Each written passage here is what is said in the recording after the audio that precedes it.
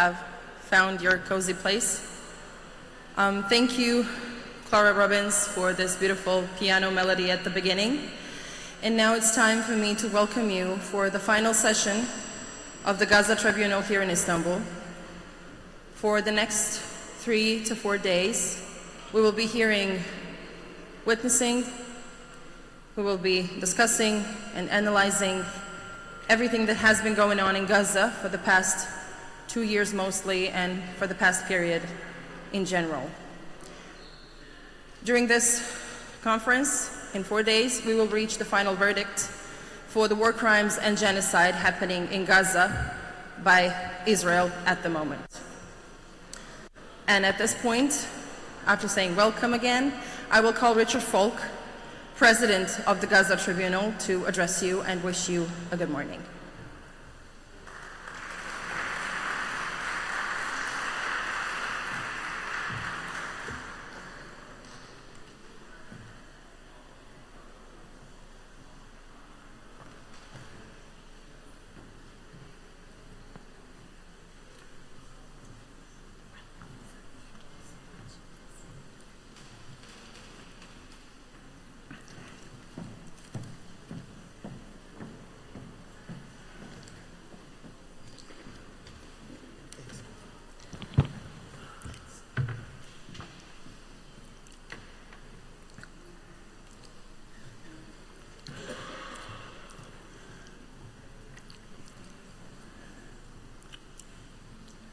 Good morning and welcome. It is a special honor for me to welcome all of you, and especially our distinguished jury of conscience, to this final session of the Gaza People's Tribunal. We are also grateful to those who have traveled long distances to participate as witnesses and experts. I also want to pay tribute to all of the dedicated members of the steering committee and our 3 chambers that have worked tirelessly these past months to make the Gaza Tribunal become a reality. We are grateful to the sponsors who initially came to invite Hilal Elver and myself to take on this responsibility of organizing the tribunal, a task we have been devoted to for more than a year. Without the support of Taha Ayhan and his associates, as well as the Islamic Cooperative Youth Forum, we would not have had the resources to make this tribunal a reality. We thank him and his associates also for upholding the pledge of political independence from any interference by politicians in this endeavor and in our efforts. Finally, we thank the University of Istanbul for providing us with the hosting auspices.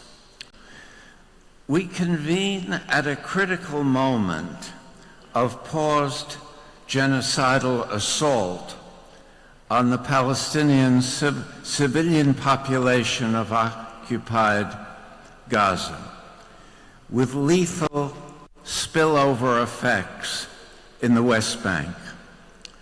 Although thankful for this pause in bombardment and drone missiles and surveillance and disastrous effects consisting of prior periodic cutoffs in the delivery of humanitarian aid, it is far from enough. We should be on our guard against supposing that the genocide is over or that a just peace is on its way. This is the time for vigilance, not a time to suppose that the urgent challenge posed by the Gaza genocide has become a matter of history. We must remind ourselves that the surviving Gazan population continues to be struggling day by day with homelessness, hunger, disease, injuries, the pain of lost and mutilated loved ones, induced chaos, and a variety of Israeli violent provocations.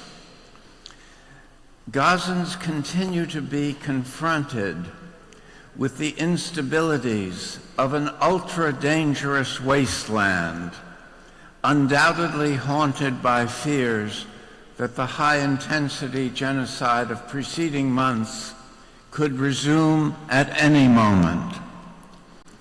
The global media, the Arab and Muslim majority countries, have shifted their focus from genocide to the Trump diplomacy, creating this widespread illusion that peacefulness is taking over. The Trump initiative has yielded a fragile ceasefire, to be sure, properly welcomed by most of the world, and especially by the desperate survivors of the past 2 years in Gaza. The Trump diplomacy claims to go further, boasting of having found a solution for the underlying conflict by way of a 20-point plan crafted with the approval of Israel's government, a plan that harkens back to colonial times. It is even overseen by a so-called Board of Peace headed by Donald Trump, to be administered under the direction of Tony Blair. There are no provisions for accountability in relation to the crimes that have been committed. Quite the contrary. Both the perpetrator of genocide and the chief enabler have suddenly assumed the mantle of peacemaker before the stunned eyes and ears of the world. We should be aware that Israel has not even renounced the genocidal goals of establishing Greater Israel by absorbing the Palestinian territories within its sovereign territorial space. It is against this Janus-faced background that the final session of the GPT meets. Janus is the Roman god who faced in two directions. One face looked at what has gone before. The other face looks at what is to come. It is the god of transitions and also of false hopes. So it is with the Gaza Tribunal. In the coming days, the jury will listen to survivor testimony from persons who have lived through this terrible ordeal in Gaza that started days after the Hamas attack of October 7th, 2023.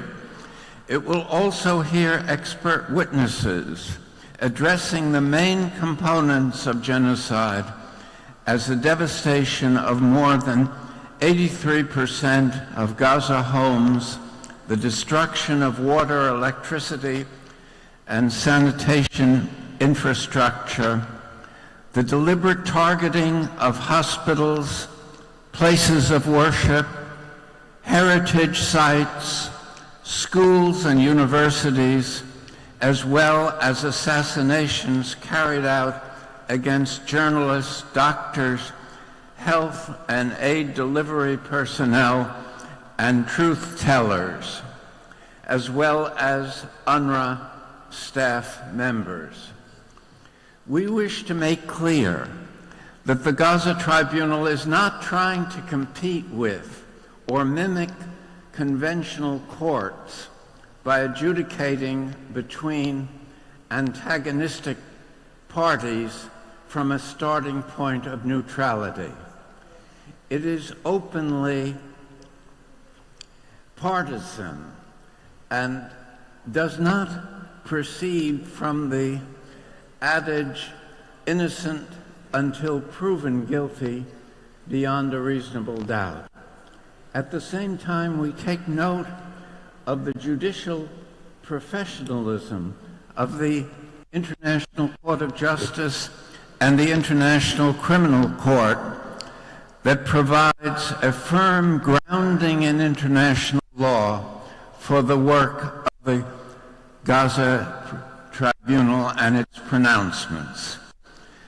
The Gaza Tribunal came into being as an act of conscience on the part of unaffiliated persons in civil society around the world and guided by a multinational steering committee and an advisory policy council.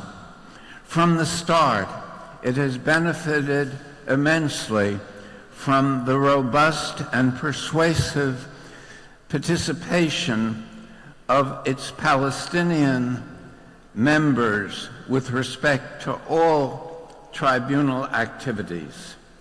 The Gaza Tribunal should be considered as one of several instruments for providing people with a truthful account of the horrifying events unfolding in Gaza over the past 2 years, and acting as a call to action on behalf of a justice-oriented, durable peace achieved through Palestinian participation throughout, which has not been allowed to occur at this point to any extent.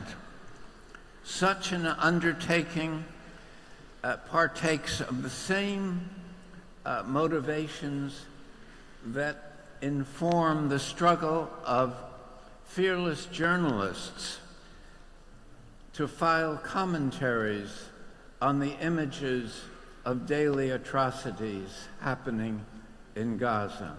In this sense, the GPT is a form of societal resistance to state propaganda and media bias, which selectively filter news imports so as to convey a pro-Israeli slant. A recent attempt is the incredible attention to the relative and joyful reception of 20 living Israeli hostages taken captive during the Hamas-led attack.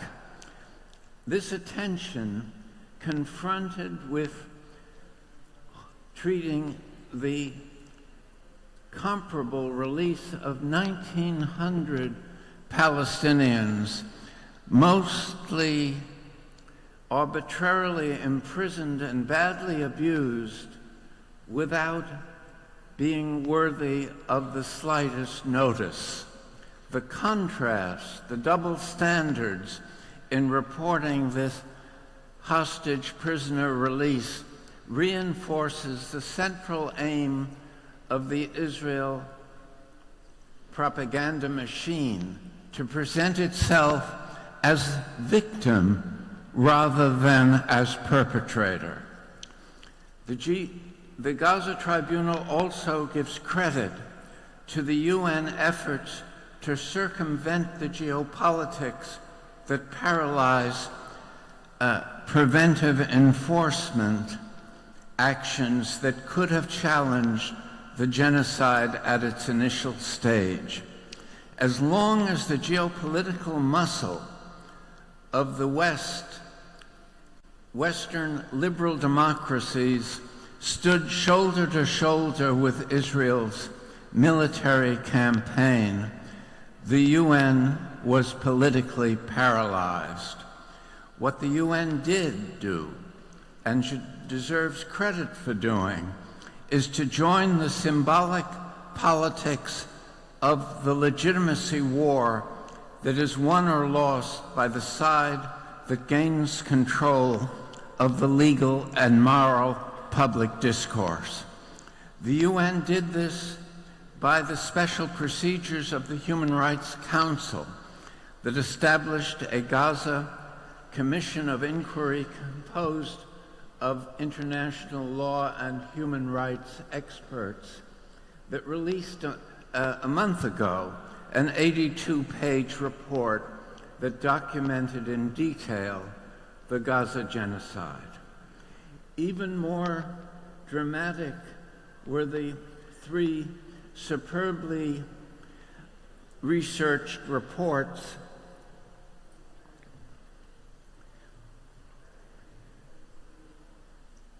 on the genocide submitted by Francesca Albanese, the unpaid UN Special Rapporteur. Despite facing taunting harassments and hurtful defamation, Ms. Albanese bravely was threatened. Yes, I can. Was bravely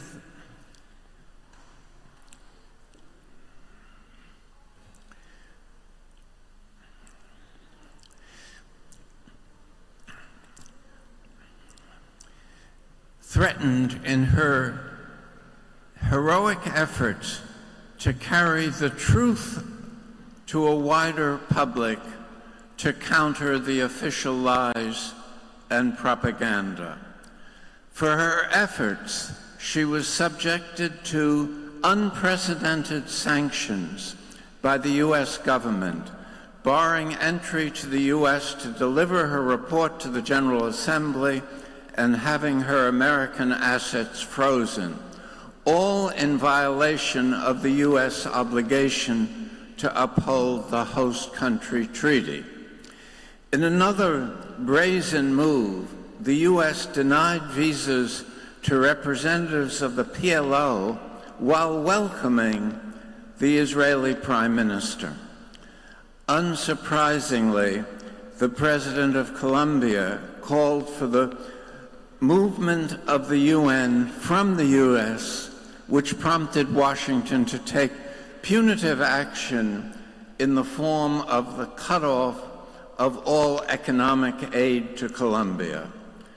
As the proponents of the genocide in Gaza use their hard and soft power to seek to make people swallow lies, the Gaza Tribunal, UN Special Rapporteurs, and indeed journalists and witnesses struggle with words, resistance, and solidarity to make truth triumph. The gradual consensus that Israel has become a pariah or rogue state is solid evidence that Palestinians are winning or have won the legitimacy war. The record of colonial wars since 1945 is that the winner of the legitimacy war eventually controls the political outcome, although often at the cost of great human suffering.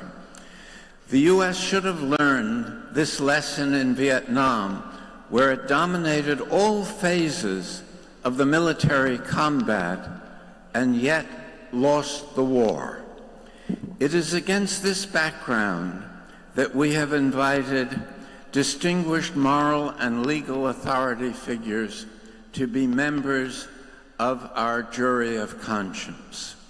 The jury will hear in the coming days from witnesses and experts that will provide substantive support for allegations of genocide and crimes against humanity. At the end of the process, the jury will deliver its verdict on the salient questions emergent from the testimonies that they have heard, and later deliver a consensus document that sets forth their reasoning in more detail. This will be included in the book that is planned to be published as soon as possible that summarizes the work of the Gaza Tribunal. It is our hope that each juror will also be moved to write a reflective essay for the book that gives their personalized account of their experience in confronting genocide in this manner. The Gaza Tribunal aims at more than a confirmation of the genocide and making a contribution to the legitimacy war. Present conditions in Gaza and the West Bank require more than words or symbolic politics. It requires action and commitment. Israel is continuing behind the screen of this deceptive diplomacy of supposed peacemaking to pursue the Zionist endgame of Palestinian erasure and creative and greater Israel. The Knesset is on the apparent verge of passing a bill calling upon the government to annex the West Bank. And its repeated violations of the ceasefire in recent days have given evidence that it's not pursuing the path of peace, but rather seems to be seeking the provocation of Hamas to provide a pretext for renewing the full fury of its genocidal assault. In conclusion, we hope the jury of conscience will share our sense of urgency to expose the realities not only of what has happened, but what is happening. Now is the time for solidarity, initiatives with the Palestinian struggle for basic rights. Now is the time to insist on Israeli accountability for the commission of the crime of crimes. Now is the time to expose the moral hypocrisy of the complicit supporter of prolonged and transparent genocide carried out against an essentially helpless and innocent population. We pledge our support for the jury of conscience and to carry on with the work of this tribunal, and thank all of you who have helped us carry the process this far. The struggle goes on. Justice will prevail. Thank you.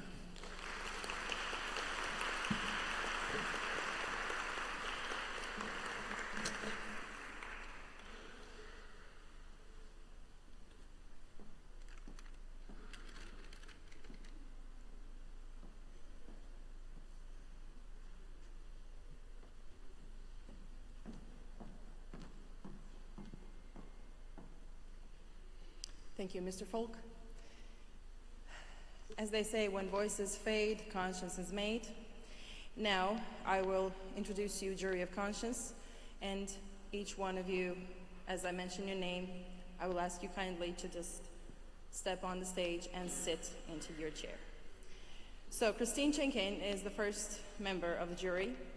She's a professor of FBA, SMG, is Emerita Professor of International Law at the London School of Economy and Global Law Professor at the University of Michigan.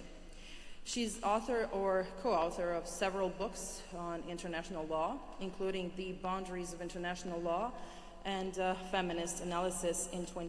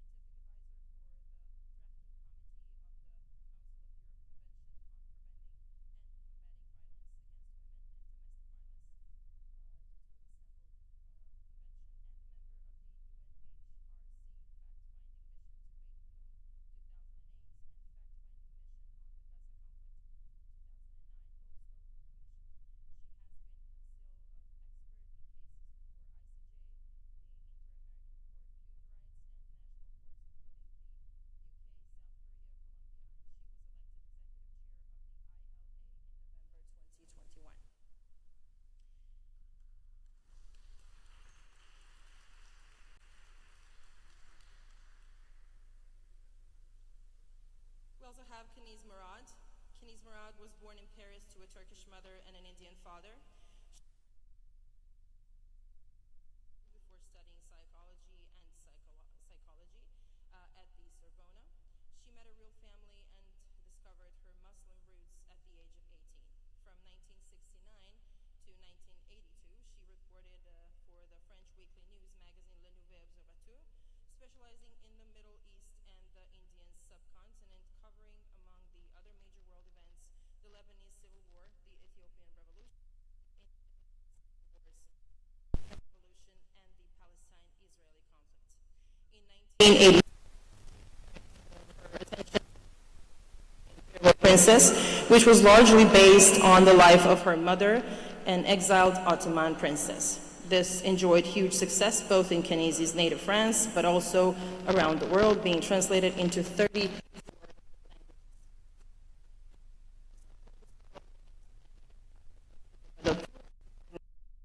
which again focuses on India and the different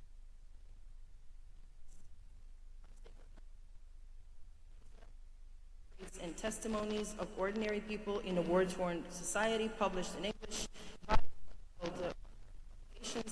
is the translation of this major work. But since then, all her books have been boycotted by the French media, very much under Zionist influence. Even if her two books, In the City of Gold and Silver, the real story of an Indian Muslim queen who led the first revolution against the British, and In the Land of the Pure, geopolitical novel taking place in Pakistan, have nothing to do with the Israeli-Palestine conflict. Nowadays, Kenezi Murad is living in Istanbul. She precedes since 20 years the France-Turkey Literary Prize, and her awards are Officer of Arts and Letters, Knight of the Legion of Honor.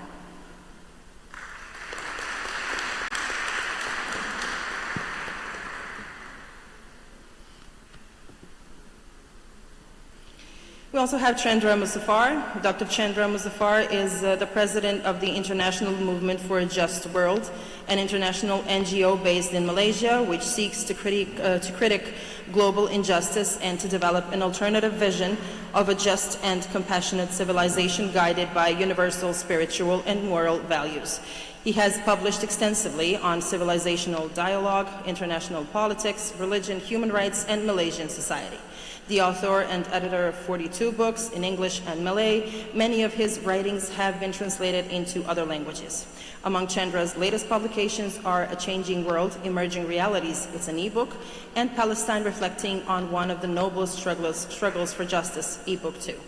Today, apart from his role in JUST, Chandra sits on the board of a number of international NGOs concerned with social justice and civilizational dialogue. Chandra was a professor and the director of the Center for Civilizational Dialogue, University of Malaya from 1997 to 1999, and a professor of global studies at University SENS Malaysia 2007 to 2012. Chandra is the recipient of a number of international awards related to his scholarship and social activism. Chandra is married to Maryam Moht Hassim, and they have 2 daughters.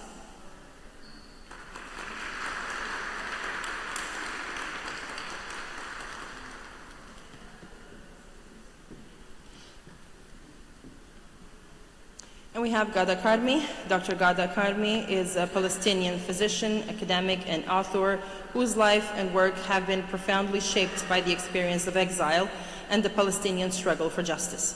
Ghada Karmi was born in Jerusalem and was forced to leave her home with her family as a result of Israelis' creation in 1948. The family moved to England in 1949, and she pursued higher education and earned a medical degree from the University of Bristol. She later specialized in public health, particularly on migrant health and support for undeserved communities. Karmi began to engage more directly with Palestinian political activism. She co-founded the first British-Palestinian medical charity that aimed to address the healthcare needs of Palestinians living under occupation and in refugee camps. Dr. Karmi has become one of the most prominent voices articulating the Palestinian narrative in both scholarly and public forums. She has taught at SOAS at the University of Exeter and has written extensively on Middle Eastern politics, identity, and displacement. Her acclaimed books include In Search of Fatima, a Palestinian story, Married to Another Man, Israeli's Dilemma in Palestine, and Return, a Palestinian memoir.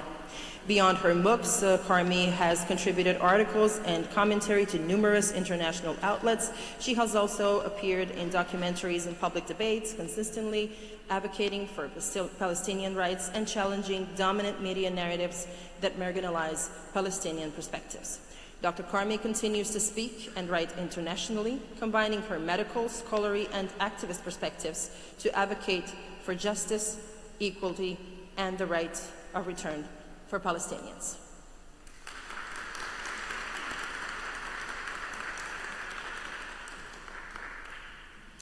Sami Al-Arian is a professor and the founding director of the Center for Islam and Global Affairs at Istanbul Zaim University. He lived in the United States for 4 decades, where he was a tenured academic. Dr. Al-Arian founded numerous institutions and publications in the fields of education, research, religion, interfaith work, advocacy, civil and human rights, and Palestine, foreign policy, and international relations. In 2001, Newsweek named him a premier civil rights activist in the US for his efforts to repeal the use of secret evidence in immigration courts. In 2012, historians profiled him in the Encyclopedia of American Dissidents as one of only 3 Muslims in the United States among 152 dissidents and prisoners of conscience included over the past century, alongside the legend of Malcolm X and Muhammad Ali. Dr. Al-Arian was a prolific speaker across many US campuses, and since relocating to Turkey, at venues worldwide, Dr. Al-Arian is also the author of dozens of studies, articles, and books on topics related to Islam and the West, to the Islamic Ummah, Islamophobia, civil rights, Palestine, the Arab Spring, the Middle East, and the American foreign policy. Since the Israeli genocide in Gaza in 2023, Dr. Al-Arian has been widely featured in programs around the world in multiple languages and has advocated for the dismantling of Zionist structures worldwide based on his theory of the 12 pillars of Israeli imperatives.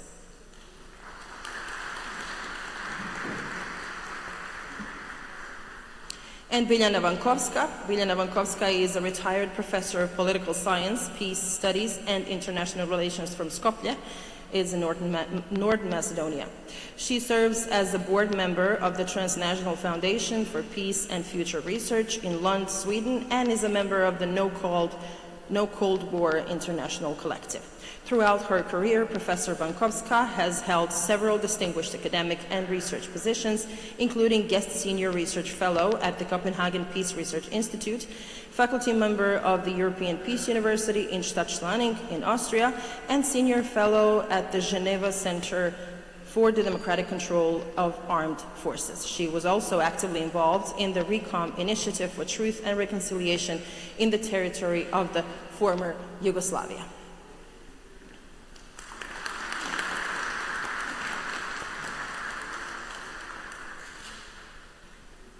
And for the first panel, overviewing the work of the Gaza Tribunal chambers, you will be hosted and moderated by our dear professor, Penny Green. So Penny Green, hello and welcome.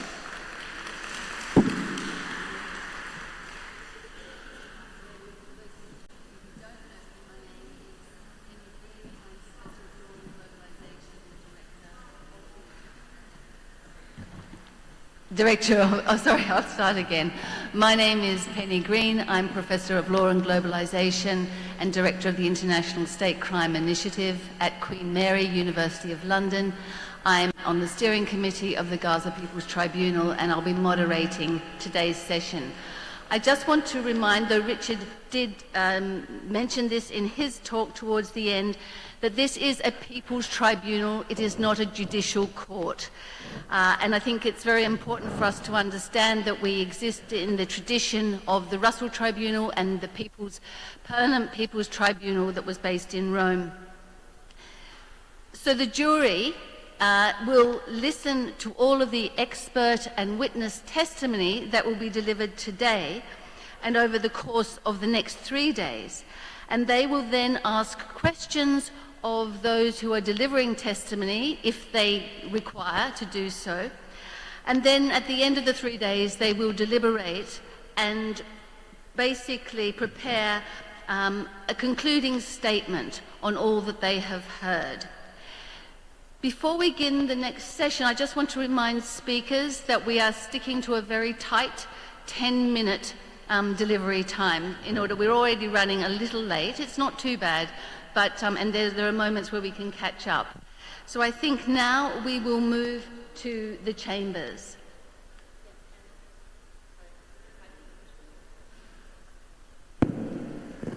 Yeah, thank you. Just before we start, my apologies for interrupting. If anyone from the audience needs a simultaneous translation, you can find it at the entrance. Our team made sure that you all hear everything today and understand. Thank you.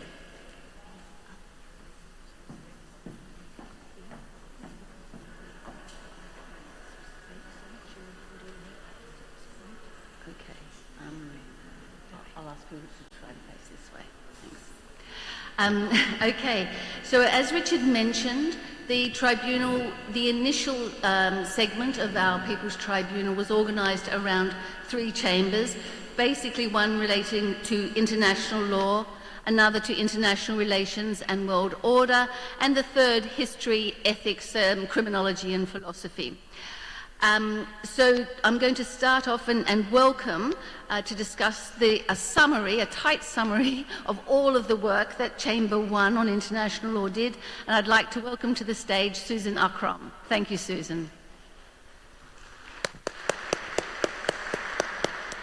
And could I ask speakers, because in order for the jury to hear adequately, to slightly face towards the jurors, if that's possible. Good morning, and welcome all of us to Istanbul. It's always a pleasure to be here in this wonderful historic city. My task is simply to introduce the objectives and the work of the International Law Chamber of the Gaza Tribunal. In the face of a complete failure of international law to prevent or halt a genocide, we as civil society have only the power of our voices and the ability to name the criminals, create a record of the crimes, and provide the evidence for accountability in the future. These were the objectives of Chamber 1, the International Law Chamber of the Gaza People's Tribunal, some of whom you will hear from today, while the testimonies of others were presented at the Sarajevo session and at another tribunal-related session in Alicante, Spain, earlier this year. Our task has been to assemble and assess the available evidence on the crimes and violations of human rights that Israel has been committing, including war crimes, crimes against humanity, crimes of aggression and genocide. The Chamber 1 experts have produced legal analyses on each of these crimes under the relevant treaties and humanitarian law, which will be compiled in the final Gaza Tribunal written proceedings. It's important to note that our aim was not, as Richard Falk mentioned, to duplicate what has already been analyzed in the cases pending or decided by the International Criminal Court or the International Court of Justice, but to supplement and fill the gaps in those proceedings. It has also been our aim to identify the weaknesses in the existing legal tribunals and the frameworks within which they operate. For example, we attempted to frame issues that are not adequately covered in existing law, such as ecocide, scholasticide, ethnic cleansing, the use of technology to target and massively kill civilians, and identify weaknesses in occupation law and the right of occupied people to resist. In support of the legal frameworks, we marshaled survivor, witness, and expert testimony from Palestinian, regional, and international civil society organizations and others who could provide credible evidence about these crimes. This evidence was presented at the public sessions in Sarajevo, and more will be presented over the next few days. In a full day of testimonies in Sarajevo, experts and eyewitnesses called by Chamber 1 addressed the root causes of the genocide, covering the Nakba and the colonial project in Palestine. Our experts addressed the elements of genocide, connecting it to apartheid and the denial of Palestinian self-determination. Building on the root causes and the legal frameworks of the foundational crimes, our experts provided testimony on distinct patterns of genocide. For example, the crimes and wrongs of torture, the holding of political prisoners incommunicado, and arbitrary detention of thousands of Palestinians without charge or trial, held hostage by Israel, but not characterized by the media or public as such. The related crimes of famine and deprivation of the right to food were also detailed by witnesses, including the complete destruction of agriculture, access to water, and the prevention of vital humanitarian aid from entering in the ongoing crippling siege of Gaza. Finally, Chamber 1 experts have analyzed particular types of war crimes that have reached a level of intensity and scope in Gaza not seen in recent conflicts around the world.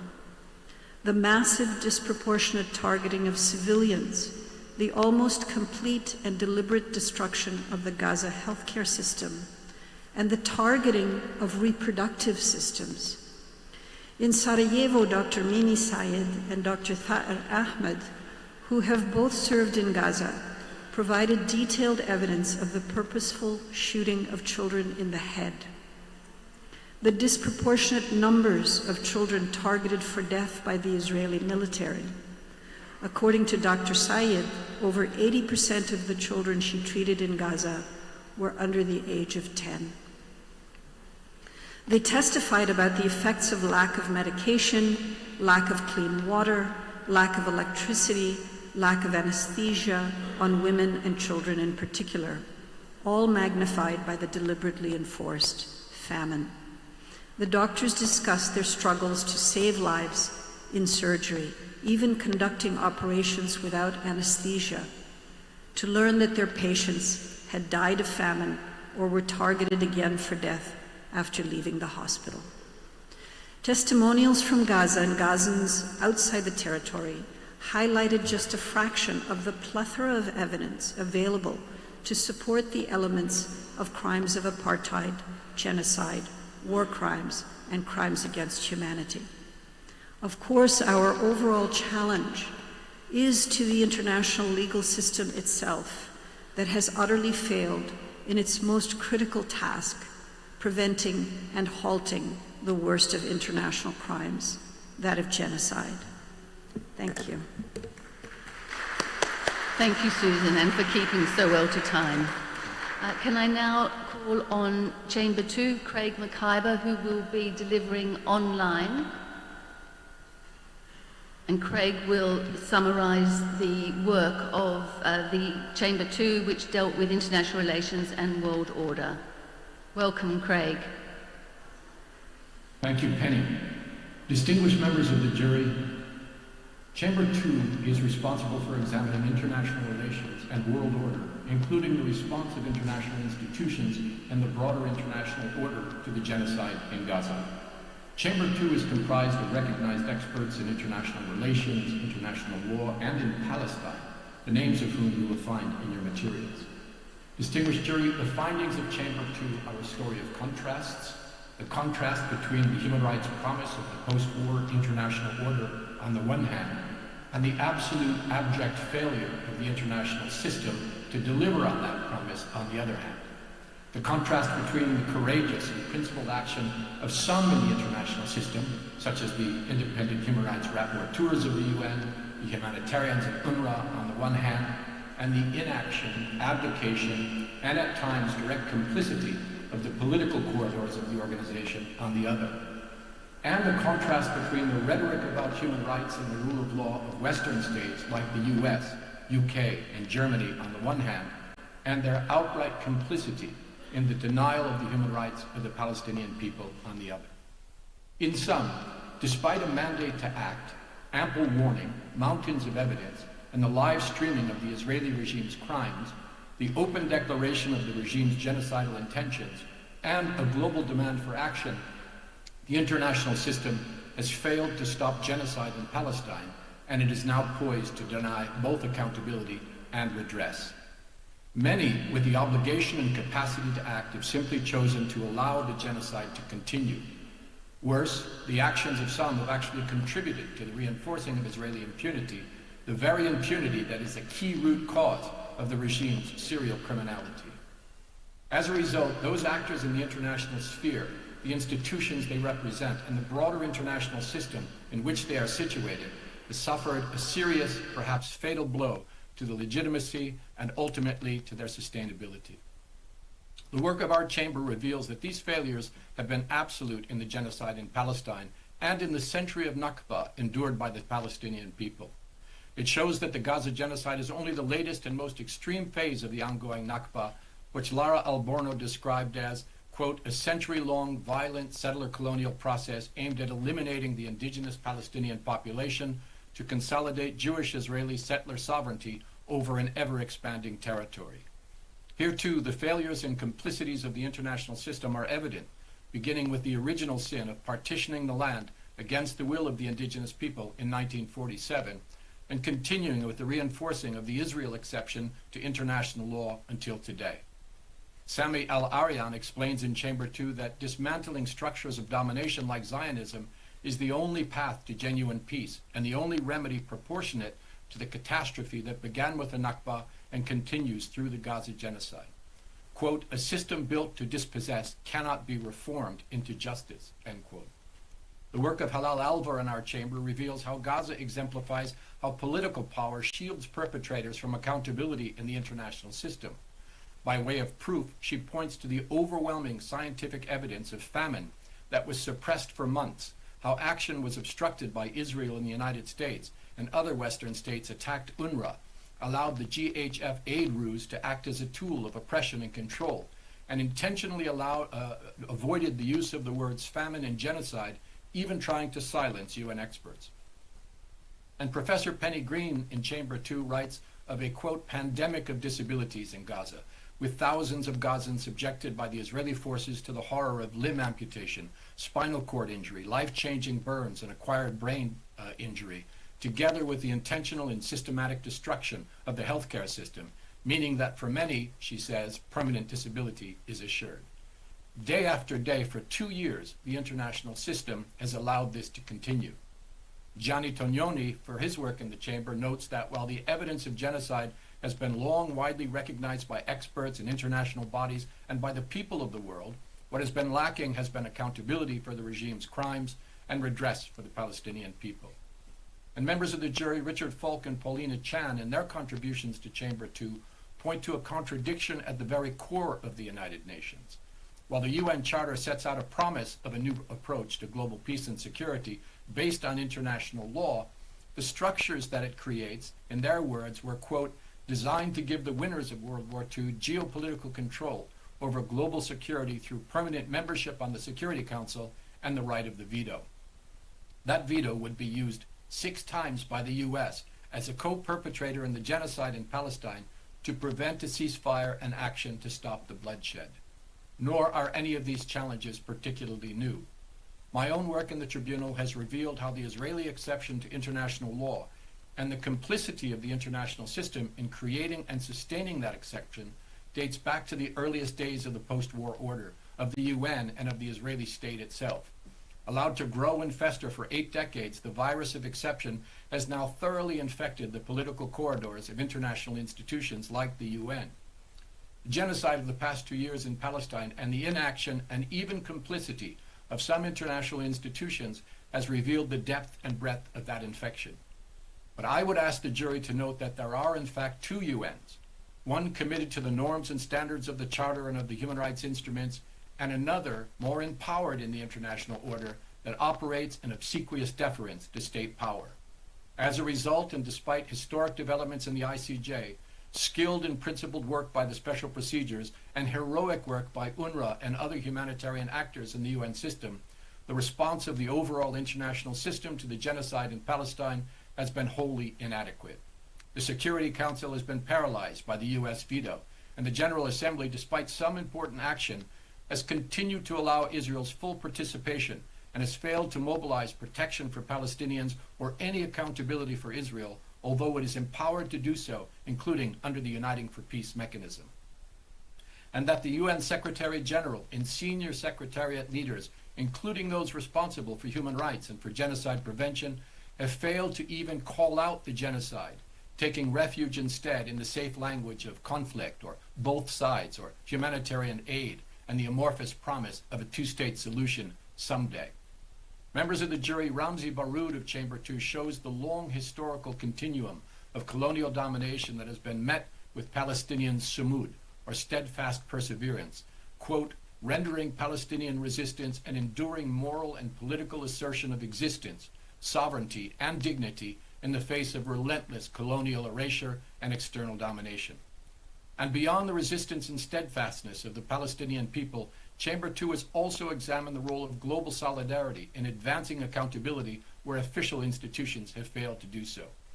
Phyllis Bennis, in her work for Chamber 2, points to the model of the 1980s global anti-apartheid campaigns against South Africa, which compelled governments to respect ostensibly non-binding UN resolutions and brought enough pressure to bear that even the US was forced to give in to domestic demands for sanctions. The opportunity to take similar action was highlighted in the work of Haider Eid for Chamber 2, demonstrating the similarities between classic apartheid and the exclusive Zionist nature of Israel and its corresponding system of racial domination, with laws and institutions that, quote, encroach deeply on the lives of the indigenous population. Asmer Safi explored how the university encampments demanded that universities divest from Israel and how they were met with severe repression, stonewalling, suspensions and expulsions, police violence and arrests, in some cases, government-initiated deportations. And Phyllis Bennis has also reported on the massive protests beyond universities that erupted in U.S. cities, bringing together Palestinian and Jewish and Arab and Muslim and Black and other communities, and spreading rapidly across the globe with actions in virtually every major city. In their testimony to the tribunal, Asla Bali, Allah Haj Yahya, and Basuki Nasia show how international law has been, quote, an enduring reference point for Palestine as well as an enduring source of frustration. Citing the myriad failures of international law and international legal institutions such as the ICC and the ICJ, they argue that alternative initiatives like the Gaza Tribunal have the potential to address these shortcomings by embodying alternative jurisprudential paradigms. To conclude, distinguished members of the jury, Chamber 2 has found that the international legal and political system, constructed 80 years ago on the ruins of brutal colonization, unfettered capitalism, wars of aggression, and serial genocide, has failed in its promise of never again. Sometimes by design, and at others through abdication, key components of that system have taken no effective action to prevent or end the genocide, to provide accountability for the perpetrators or a redress for the victims or survivors, or even to name the crime out loud, genocide.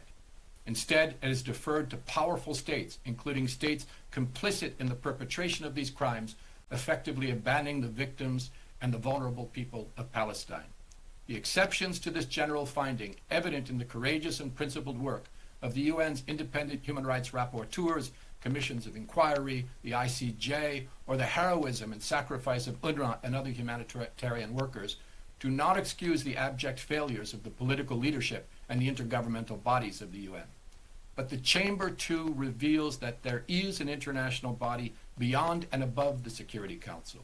It is the collective of global civil society, the movements, the unions, the human rights defenders, the peace activists, the people.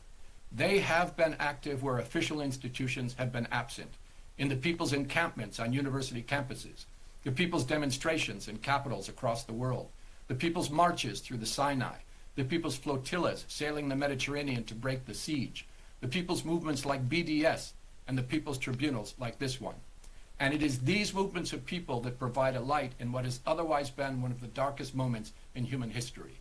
I hope the jury will hold them up as beacons of morality and justice, even as you hold accountable the international institutions that in trepidatious deference to power have abandoned their mandates, abandoned the Palestinian people, and abandon we the peoples of the United Nations. I thank you.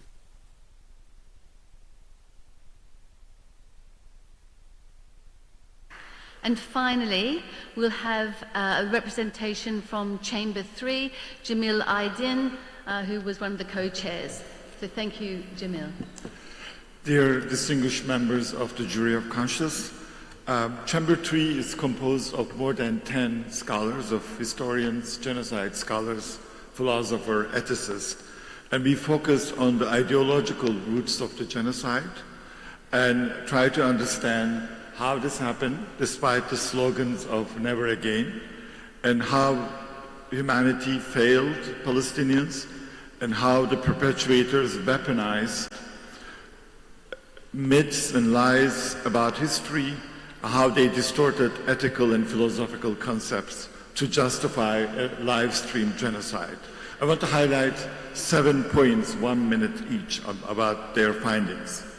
First, our experts made clear that the genocide we are witnessing is not a single event of a short period that started on October 7, but it's a century-long process which begins with dehumanization and ends with erasure and destruction of Palestinians. In between these two events, there are often concurrent a number of recognizable stages that include the test moment of violence, segregation, systemic weakening of the victim populations of Palestine, mass annihilation, denial and erasure that has been happening for more than 100 years.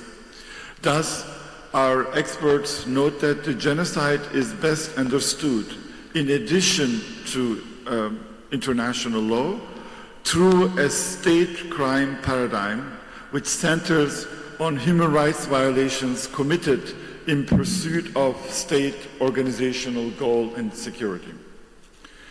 2, our chamber members emphasize that the Israeli state was created as a settler colonial project imposed on the region by European imperial expansion to Arab provinces of the Ottoman Empire after World War I, symbolized by British Empire's commitment to create an ethno-national state in the Balfour Declaration of 1917. Our historians emphasize that this was an unexpected and undeserved imposition from outside. Cosmopolitan Palestinian populations composed of Muslims, Christians, and Jewish Arabs were equal citizens of the Ottoman state, with representatives in the Ottoman Parliament in Istanbul before World War I and British colonial rule. We repeat that there was no clash among different religious communities in Jews and Christians and Muslims before the British colonial rule and its imposition of Zionism to justify what happened afterwards.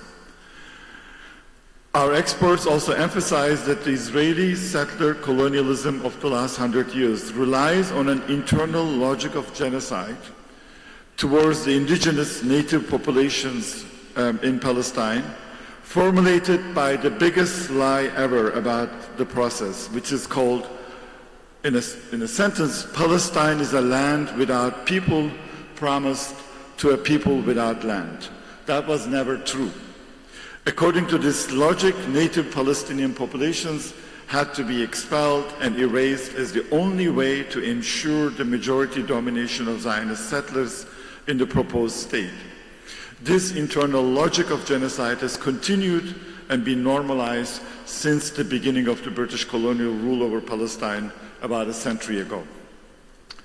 3, our experts noted how Israel and its partners, Germany, France, England, and United States, attributed the cause and blame of genocide to the victims, the Palestinian victims, who are described simply without name as native people who had no right to self-defense, self-determination, and no right to resist colonial rule over their lands and their lives. Israeli regime presents its genocidal action as a necessity to create absolute security for the future of their state and justify mass murder and mass destruction in Gaza as a collateral damage. The right to self-defense of Israeli state became the most repeated legitimization of current genocide. Our genocide scholars in our group noted that almost all genocides were justified with that same logic. Genocides are not a big hate crime. Genocides always happen with the security logic. Our members shown that the complete destruction of homes, in that process, schools, universities, hospitals, infrastructure, and culture is important to the genocidal process to destroy the Palestinian identity.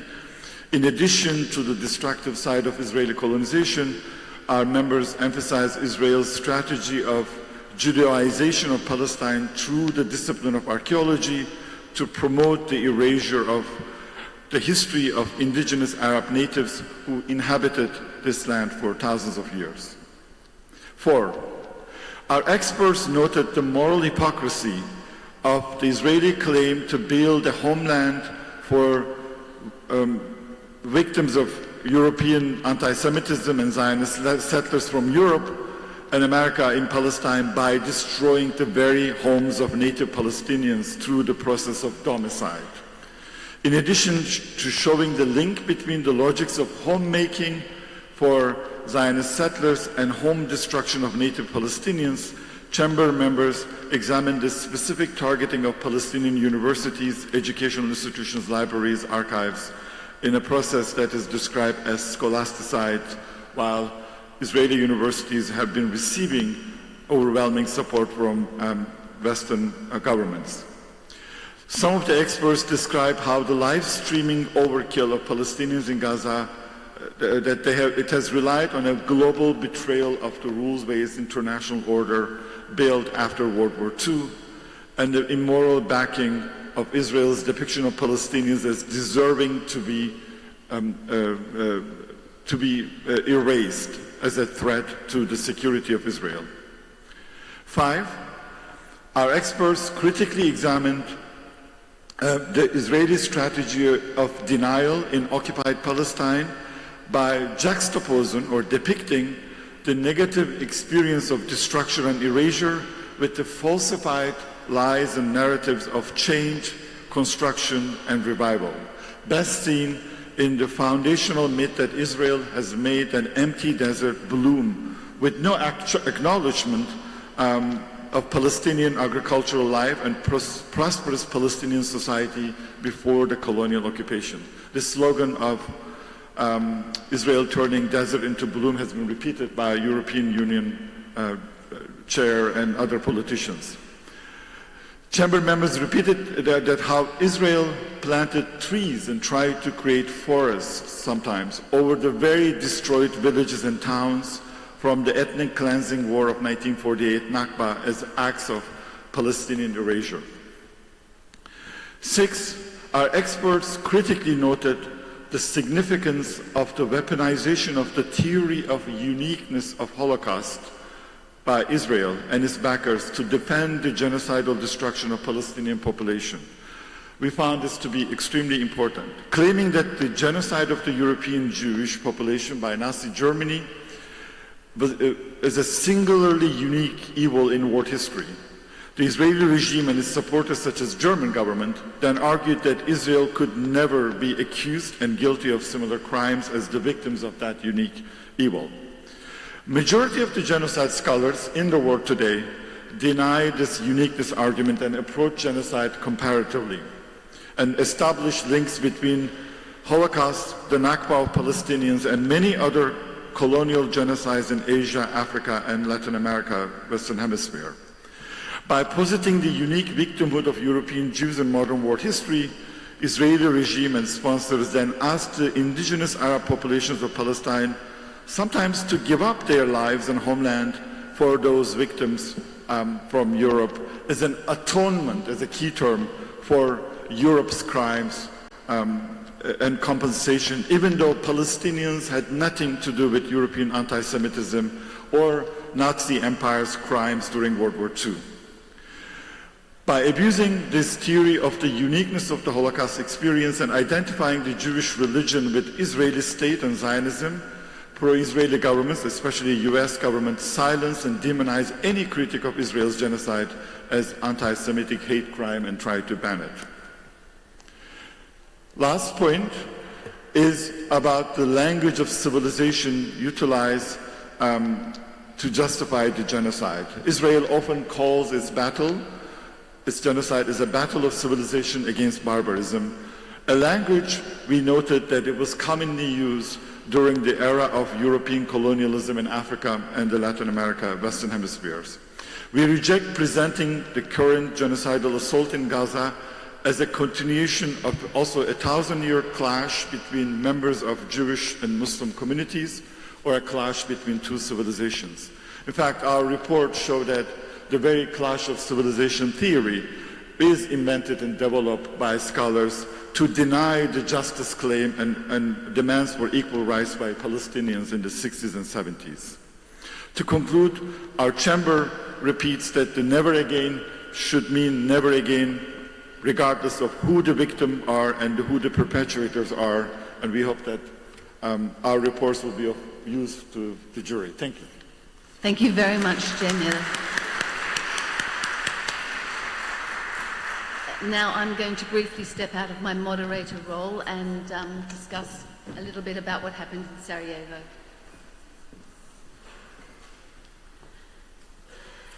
But before discussing the consequences of Sarajevo and the declaration which arose from the contributions of all the chambers at that session, which is my main purpose, I want to briefly contextualize it. The world has arrived at a dangerous precipice. Palestine has exposed the fissures and the fractures that so glaringly divide our capitalist world. It has revealed in raw brutality the gaping chasm between persecutors and the persecuted, oppressors and the oppressed, colonizers and the colonized, the rich and the poor, the governors and the governed. And in so doing, Palestine has become the vanguard for the global anti-fascist, anti-colonial movement, for an awakening and recognition that change must come from below, must come from a newly animated civil society. The Gaza People's Tribunal encapsulates a key effort in this enterprise. My initial remarks relate to civil society, law, and challenging state crime through initiatives such as the Gaza People's Tribunal, BDS, the Global Sumud Flotilla, and the Sarajevo Declaration, which I'll discuss in a moment. Deploying law strategically, as the wonderful Hind Rajab Foundation do in their pursuit of holidaying Israeli genocidaire, and South Africa's brilliant case against Israel at the ICJ, can play a powerful role in the civil resistance against genocide. But imagining that the international legal order through the international courts can play anything more than a symbolic and normative role in the struggle is deeply misguided. With respect to Palestine, Israel has breached over 30 UN Security Council resolutions without consequence, and its daily egregious international crimes have led to nothing but impunity. Israel's ongoing genocide reflects the abject failure of the UN system thus far to prevent and punish war crimes, crimes against humanity, and genocide. Indeed, only a month ago, the US shamefully vetoed a call for a ceasefire for the 6th time at the UN Security Council. For me, as a scholar of state crime and genocide, the solutions to state criminality lie well outside the frameworks of criminal law, criminal justice, international conventions, and international courts. Instead, any such solutions are much more likely to be found in the struggles of the state's victims or with those who advocate and organize as allies of those victims. And it's the organization of those victims and allies that not only has the power to challenge state violence, but is central in defining that violence as criminal in the first instance. Civil society has proven itself to be a much more effective force than international law in identifying, gathering, and analysing and naming and challenging the devastating crimes of states, particularly through campaigns of civil disobedience, mass strikes, boycott, divestment and sanctions, and as with the global Samud flotilla, maritime attempts to break Israel's illegal blockade.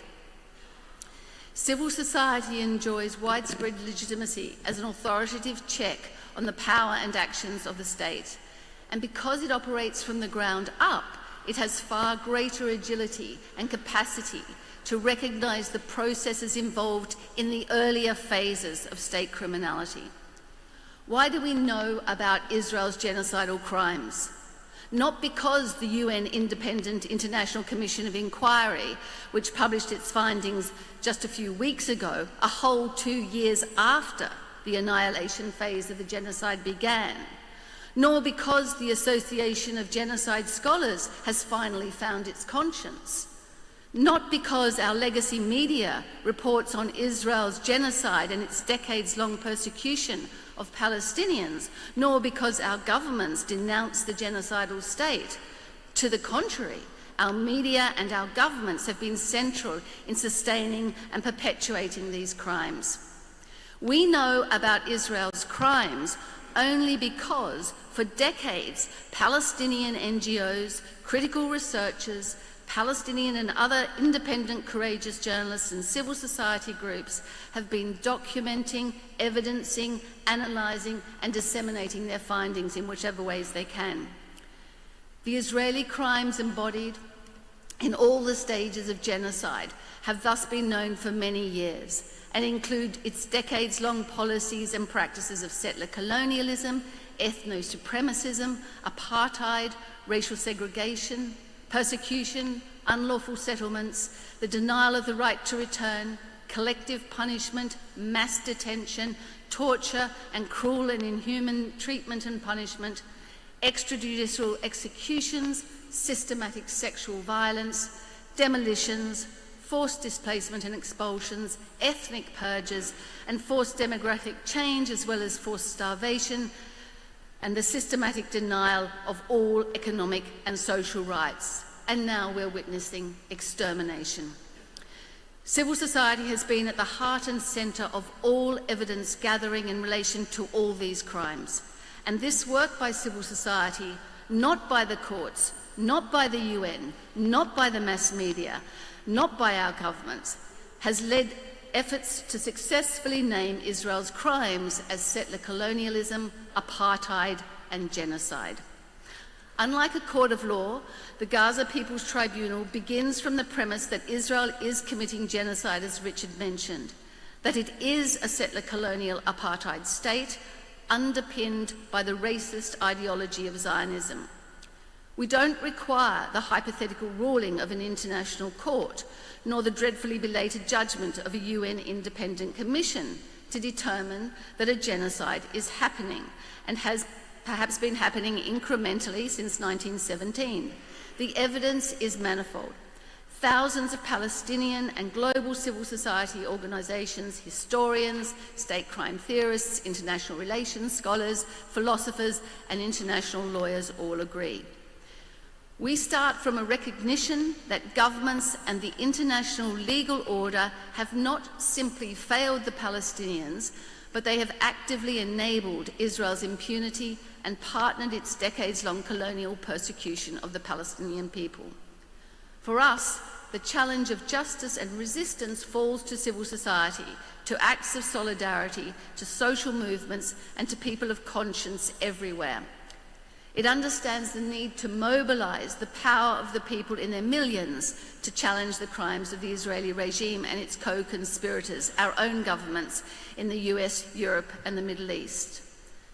The tribunal seeks to counter the forces of evil with the forces of justice by bringing pressure to bear in every sector and making clear that genocide will not be normalised, that apartheid will not be normalised, that colonialism will not be normalised, that Israel and its Zionist underpinnings will not be normalised, and in doing so, ensuring that fascism will not be normalised. We know that the Zionist regime is committed to seeing out its genocide And we know that its principal genocidal partner, the United States government, is equally committed to this genocide and to the erasure of Palestine. At the same time, we know that other Western governments, like the UK and Germany and complicit Arab states, have fully endorsed Israeli impunity and continue to do so. So the question is, how, in the face of such powerful forces of carnage, do we stop a genocide? How do we dismantle the Zionist state and those global powers whose ultimate goal is the erasure of Palestine, knowing that law and its international mechanisms are not the answer? The tribunal is clear. Genocide will only end through the steadfastness of the Palestinian people, coordinated resistance against Israel's genocide, the solidarity of the rest of the world, and the isolation, weakening, and dismantling of the Zionist regime and the global political and economic structures that support it. And so to the Sarajevo Declaration, which was the culmination of our work in Sarajevo. We laid out, as we've heard, the context for Israel's genocide in Sarajevo, and over the course of 4 days we listened to testimony on the history and ideological foundations of the genocide, on the crimes Israel and its partners have committed, and on the geopolitics fueling the genocide and its impunity. The Sarajevo Declaration was the culmination of the work of the tribunal to date, and it was both an unequivocal condemnation of Israel's genocide and a clarion cry to global civil society, an urgent call to action, and a commitment on the part of the Gaza People's Tribunal to work with partners across global civil society to bring an end to this genocide. So the declaration embodies a series of demands around which civil society is already organising, demands which speak directly to the myriad crimes we've heard about. The declaration thus demands, amongst other things, an immediate withdrawal of Israeli forces from Gaza and an end to the genocide, to all Israeli military action, an end to forced displacement and expulsions, an end to the settlement activities, an end to the siege of Gaza, and to restrictions of movement in the West Bank. It calls for the immediate and unconditional release of all prisoners, including the thousands of Palestinian women, men and children held most often without charge in abusive Israeli detention facilities. It insists on the immediate resumption of humanitarian aid to all of Gaza without restriction or interference, including food, water, shelter, medical supplies and equipment, sanitary equipment, rescue equipment and construction materials that are required for the rebuilding of Gaza. It also calls for a complete withdrawal of Israeli forces from Lebanese and Syrian territory, and of course would have included a demand for the immediate cessation of Israel's bombings and targeted assassinations in Iran, Yemen, Qatar and Tunisia had they occurred before May 2025. The Sarajevo Declaration recognises the dangerous forces in both the state, corporate and supra-institutional spheres are pushing us towards the void, towards a future in which humanity itself is threatened. The events of the past 24-25 months and the Tribunal's own deliberations have convinced us both that key international organisations and most countries in the world, whether acting individually or collectively, have not only failed in defending the rights of the Palestinian people and responding to the Israeli regime's genocide in Palestine, but have to varying degrees been complicit or actual partners in these crimes. In the Declaration, we extend solidarity to global civil society, which has risen up against the genocide in extraordinarily brave and creative ways, but which has encountered McCarthyite suppression and increasing state violence.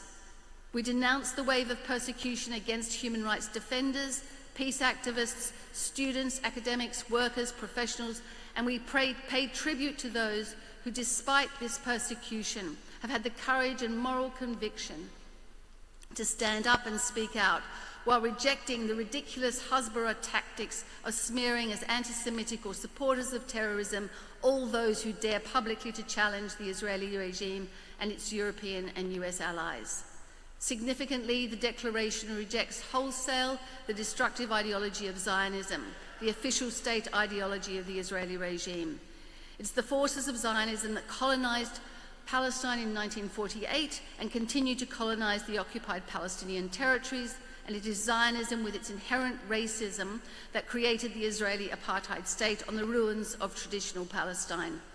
The belief in a Jewish supremacist state that drives pro-genocidal Israeli organizations and their surrogates on the far right today. The declaration demands immediate action to isolate, contain and hold accountable the Israeli regime through universal boycott, divestment, sanctions, a military embargo, suspension from international organizations and the prosecution of all its perpetrators. The final lines of the declaration are worth repeating. And I quote, "The challenge of justice now falls to people of conscience everywhere, to civil society and to social movements, to all of us. Palestinian lives are at stake. The international moral and legal order is at stake. We must not fail. We must not relent."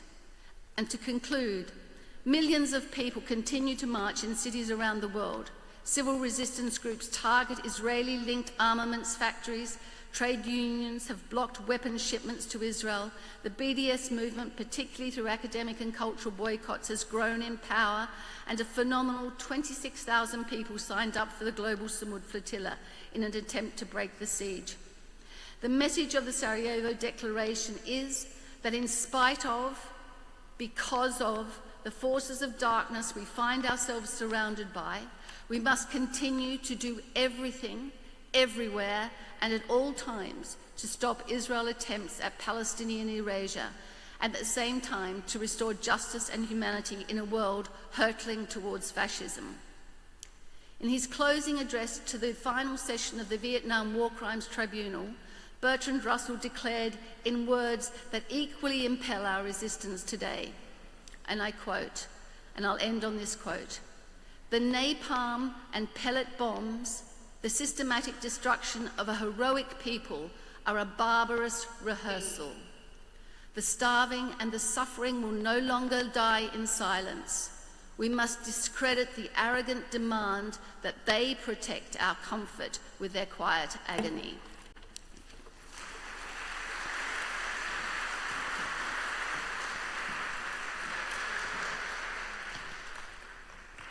Thank you, Professor Green. This would be the first session today, overview of the work of the Gaza Tribunal Chambers. Now we give you 15 minutes of coffee break, and then we head back to listening global statements of conscience and discuss.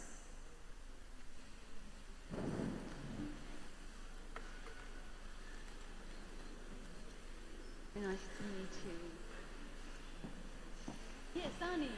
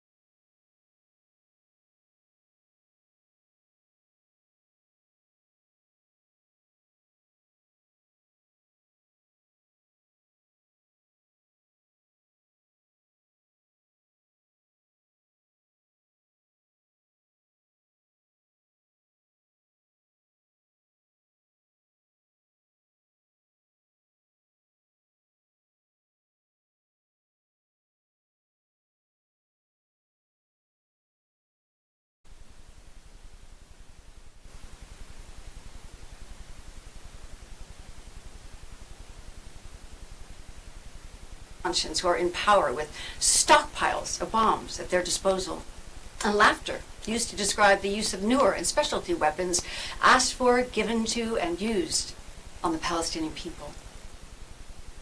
In this vacuum of justice,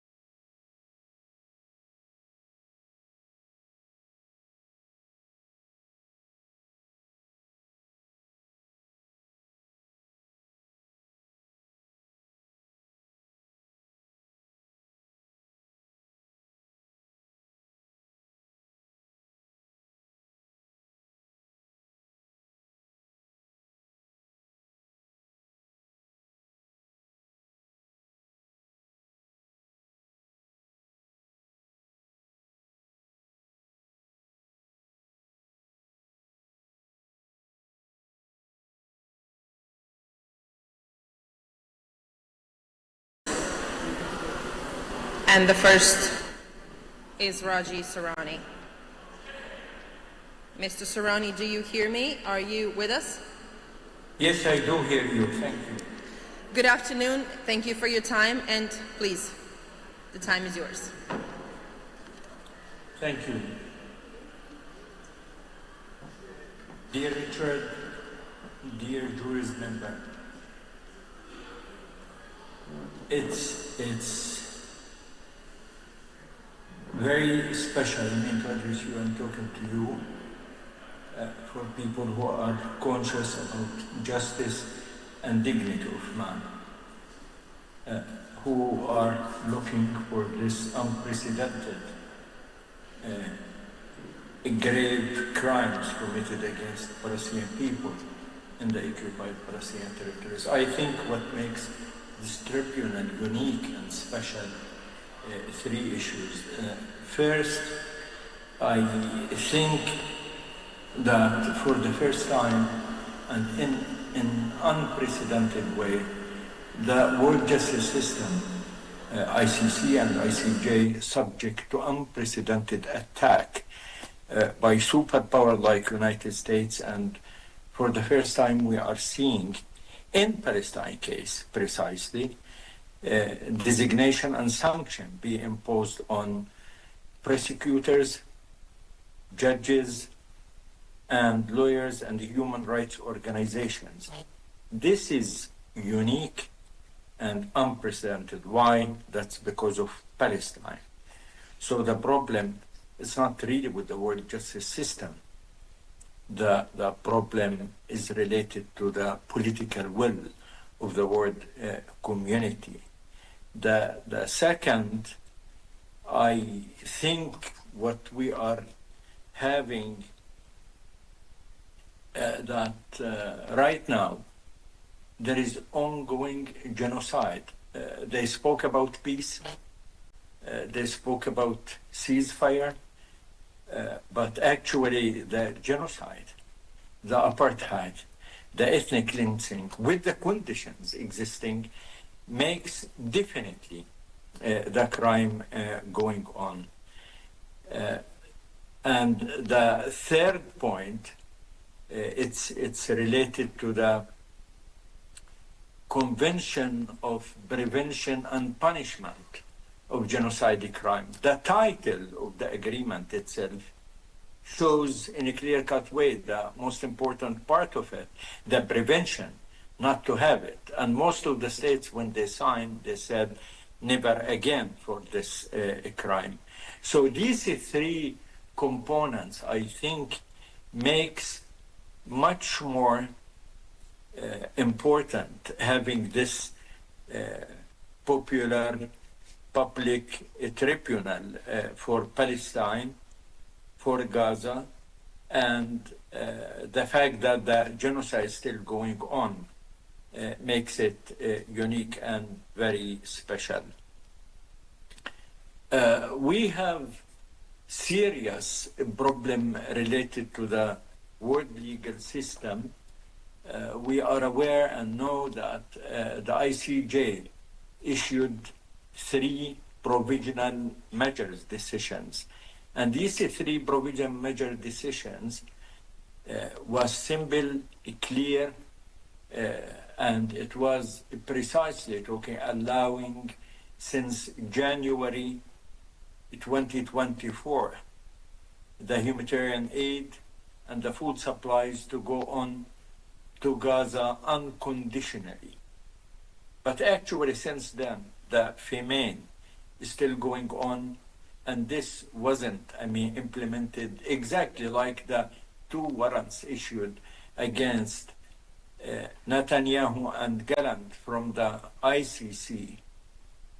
After issuing it, some prime ministers in Europe and the President of the United States said these are irrelevant and Netanyahu, Gallant can come and visit and should be no consequence on that. And he was received as first-class visitor to the White House. It's unprecedented that wanted to ICC and somebody who is suspected of doing war crimes, he is received full-fledged at the White House, not once, not twice, even 3 times after that. And that showed how the West dealing with the issues related to Palestine and the Palestinian-Israeli conflict. And that make emphasis about the popular tribunal as such.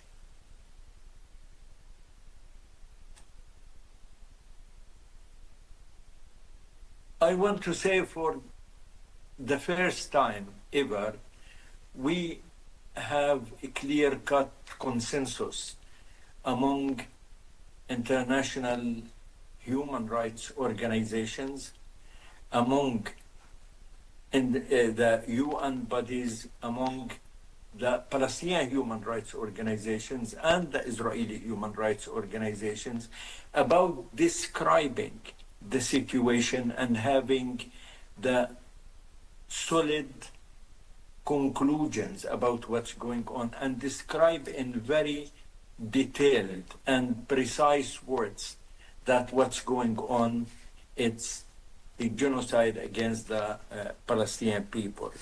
So the problem, it's not at all related to how we describe really what's going on, what's the legal definition of what's going on, or what we are having as concrete evidence related to the situation in the Gaza Strip. Facts, standards, conclusions are simple, direct, and clear. The problem, it's with the political will. The Palestinian-Israeli conflict didn't begin October 7th. Long history before that. The short version, 58 years since the occupation began, and the long version since the Nakba in 1948. And the Israeli crimes evident and clear before October 7th. They are occupying power, and the occupation by itself a crime of aggression as it defined in the ICC Rome Statute. 2, we are having also the blockade on Gaza. We have the settlements policy in the West Bank. We have the ethnic cleansing in Jerusalem. We are having the pillage in the West Bank. We are having, beside the blockade, 5 wars launched against Gaza in the eye of the storm, were civilian and the civilian targets. So before the war, Israel was there in the ICC, and Palestine began to engage with the ICC since January 2015. The Palestinian-Israeli conflict is one of the most well-documented conflicts in the modern history. It's clear, simple, evident, and what's like there, not related to, again, facts or standards or the conclusions. It's related to the political will. Most recently, we have had something called Trump plan. Nobody wants peace, security, ceasefire more than the suppressed and the oppressed. Nobody need that more than the Gazans and Palestinians, those who are subject to massive destruction, massive displacement, massive killing, and famine. They want that badly. They seek to have it, but unfortunately, this came as just declaration of ceasefire. But how can we talk about peace while 90% of Gaza erased and destroyed, while almost 2 million displaced in Gaza, while still the famine all over the place, while there are lack of the basic, very fundamental issues like water, healthcare, hospitals, medicine, food, etc. So the current situation in Gaza, making genocide going on, making ethnic cleansing going on, without horizon, without agreement about ending the occupation, without agreement on having the Palestinians the right of self-determination, to achieve their unalienable rights of the Palestinian people, without having justice, dignity, and accountability for the criminals who committed these things. It's very hard to speak about peace. The word peace, yet, it's a word used as mirage. It's not reality on the ground. What is going on till this moment? Ongoing genocide, ongoing ethnic cleansing for the Palestinian people. Only, Palestinian people can enjoy the peace when they achieve, the right of self-determination and independence and ending the occupation. When they feel the genocider and those who practice the war crimes, the crimes against humanity, ethnic cleansing has been held accountable.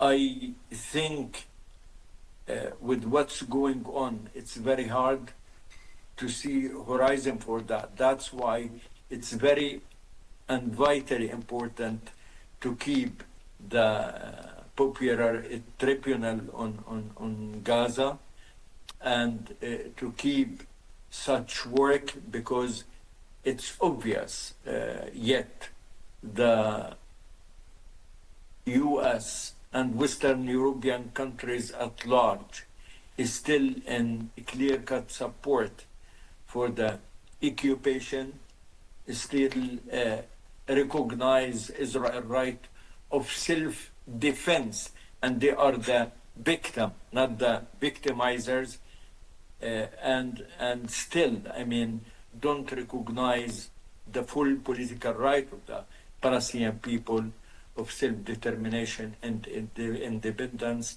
and having justice and dignity. Thank you.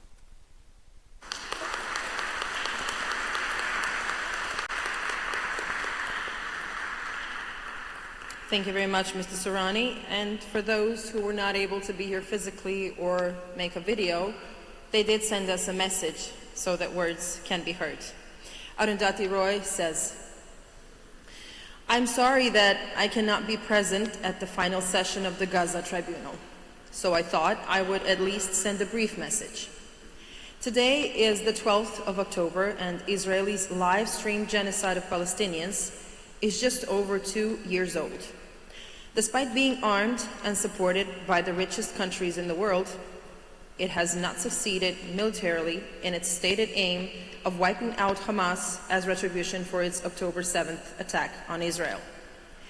Instead, it has killed almost 70,000 people who were part of the tiny, encircled, occupied, and isolated population of Gaza. The final death toll will only be known once the thousands of tons of rubble has been cleared. Days ago, a ceasefire was brokered by the government of the United States, which, according to its own State Department, has given $40 billion over the last 2 years to support Israel as it went about its hard task of murdering tens of thousands of civilians, mostly women and children, bombing 90% of Gaza's dwellings to rubble, destroying hospitals, and killing hundreds of journalists. Could Israel have done this without the support of the governments of the United States and Europe? Very unlikely. Certainly, the United States could have stopped the killing in an afternoon if it wanted to.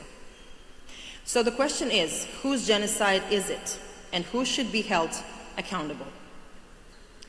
It is hard to know at this point whether the ceasefire will hold or whether it is yet another deadly, cunning trick. For the sake of the people of Gaza, I fervently wish that it will hold, even if it is a ceasefire that is designed to disguise a real estate deal that will profit a group of war criminals. For now, the killing must stop. If it does, perhaps this tribunal could hold a special session right amidst the rubble of what Gaza once was, where Palestinians will describe what they have endured and share their dreams for their future. Perhaps only then will we have the full measure of the honor and the horror that unfolded while the murderers were applauded and urged on. But until then, the task of keeping track, naming names, collating evidence will be a work in progress. The perpetrators are not only those who pulled the triggers and dropped the bombs, not only those government officials who have driven Palestinians off their lands and to the brink of starvation en masse, not only those who have used food and aid as a ruse to murder more people, not only those who have tortured and sexually abused Palestinian prisoners, but also those governments and corporations who have supported all of this.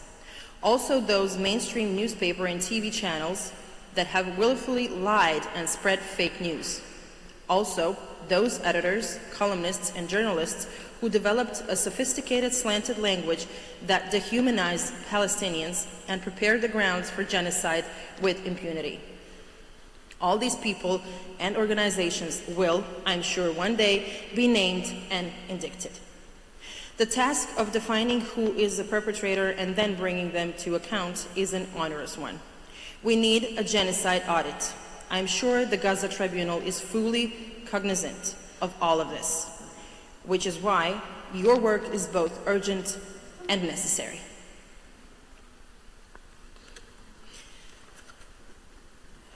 So that was Arundhati Roy.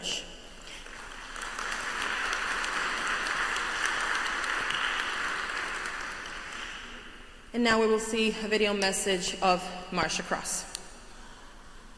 For the past 2 years, we've been witnessing a genocide, the deliberate destruction of a people and their land in full view of the world.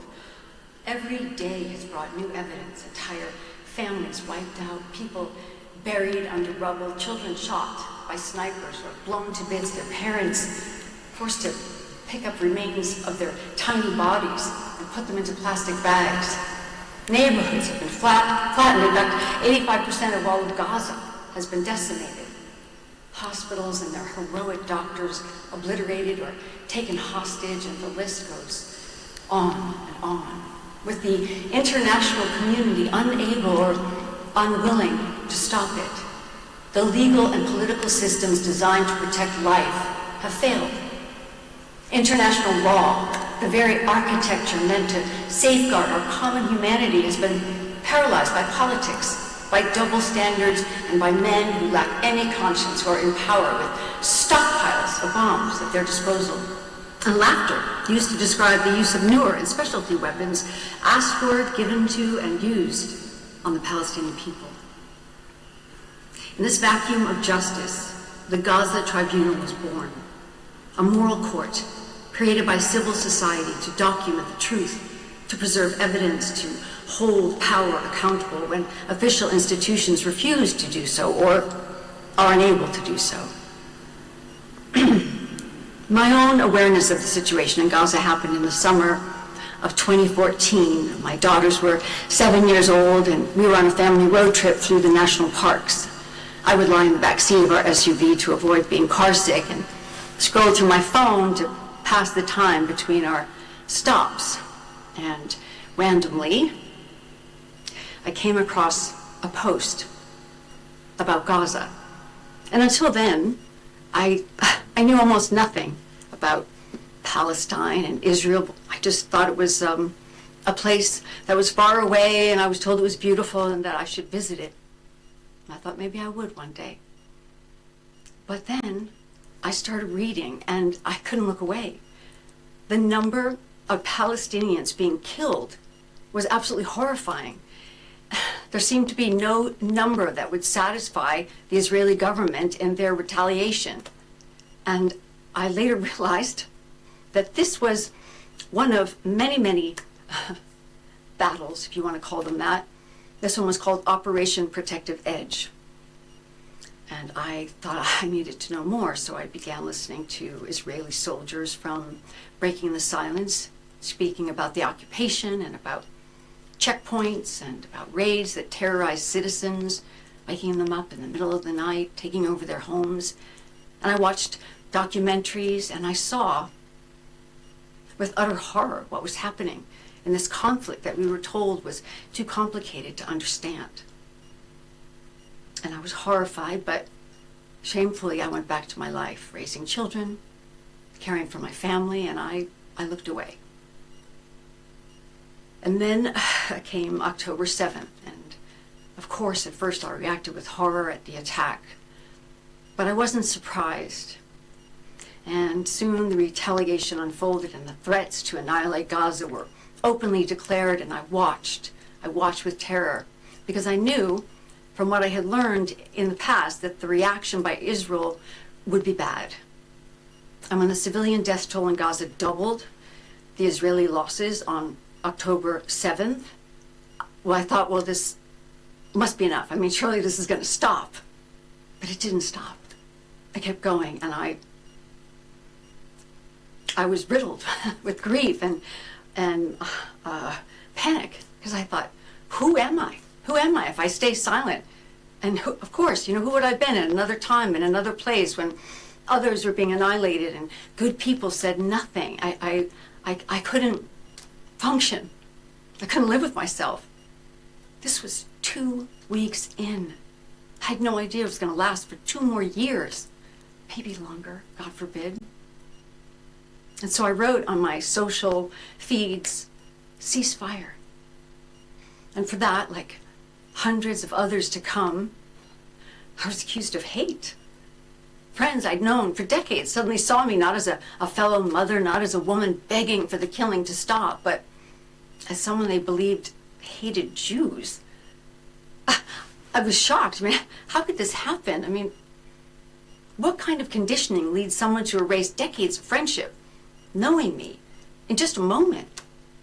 To believe that empathy for one people must mean hatred of another, or that it even had anything to do with their religion. I didn't care. I was dumbfounded. And then, after sitting with that pain, I understood something much deeper. That those reactions, they weren't spontaneous. They were the product of years and years of indoctrination, the belief planted young that everyone was out to get them, that criticism of a state is hatred of a people, and that those who demand justice or liberation are enemies. And even more to the point, that those others, those Palestinians, were animals, monsters, unworthy of empathy. And this is the soil in which dehumanization grows, the mental and moral ground that allows atrocities to continue unchecked. And that's why I'm here. Because my conscience, our conscience, cannot stop at sympathy. It has to move toward action. And the Gaza Tribunal is that action. It is the organized conscience of civil society, documenting, archiving, and exposing the crimes committed against the people of Gaza, including those that meet the legal definition of genocide. It exists because official systems have failed. It exists because silence, no, it's not an option. And it exists because truth, it must be recorded for the victims, so many victims, for history, and for the future. I'm inviting you to join this journey of conscience, to listen, to bear witness, to help amplify the truth. Please come to the final session of the Gaza Tribunal. It's taking place in Istanbul on October 23rd to the 26th, or you can follow online and stand with those who refuse to look away. Because as we see, justice is not inevitable. It must be willed into being through courage, through witness, through action, to help amplify the truth.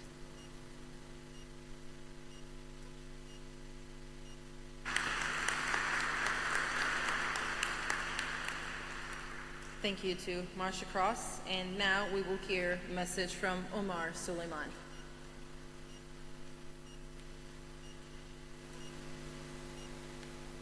Bismillah ar-Rahman ar-Rahim, in the name of God, the most compassionate, the most merciful. First and foremost, I want to thank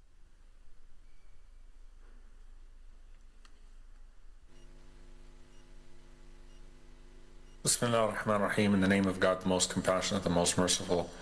First and foremost, I want to thank you all for the incredible work that's been done with this tribunal to establish the facts that have been so obvious to anyone that's been paying attention, even with the bare naked eye, that this genocide has been the most horrific of our lifetimes, and it's one that must be sufficiently recorded, and it's one that must be sufficiently stopped, met with action. And you cannot record enough of the facts on the ground in every single dimension of this genocide's undertaking, whether it be in the destruction of the healthcare system, whether it be in the destruction of the ecology of Gaza. All of it comes together and is absolutely important for us, critical for us, to record each and every single part of it, because the story of the Palestinian people has been a story of redemption, a story of renewal after the Nakba, after removal. And for over 7 decades, the people of Palestine have insisted that whether they live physically in their land of Palestine or whether they remain only as emotional and spiritual dwellers in their historic homeland, that they will not allow for anything that has been a part of them to be forgotten, and that they intend to renew and to restore and to maintain the legacies that have been passed down to us throughout generation. I want to share one thing which I think is extremely important for us as we are undertaking this exercise, that you can never assume that history is going to be recorded properly in the moment. You know, many times we think that because things are so obvious, we don't have to worry about losing them in that moment. But if we don't record the story now, then our children won't know how to tell it.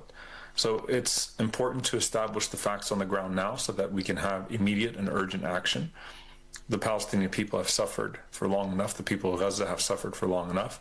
But it's important that the story is also preserved and told for generations to come, because it may be that there's another generation that will certainly need to build upon the restoration. That's assuming the best case scenario of what we are able to achieve together. And I have no doubt that with inspired action, with experts, with academics, with activists, with people of conscience and people of faith, that we will be able to achieve in our lifetime some of the most remarkable things that are necessary to reverse the course that the Palestinian people have been put on, unfortunately, through these acts of destruction and before genocide of apartheid. So thank you all very much for being a part of this tribunal, and I pray that the facts that have been established are the foundation for a better future for the Palestinian people and for people around the world that are suffering under the boots of oppression and colonization. Assalamu alaikum. Peace be with you all.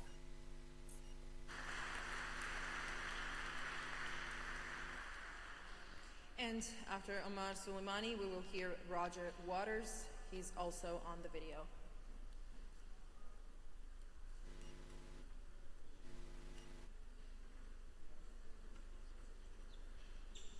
My name is Roger Waters.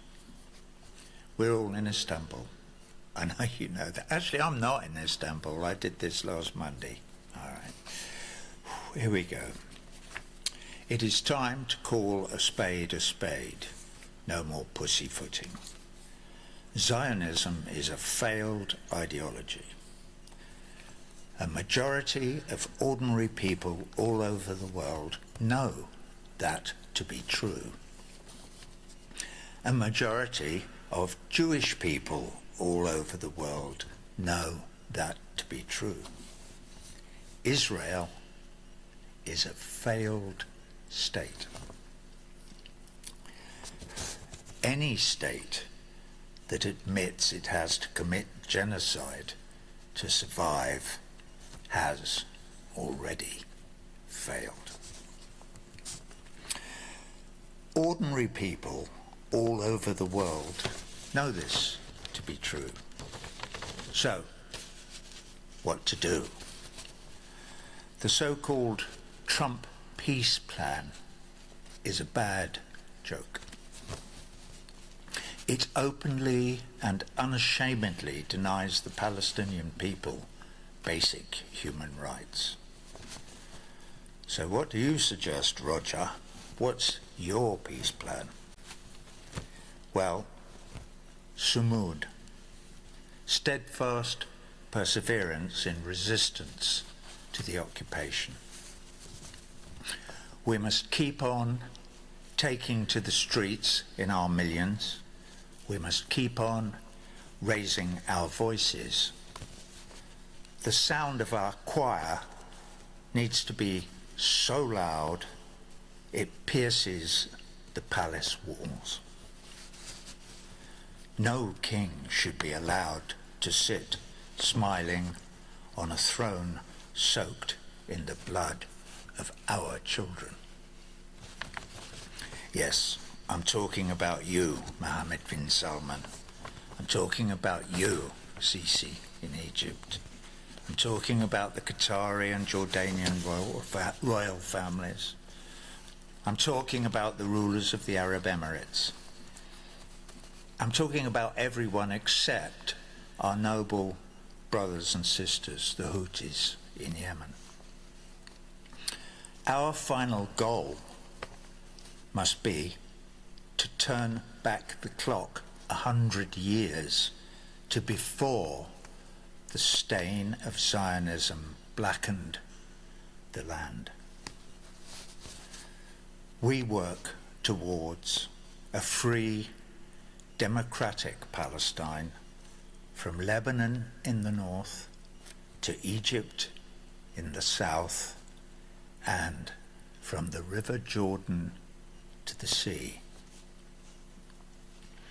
And what becomes of Netanyahu and Ben-Gvir and Smotrich and Trump and Starmer and Witkoff and Hegseth and Rubio and the rest of them? Well, that's for history to decide. Obviously, they deserve equal human rights, just like the rest of us. But their fate will lie in the hands of international law. We shall see. But that is the future. Will it ever be achieved? I hope so. Unfortunately, I don't have my crystal ball here with me today. What I do know is it won't happen overnight. We need to be realistic.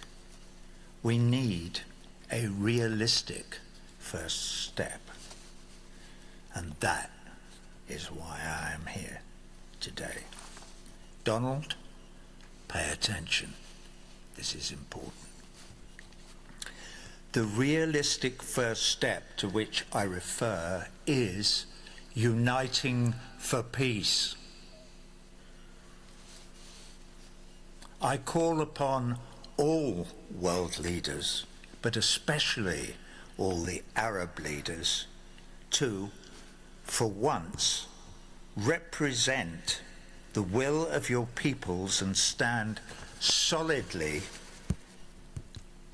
behind Gustavo Petro and the people of Colombia in their call for a vote in an emergency session of the General Assembly. A vote to authorize the sending of a multinational United Nations peacekeeping force into Gaza and all the other occupied Palestinian territories to stop the Israeli genocide, to restore UNRWA in its great work of provision and aid to those beleaguered people, and to remove the illegal Israeli army of occupation. That is the first step we need. And Gustavo, my good friend, we, the people of the world, need that draft resolution on our desks first thing tomorrow morning. Thank you.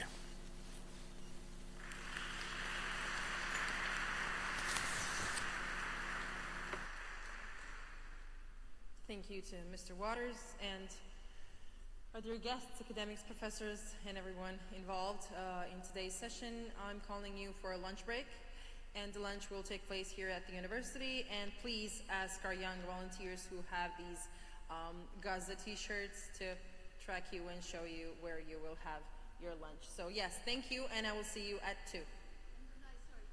Yes, Penny has a point, sorry.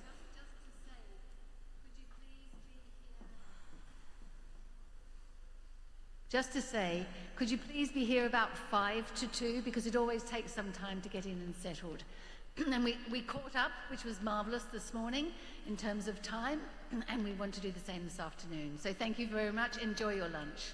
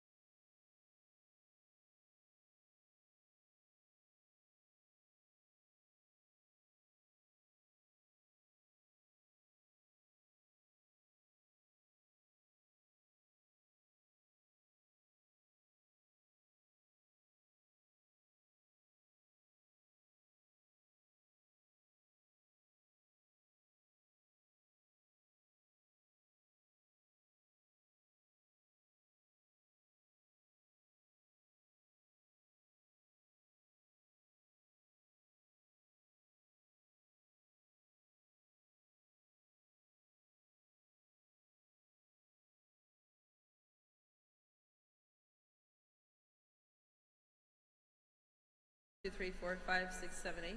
Can you hear me? And let's check if it's turned on. Yeah, it's on. Yeah, okay.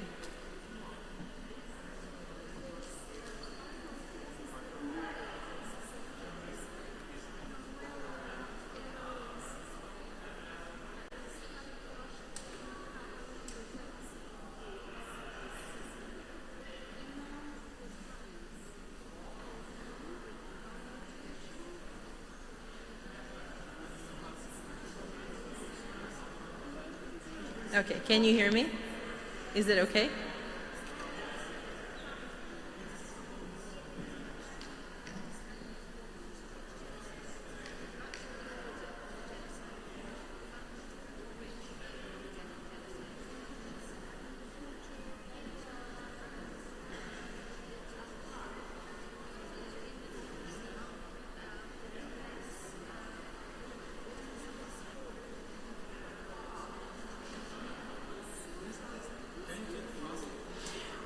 Hello, good afternoon. We're testing our headsets to see if you can hear us.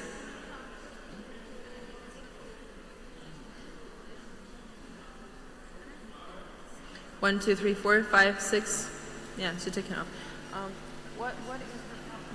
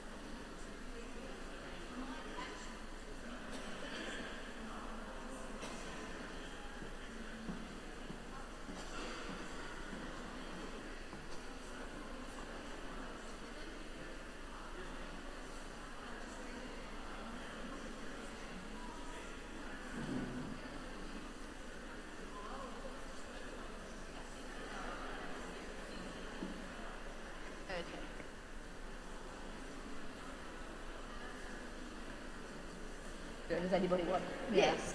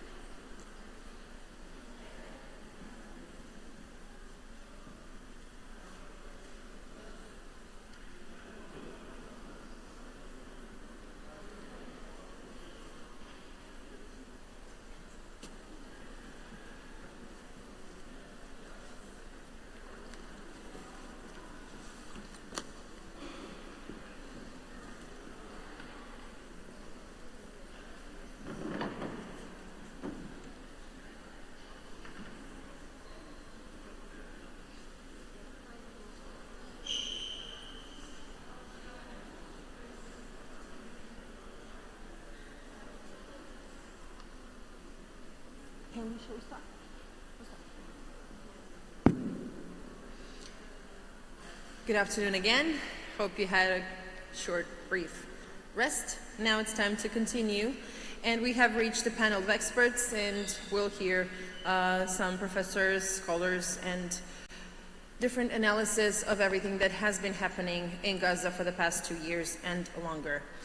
So we are at the hearings and root causes. That is the name of this section of today's conference. So the first speaker is Avi Schleim, and he will be speaking about Zionist settler colonialism.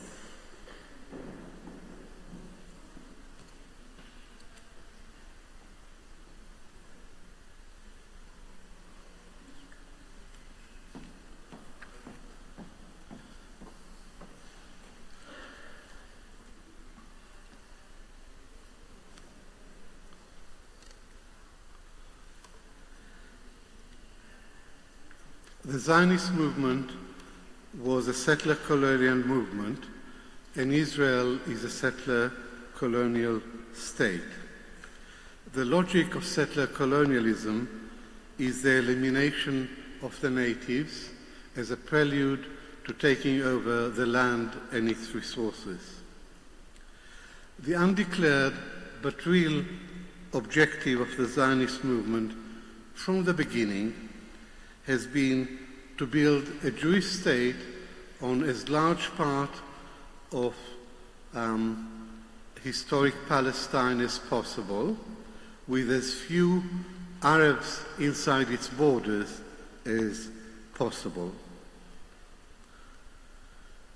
Today, Israel effectively controls 100% of historic Palestine. There is an Arabic saying that something that starts crooked remains crooked. The Zionist movement could not have achieved this amazing degree of success without the support of Western imperialism. Noam Chomsky noted that settler colonialism is the most extreme and vicious form of imperialism. For the last century, the Palestinians have been at the receiving ends of Zionist settler colonialism on the one hand and Western imperialism on the other, with Britain playing the leading part until 1948 and America playing the leading part since 1967. In 1917, Britain issued the Balfour Declaration pledging support for a Jewish state in Palestine.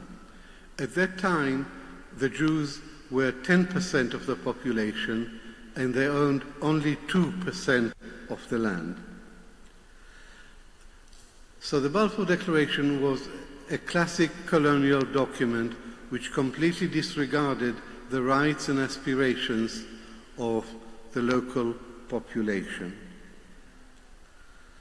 Last month, Britain recognized Palestine. This was welcome, but it was pathetically little, and it was 107 years too late. The story of the British mandate in Palestine is essentially the story of how Britain stole Palestine from the Palestinians and gave it to the Zionists. The cornerstone of mandatory policy was to withhold elections, to avoid democracy, for so long as the Arabs constituted a majority.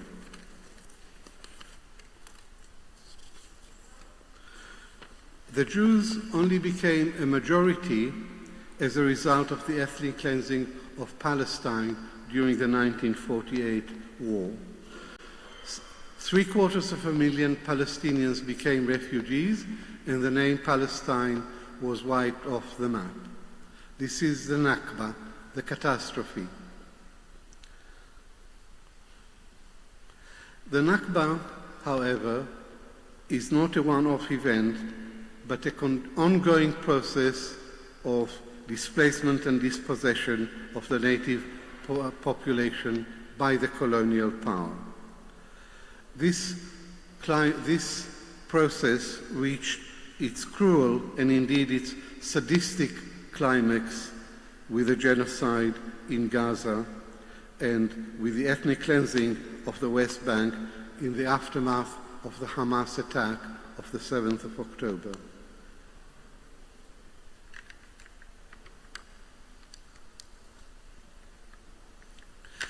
In the Arab world, Israel is widely seen as an illegitimate entity, as an outpost of Western imperialism, as a foreign body planted in the heartland of the Arab world with the intention of dividing and weakening them. This is an oversimplification of history.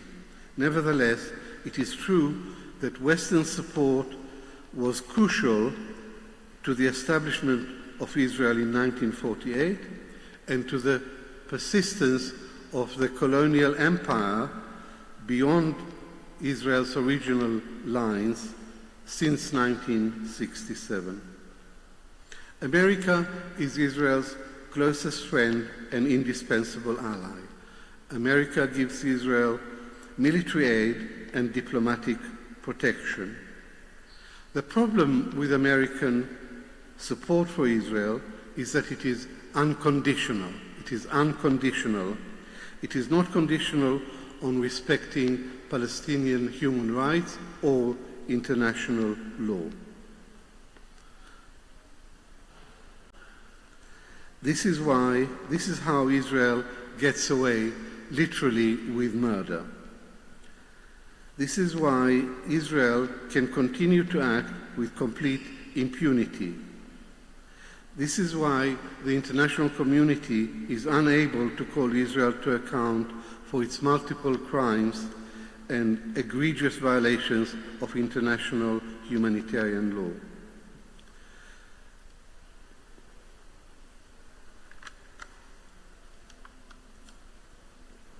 Benjamin Netanyahu's current government embodies all the most negative aspects of Zionist settler colonialism.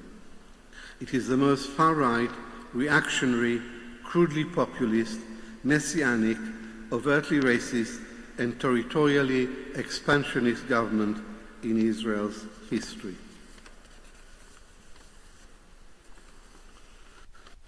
Settler violence has dramatically escalated on the West Bank since the 7th of October, with the encouragement of the government and the protection of the army. The extremists in the government openly declare that their ultimate aim is the formal annexation of the West Bank and Jewish resettlement in Gaza. The government exploited the trauma of the 7th of October to intensify the ethnic cleansing of Palestine. A leaked report of the Israeli Ministry of Intelligence outlined concrete plans for depopulating Gaza. Egyptian opposition prevented Israel from implementing this plan, but it did not prevent Israel from achieving its principal aim, namely to make Gaza uninhabitable. Under Netanyahu's leadership, Israel has also committed the crime of all crimes, genocide. Genocide is not just a legal concept, but a fundamentally moral issue. It is the denial of the right to exist of a whole group of people. Israel's national identity is inextricably linked with the Holocaust. But Israel is no longer the victim, if it has ever been. Whereas in the Second World War, the Jews were the defenseless victims of Nazi Germany, today it's the Palestinians who are the defenseless victims of the Jewish state. In a sense, the war in Gaza is a direct result of the Balfour Declaration.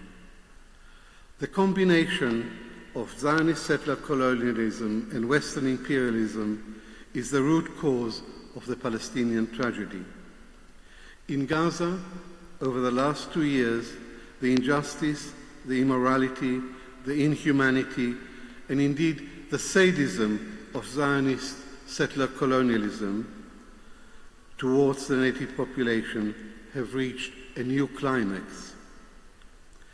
Given the origins of Israel as a settler colonial state, as Francesca Albanese has pointed in one of her brilliant reports, given the origins of Israel as a settler colonial state, this was a tragedy foretold. Thank you.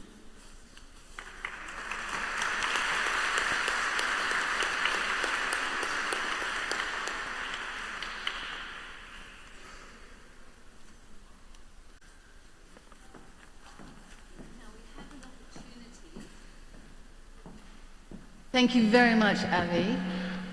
Are there any questions from the jury? Sami. Thank you very much, Avi, for your presentation. Very quick question. If we look at the history of settler colonial states, particularly France with Algeria.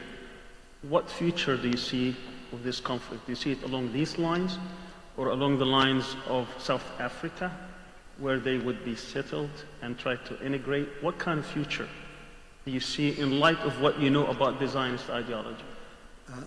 I believe that apartheid is not sustainable into the 21st century. White apartheid in South Africa ended as a result of international pressure, and I believe that eventually Israel will go down the same way. The impulse to change will not come from within. The pressure from outside would push Israel to end the apartheid regime. And I don't believe that partition is a solution to this problem. I don't think that partition was ever a solution from the beginning. It's one unit. And no one suggested in South Africa that you should divide the country into two states, one black and one white. But people are suggesting now that you have two states, one Jewish, one Arab. It has never worked and it will never work, and therefore I advocate one state from the river to the sea with equal rights for all who live in that space, equal freedom and equal rights for all the people who live in that space, regardless of religion and ethnicity. Thank you very much, Avi. Brilliant. Thank you, Professor. And the next one to speak is Lana Tatour, and the subject is Zionist settler colonialization and racism in Palestine.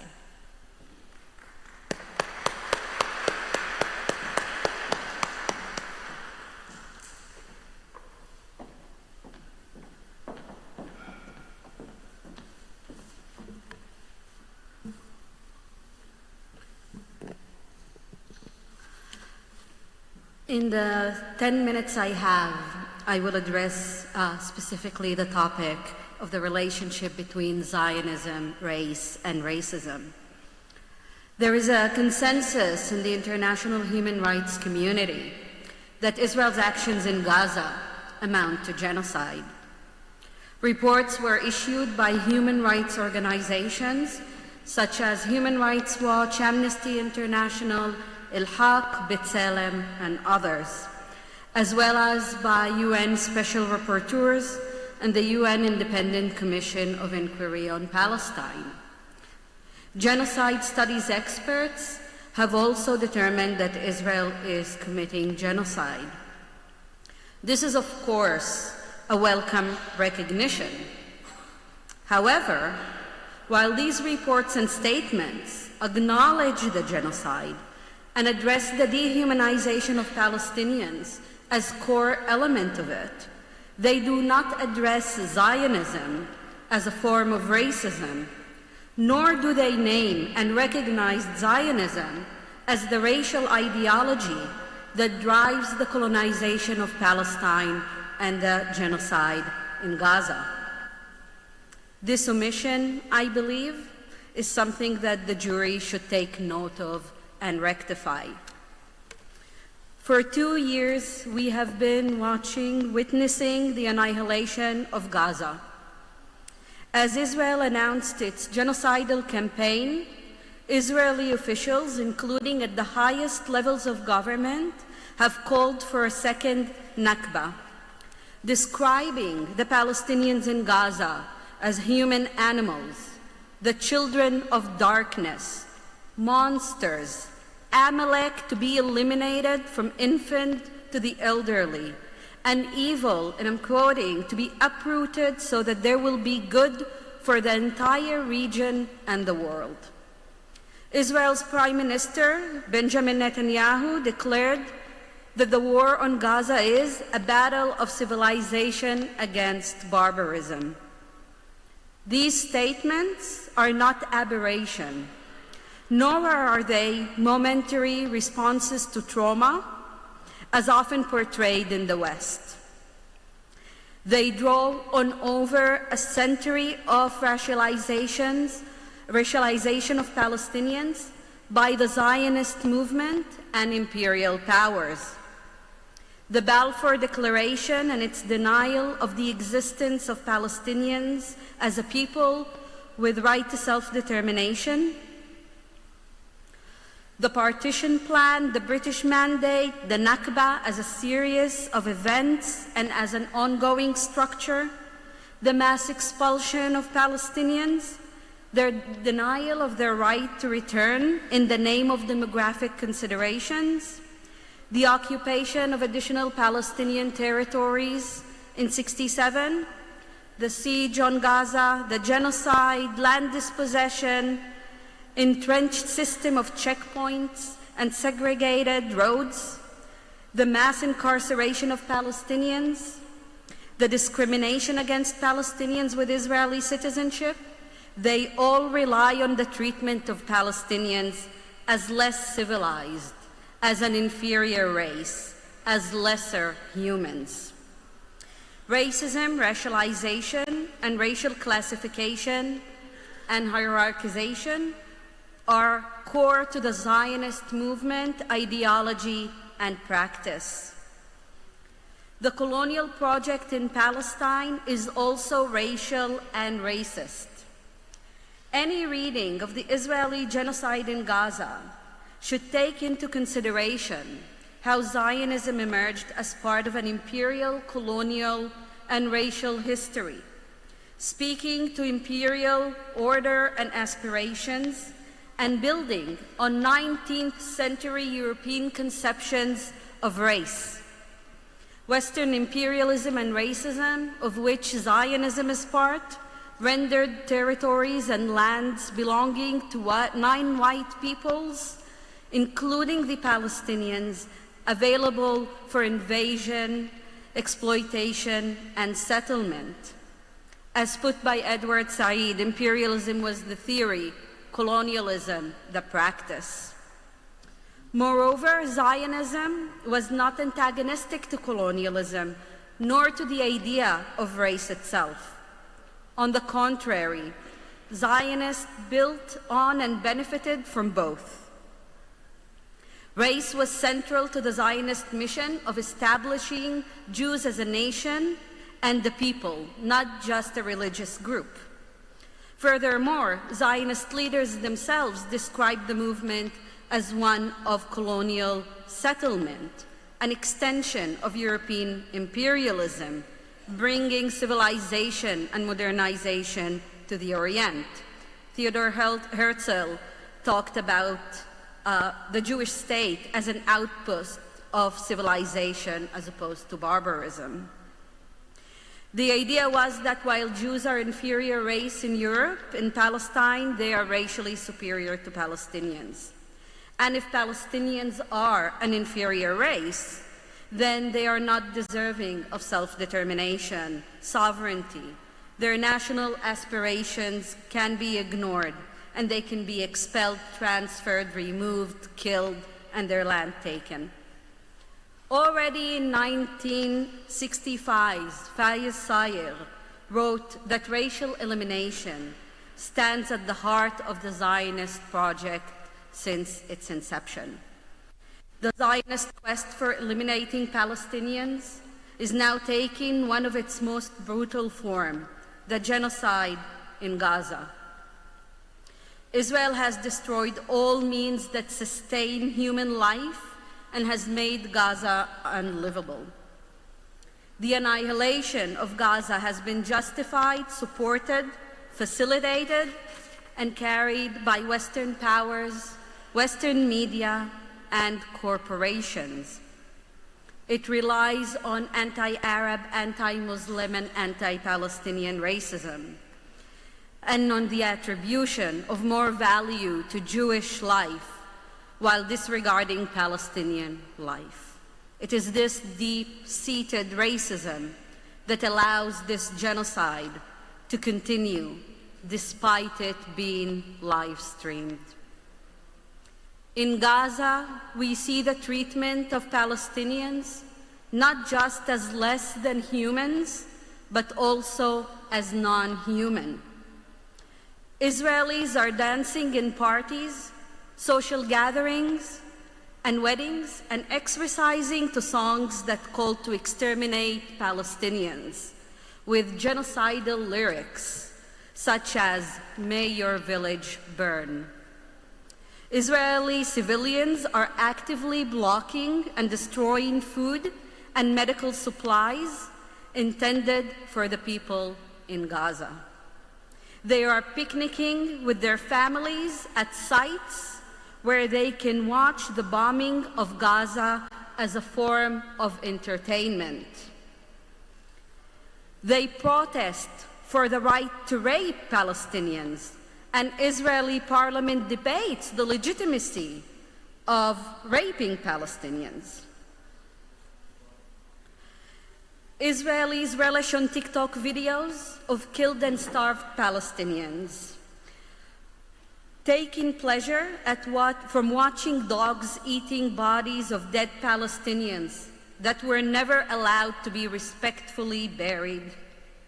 Soldiers make videos of themselves wearing lingerie of Palestinian women, mocking them, and playing with toys that once belonged to kids, now either displaced or killed. What we are witnessing in Gaza is race at work. It is Zionism at work. On 10th of November 2025, 2 weeks from now, we will be marking 50 years to Resolution 3379, which determined that Zionism is a form of racism and racial discrimination.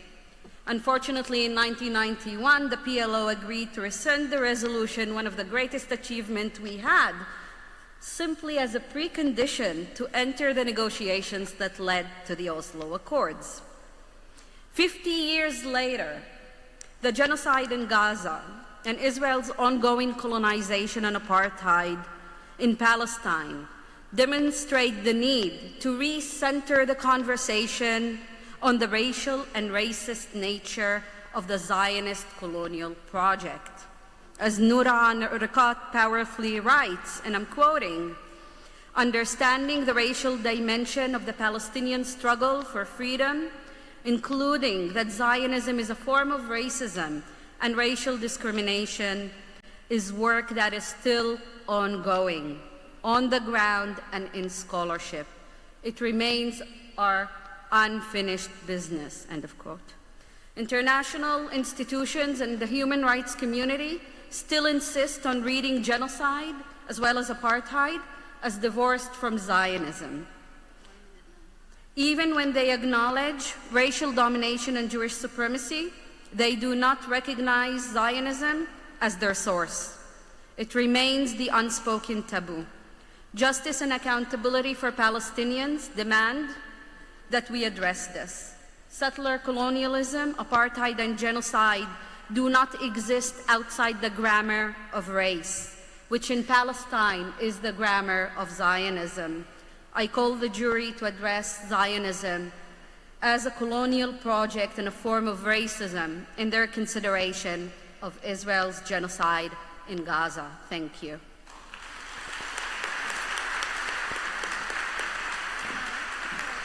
Thank you. I'll just wait and see if the jurors have any questions. Christine, you have a question. Thank you very much for that very powerful presentation. You described correctly Zionism as a colonial settler project grounded in 19th century views of coloniality, racism, etc. In so many other areas, that has been discredited, and we have moved on, I hope, in our ideas of racism. So why does it still persist here? Why have we got this historical continuity without it being broken? Very big question. Thank you. Sorry? Can you repeat the question, Oh, Christine? I'm sorry. Can I repeat it? But into the microphone. Yeah, sorry, was it not into the mic sufficiently? There was a horrible echo, which is why I was trying to come away from it. The concept of Zionism as a colonial racist ideology, dating from at least the 19th century European views of colonialism, is clear. But in so many other areas, we've moved on, and we have a more modernist, contemporary understanding of racism and have rejected racism in so many areas. So why have we got this continuity? Why has it persisted in this way for over 100 and however many years it is now? I mean, it's a difficult question, but have you any thoughts at all as to why that is the case? I actually really need to think about it, but I mean, race and racism exist. These kind of intersections between imperialism, race, and racism are still apparent globally and in the international system and international law. I think what the genocide in Gaza has really emphasized is that we are able to see the racial and racist roots from their origins from 19th century in such strong way today, and seeing how it has never actually ended. And it is because it goes back to Zionism and settler colonialism in Palestine being still as strong as it was decades ago and over a century ago. And the perception in Israel that the Zionist project is unfinished business, because Palestinians have not been eliminated, because the territory has not been taken in full. And in Gaza, with the annihilation, and the attempts to justify the annihilation, we saw this kind of crude racial discourses and frameworks and conceptions put at play in a very visible way and without any shame.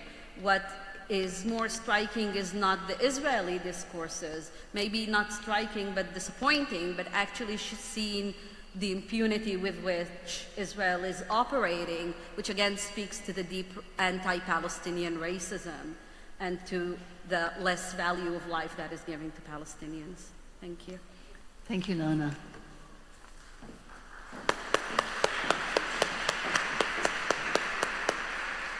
Thank you, Professor Tatour. And now it's time to hear Mr. Jeff Halper, Crimes Against Palestinian People, Indicting Zionist Settler Colonialism is subject that Mr. Jeff Halper will be speaking about.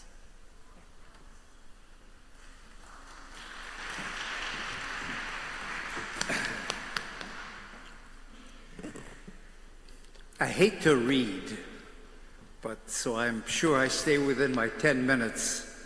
I'm going to do that. I apologize. My name is Jeff Halper.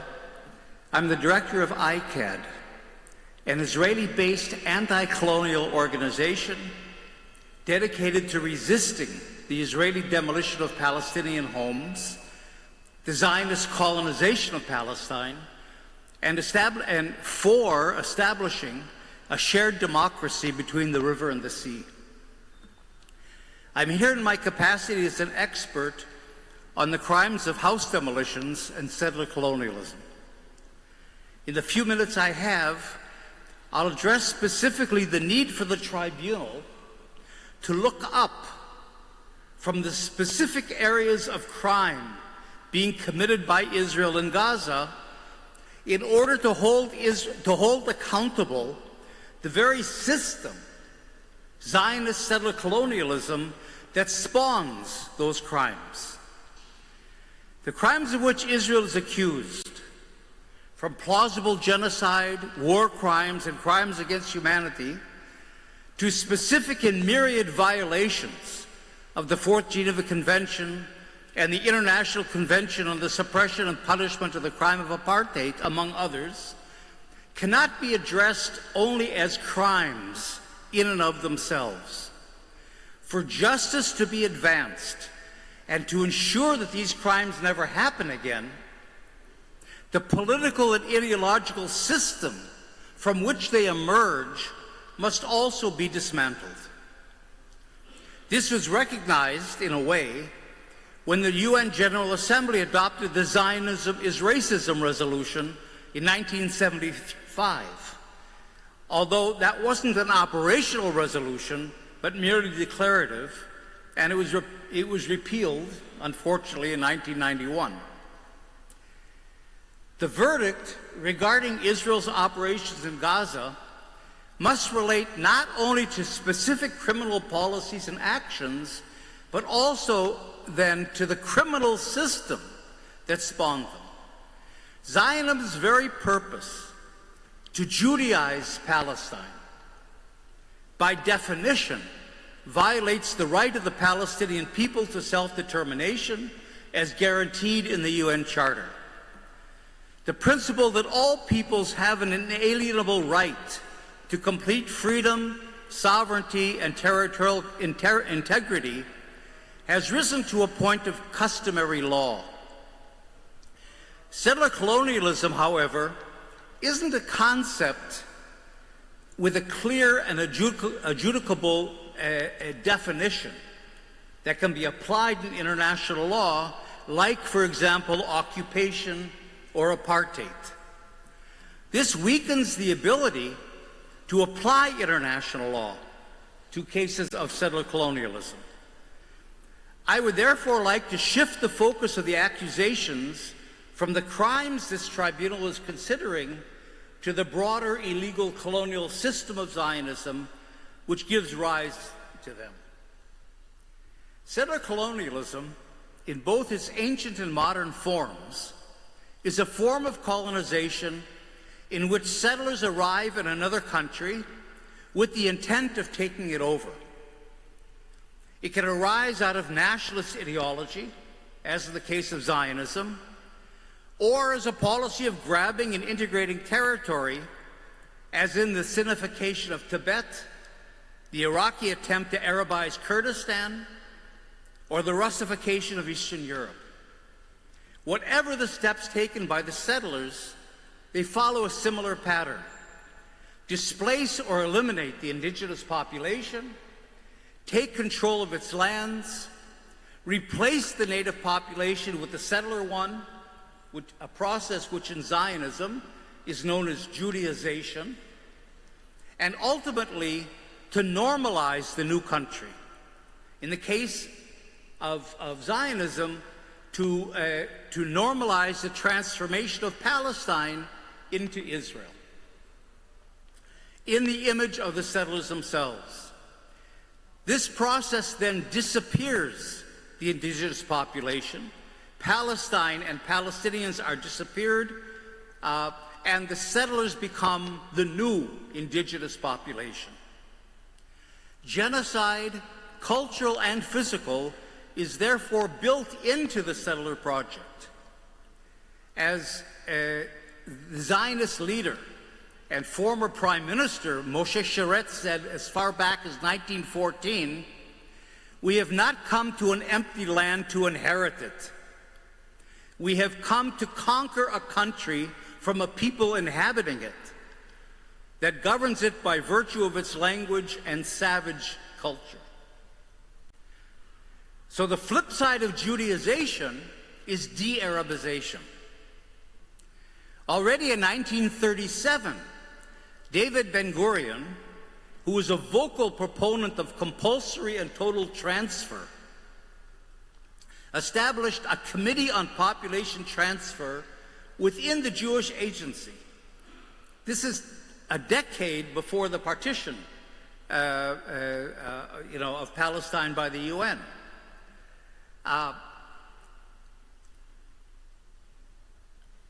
And the whole idea of transfer was given its best expression by Joseph Weitz, who was the director of the Jewish National Fund's Land Settlement Department before '48. And he was the driving force behind the expulsions of 1948 when he declared, "It must be clear that there is no room in the country for both peoples. The only solution is a land of Israel without Arabs. There is no way but to transfer the Arabs from here to the neighboring countries, to transfer all of them, perhaps with the exception of Bethlehem, Nazareth, and Old Jerusalem. Not one village must be left, not one tribe, in the words of Joseph Weitz. Now, the initial transfer actually took place during the course of the Nakba, of course, in 1948, when Israel expelled about 750,000 Palestinians, more than half the population, the Palestinian population, and 85% of the Palestinians that were inhabiting what became the State of Israel. The transfer repeated itself in 1967, when between 280,000 and 325,000 Palestinians were driven from the West Bank, Gaza, and the Golan Heights, as Israeli military violence was directed at the civilian population, including the demolition of population centers and the emptying of refugee camps by the Israeli army. And today, in the wake of its genocidal operations in Gaza, again, genocide and ethnic cleansing being part of the process of Judaization, Israel is openly negotiating with a number of countries, including South Sudan, Ethiopia, Libya, and Indonesia, to accept all or most of Gaza's 2.3 million people. This is an active campaign on the part of Israel today. This isn't just some idea in the air. In collaboration with the Trump administration, Israel's presented detailed plans for the redevelopment of Gaza, virtually devoid of its current inhabitants. The seizure of Palestinian lands is easily documented in maps. Since 1947, Israel has been awarded 56% of Palestine by the UN partition plan. It's conquered another 22% of Palestine in 1948. The Green Line that accepts internationally those conquests and the partition is now codified into what we call the Green Line, which has become de facto the border of Israel. And it's established full military control over the entire occupied territory. It's also annexed de facto Area C of the West Bank, the 62% of the West Bank, that today houses 800,000 settlers in more than 300 illegal settlements. 90% of the 6.7 million Palestinian residents of historic Palestine between the river and the sea are today confined by Israeli military and planning policies to 12% of their homeland. And that 12% is comprised of some 170 disconnected enclaves. The loss of their country, their lands, and attempts to erase their culture and their very presence from Palestine compels the Palestinians to resist.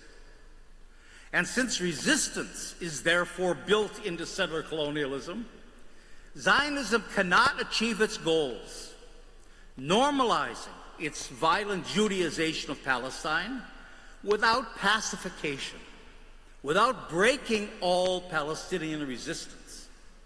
That is the political background and the purpose behind the assault on Gaza. Pacification. Eliminating all resistance among an entire population must by necessity then shade into genocide. The principle of distinction between combatants and non-combatants, fundamental to the rules of warfare, can't be obeyed if the entire colonized population is engaged in resistance. Even non-violent resistance, like building homes on one's own land without a permit. But because the native population must be displaced and pacified for the settler project to succeed, Israel can't refrain from committing war crimes and crimes against humanity. All this compels the tribunal, in my view, to hold the very system of Zionist settler colonialism accountable, in the understanding that the system is illegal in international law by its very nature and purpose, and the fact that it is the source of the crimes the tribunal is investigating. I appeal to the members of the jury to do so. In addition, as the head of ICAD, I call on the members of the jury to address the issue that while democide, herbicide, and scholasticide are all aspects of cultural genocide itself is excluded from the Genocide Convention, which only recognizes physical genocide. Since the Nakba, Israel's demolished almost 500,000 Palestinian homes, schools, universities, libraries, museums, mosques, churches, commercial centers, markets, and farm buildings. We urge the international community to expand the Genocide Convention so that it includes all these crimes as well. Thank you. Thanks so much, Jeff. Amazing. We have actually 3 members of the jury have raised their hands in this situation. So what I'm going to suggest is that if you each ask the question, there are 3 of them, and perhaps that they overlap, and Jeff, you could answer them. So can I take them all together? So let's start with Biliana, who had her hand up first, then Chandra, then Ada. Keep them short if you can. I'll try to keep it short, even though we are talking about the root causes and about the root causes of the situation of the genocide. But, and we started from the 19th century and all this prehistory. But the root causes are mutating. They are developing along with the changing world. And if we talk about the settler colonialism as a form of imperialism, today we talk about hyper-imperialism. So it is a global phenomenon. You suggested that we should focus on dismantling the criminal system of Israel. For me, it is too narrow, too local, not enough. Because we have to talk about the political economy of genocide, where complicit actors are private military companies, other states, other international organizations. How are we going to deal with all these actors? It is not only Israel. It would be very easy to point out Israel is the bad guy, let's dismantle the system, let's try to build something better. Sorry, I know it is a long and complex question. Thank you. Chandra. Have you got a pen there, Jeff? No. To record that. Okay. Thank you, moderator. The root cause in sustaining genocide and apartheid in Israel is perhaps linked to something very, very current and contemporary. And what is that? It is the link, the very intimate, intricate link between Zionism, the State of Israel, and global hegemony. The whole system is what sustains Israel. Don't forget that when Israel was established, there were statements made by American leaders and others who had openly admitted that if there wasn't Israel, they would have created an Israel. Why? Because of the strategic importance of that part of the world, the only part of the world where 3 continents meet, the great waterways, and at that point, the beginning of the discovery of oil and gas in that region. They needed a state that would play a particular role. And they'd already begun to see at the end of the 19th century, the rise of nationalism in various parts of the Arab world. They wanted a partner, tool, an agent that was much more reliable. And they created Israel for that reason. So the link with global hegemony is extremely important. And I cannot see Israel becoming a normal state. I cannot see genocide ending and all the other dimensions of this terrible conflict coming to an end without global hegemony coming to an end. That, to my mind, is the root cause. Thank you. Thank you, Chandra. And Radha.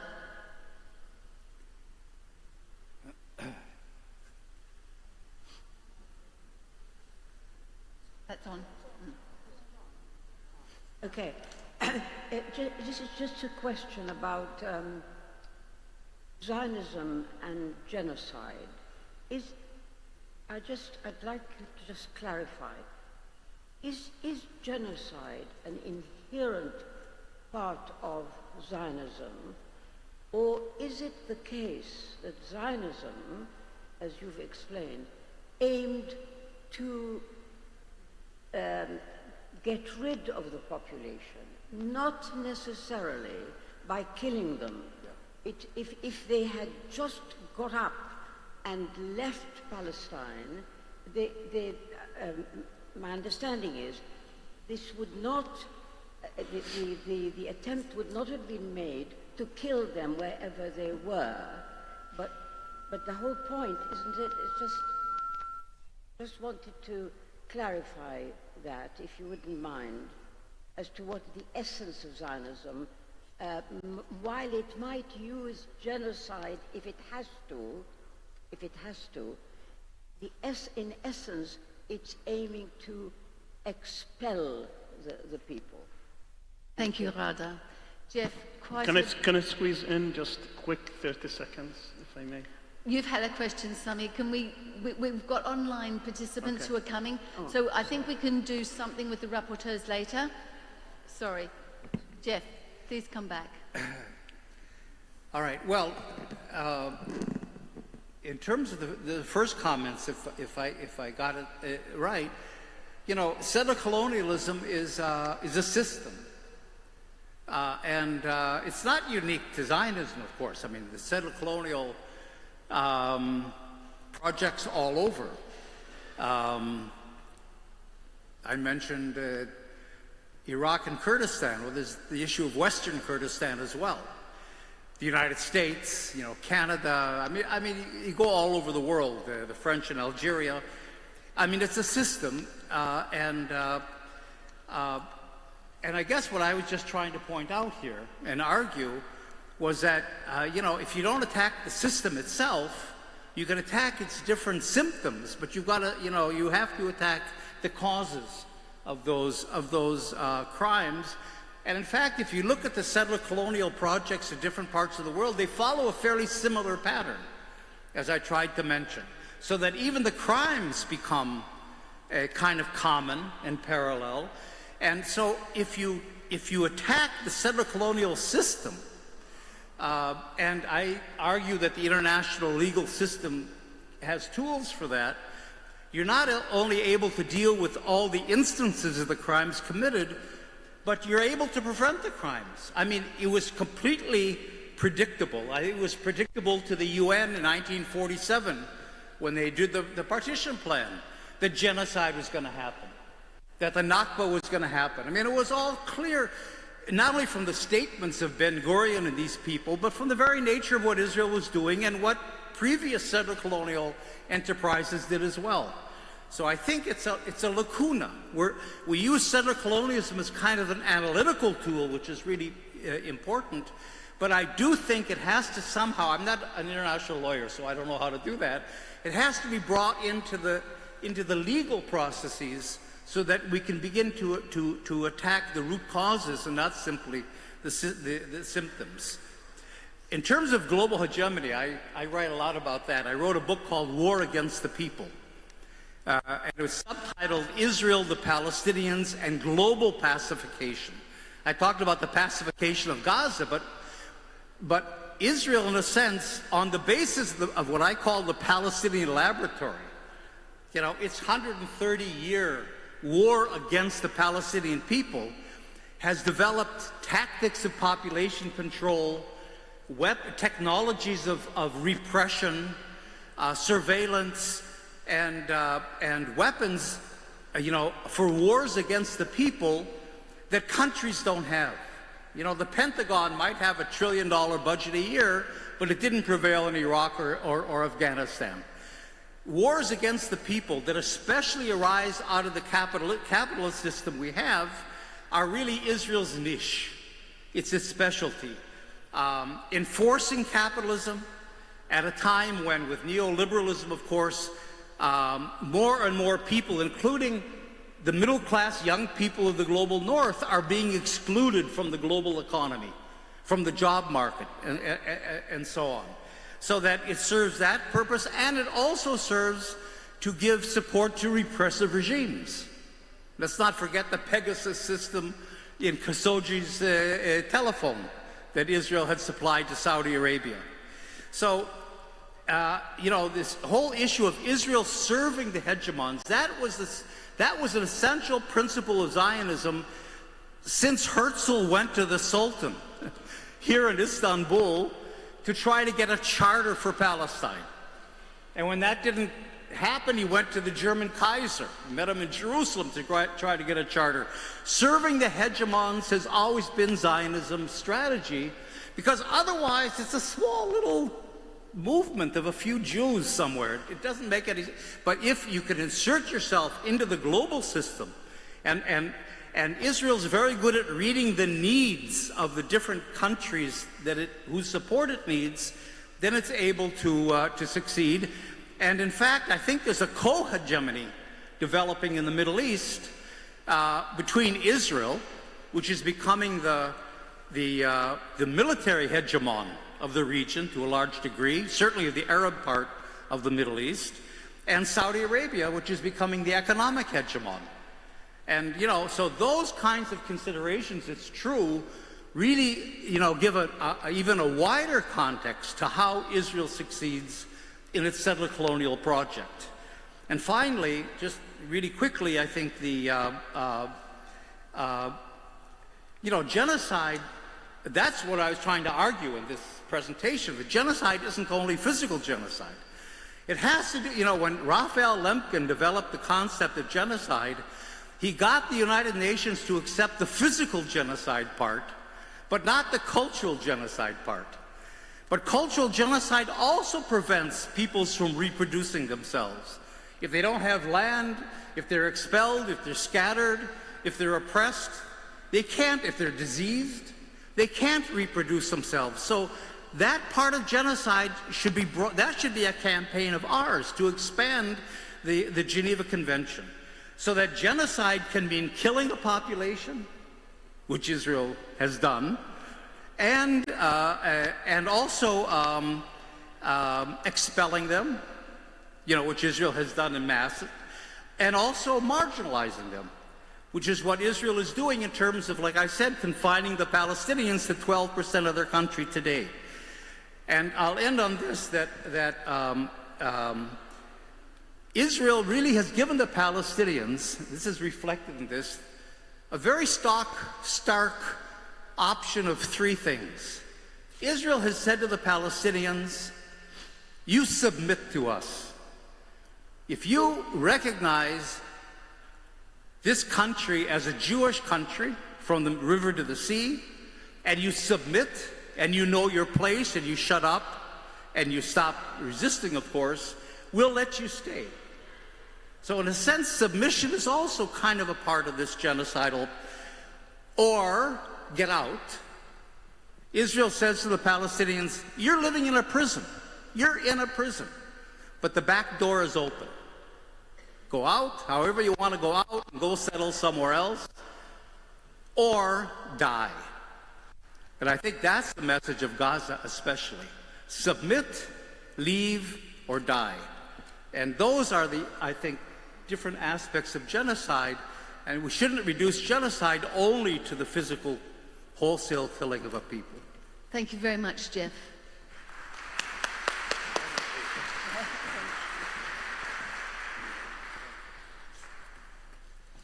Thank you, Professor Halper. And now we will continue with the online sessions, and apologies for a bit of a delay, considering we have had these discussions right after the speaking of previous speakers.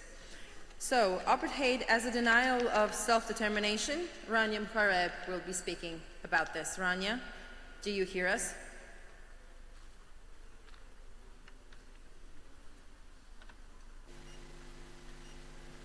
Okay. Okay, Rania, you have your time. Thank you. Members of the Jury of Conscience, my name is Rania Muharib. I'm a human rights scholar, and I'm here in my capacity as an expert on apartheid in Palestine. I will address Israel's crime of apartheid as a denial of the Palestinian people's right to self-determination. Distinguished members of the jury, apartheid is a colonial system of domination. It is fundamentally a denial of the right to self-determination. In South Africa, apartheid involved not only institutionalized racial discrimination and segregation, but also the grand apartheid project of territorial fragmentation and political repression. It was understood as a denial of self-determination against which the General Assembly affirmed the legitimacy of people's struggles for independence, territorial integrity, national unity, and liberation. Through efforts of the anti-apartheid movement in South Africa, apartheid was enshrined as a crime against humanity in the 1973 Apartheid Convention and the 1998 Rome Statute of the International Criminal Court. It is an institutionalized regime of systematic racial oppression and domination, prohibited as a peremptory norm of international law, and constitutes a threat to international peace and security. Members of the jury, Israel's apartheid regime has been widely recognized. In July 2024, the International Court of Justice determined that Israel is in breach of the prohibition of racial segregation and apartheid. For decades prior to that, grassroots movements, civil society, scholars, practitioners, UN experts, and increasingly states have recognized Israel's illegal apartheid regime. This has now become a consensus position within the human rights movement. Israel's apartheid has oppressed and dominated the Palestinian people since the start of the Nakba, the catastrophe in 1948. Palestinians have endured mass displacement and dispossession from their lands across historic Palestine and have been subjected to widespread and systematic human rights violations constituting inhuman acts of apartheid. These have included population transfer, persecution, extrajudicial executions, mass arbitrary detention, torture, rape and other sexual violence, enforced disappearance, and other inhuman acts intentionally causing great suffering and serious injury to body and physical and mental health. These, in addition to fragmentation, illegal occupation, annexation, aggression, and the ongoing genocide, are embedded in the ideology of Zionism as a racially exclusive settler colonial project in Palestine. Israel's ongoing violations and international crimes have been well documented for decades, including by numerous UN commissions of inquiry, fact-finding missions, and investigatory bodies, none of whose recommendations have to date been implemented. The jury will want to consider that to recognize Israeli apartheid is to root it within Zionist settler colonialism's eliminatory project to erase and replace the indigenous Palestinian people. Zionism constitutes Israel's official policy and its raison d'etat. Racial supremacy is embedded in Israeli laws, policies, practices, and the institutions of the Zionist movement. The latter, including the Jewish National Fund, the World Zionist Organization, and the Jewish Agency, have operated for the past century to privilege Jewish nationals while depriving the indigenous Palestinian people of their inalienable right to self-determination, including permanent sovereignty over natural resources across historic Palestine. The jury should be aware that Zionist parastatal institutions enjoy quasi-governmental status under the 1952 World Zionist Organization Jewish Agency Status Law, and they have played a central role in the colonization of Palestine and the displacement and dispossession of Palestinians on both sides of the Green Line. Already in 1998, the UN Committee on Economic, Social, and Cultural Rights recognized that these policies amount to an institutionalized form of discrimination, whereby Zionist institutions, by definition, would deny the use of properties such as land, water, and other natural resources to non-Jews, in particular the indigenous Palestinian people and also Syrians in the occupied Syrian Golan. 2 decades later, the Israeli parliament adopted the 2018 Jewish nation-state basic law, enshrining Jewish settlement as a national value. Palestinian human rights group Adala called the nation-state basic law a colonial law with distinct apartheid characteristics, and has highlighted Israel's ban on Palestinian family unification as worse than the laws adopted under apartheid in South Africa. Similarly, South African jurists and former UN Special Rapporteur on Palestine, John Dugard, considered already a decade ago that Israel's crimes are, quote, infinitely worse than those of apartheid South Africa.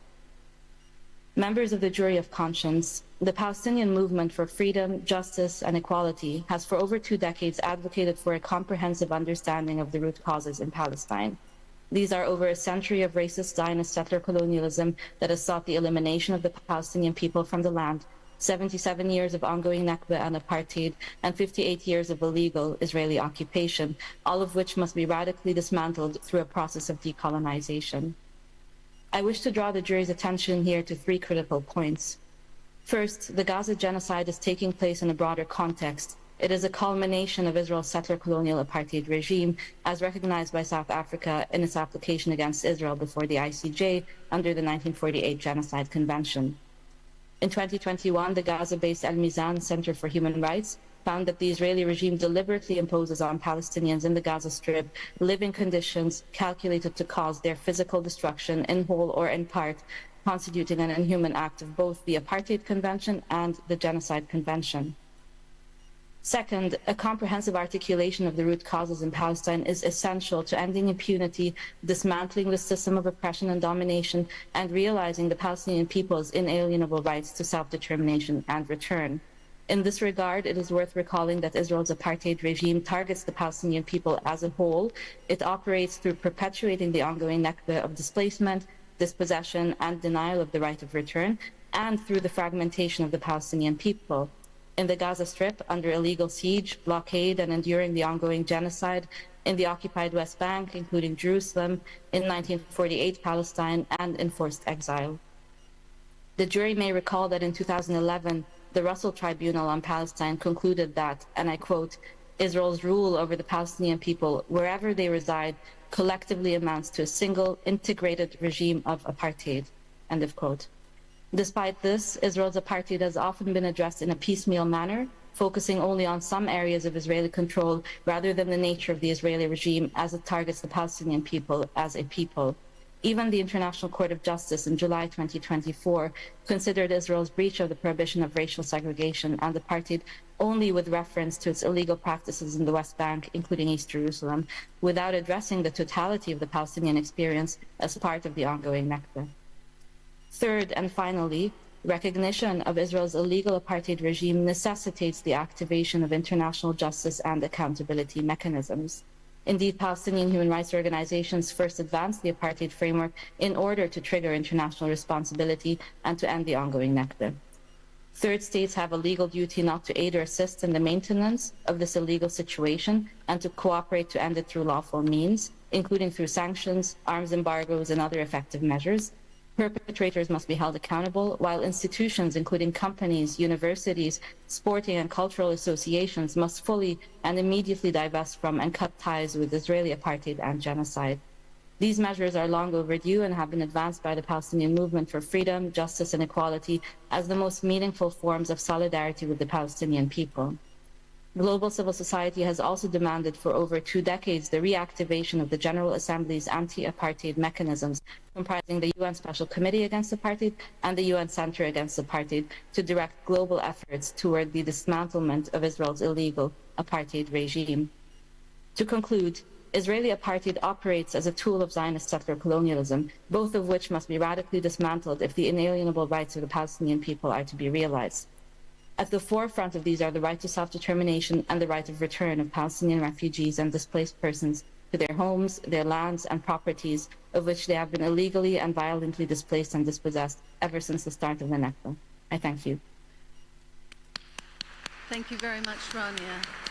Could you please stay online? Could our participants online please stay online, because there will be an opportunity for the jurors to ask questions when all of the online participation is finished.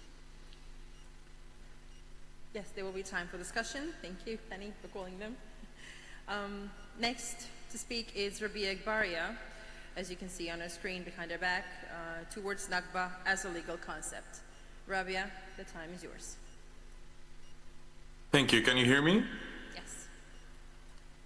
Members of the Jury of Conscience, my name is Rabia Ighbariyi, and I'm a lawyer and legal scholar writing on the Nakba as a legal concept. I speak to you today at a time when many rushed to declare the Gaza genocide over.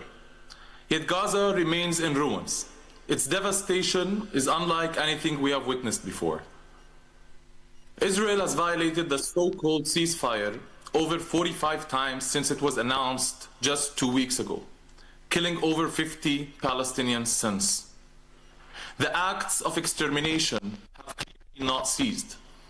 But even if they did, what we know is this: a genocide does not simply vanish.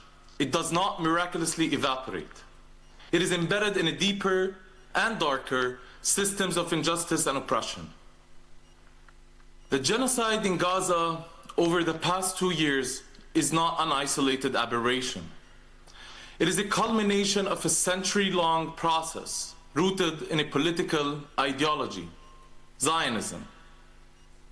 Destructive ideologies mirror the calamities they produce and often become defined from the perspective of their victims. The Nazi ideology produced the Holocaust, and Afrikaner nationalism generated apartheid. Both ideologies are inseparable from the atrocities they committed. This jury may want to ask, what has Zionism birthed? We live in a world where Zionism is often publicly celebrated, bragging about the creation of a Jewish state in Palestine, while the victims of this very project are ignored and their suffering rendered invisible. Yet Palestinians have named this violence of Zionism for decades, Nakba. Meaning catastrophe in Arabic, the term Nakba is often used to refer to the mass expulsion of over 750,000 Palestinians in 1948, when Zionist militias looted and destroyed over 500 cities and villages in their brutal campaign of ethnically cleansing Palestine. But the 1948 Nakba has undergone a metamorphosis. It has evolved from an event of mass expulsion and land theft into a brutally sophisticated structure of oppression. On one hand, the Nakba dispersed most Palestinians outside Palestine, while denying them their right of return. On the other hand, it concentrated the remaining Palestinians in ever-shrinking and militarily controlled territories, subjecting them to the differential kinds of violence. For those expelled, refugeehood has become a form of permanent exile. For those who managed to remain within the territories Israel claimed, 19 years of military rule followed, marking the beginning of institutional subjugation and second-class citizenship. For those in the West Bank, the Gaza Strip, Jerusalem, or the Syrian Golan Heights, the extension of the Israeli occupation in 1967 has brought about further displacement and decades of military domination, imposing divergent realities on each of these locales.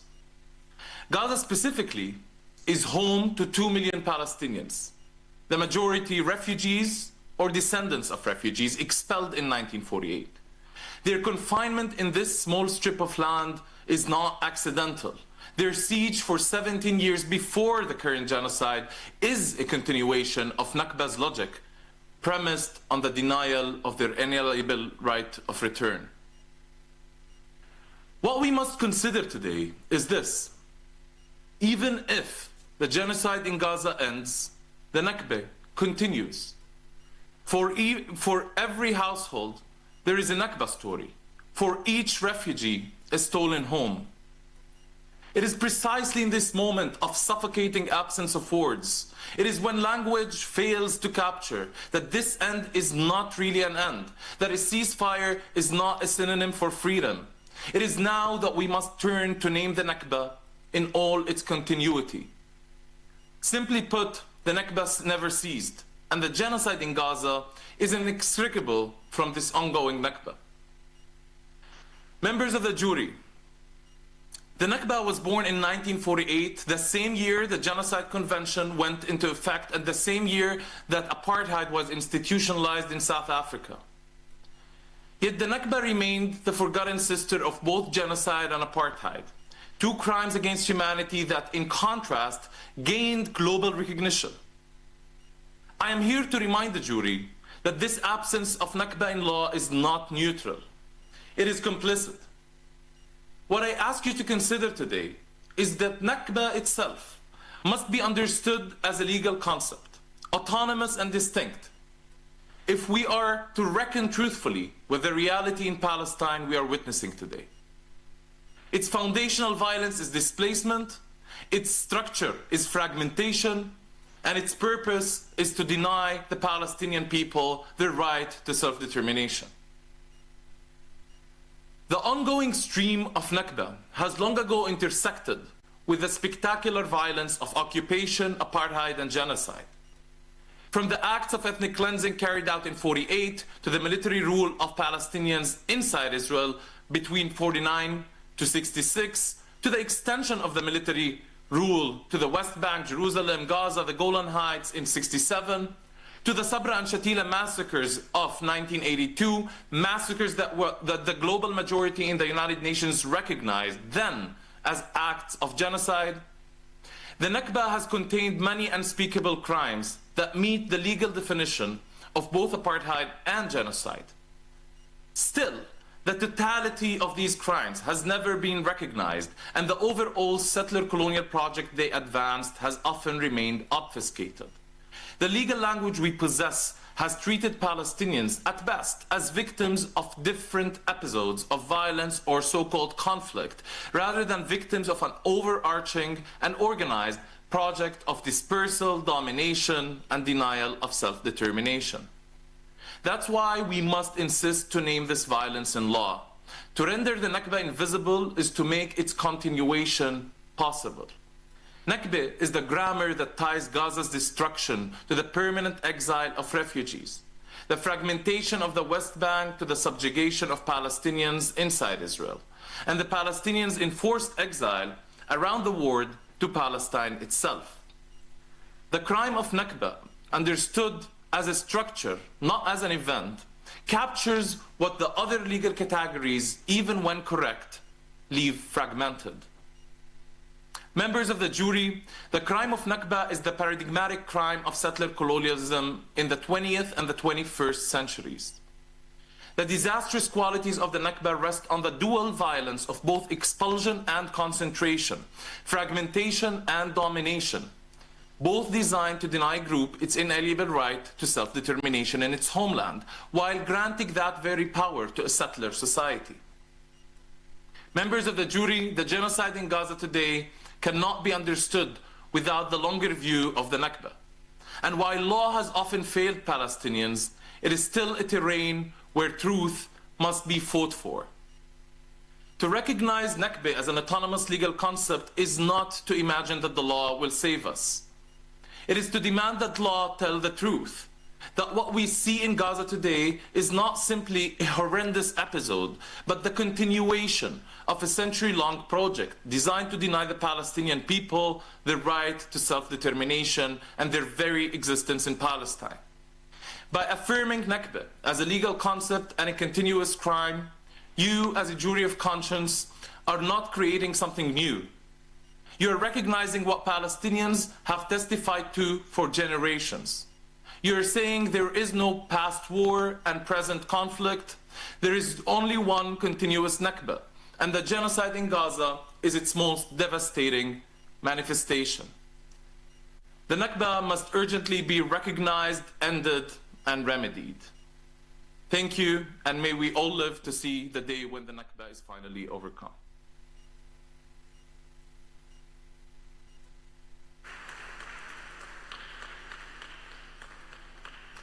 Thank you, Mr. Igbaria. Next is Mr. Yanis Varoufakis, Capitalism and Related Structural Dynamics Behind the Genocide. Mr. Varoufakis, do you hear us? Yes, I do. Thank you. Okay, thank you. The time is yours. My name is Yannis Varoufakis. I'm an economist, a politician and an activist representing Greece's Mera25 party as well as the pan-European radical movement TM25. And I'm here in my capacity as an expert on the manner in which capitalist dynamics are fueling and reinforcing the genocide of the Palestinian people. Today, with a view to assisting the jury to reach an informed verdict, I shall address the economic forces underpinning the complicity of global capital in initially the ethnic cleansing of Palestinians and more recently their genocide.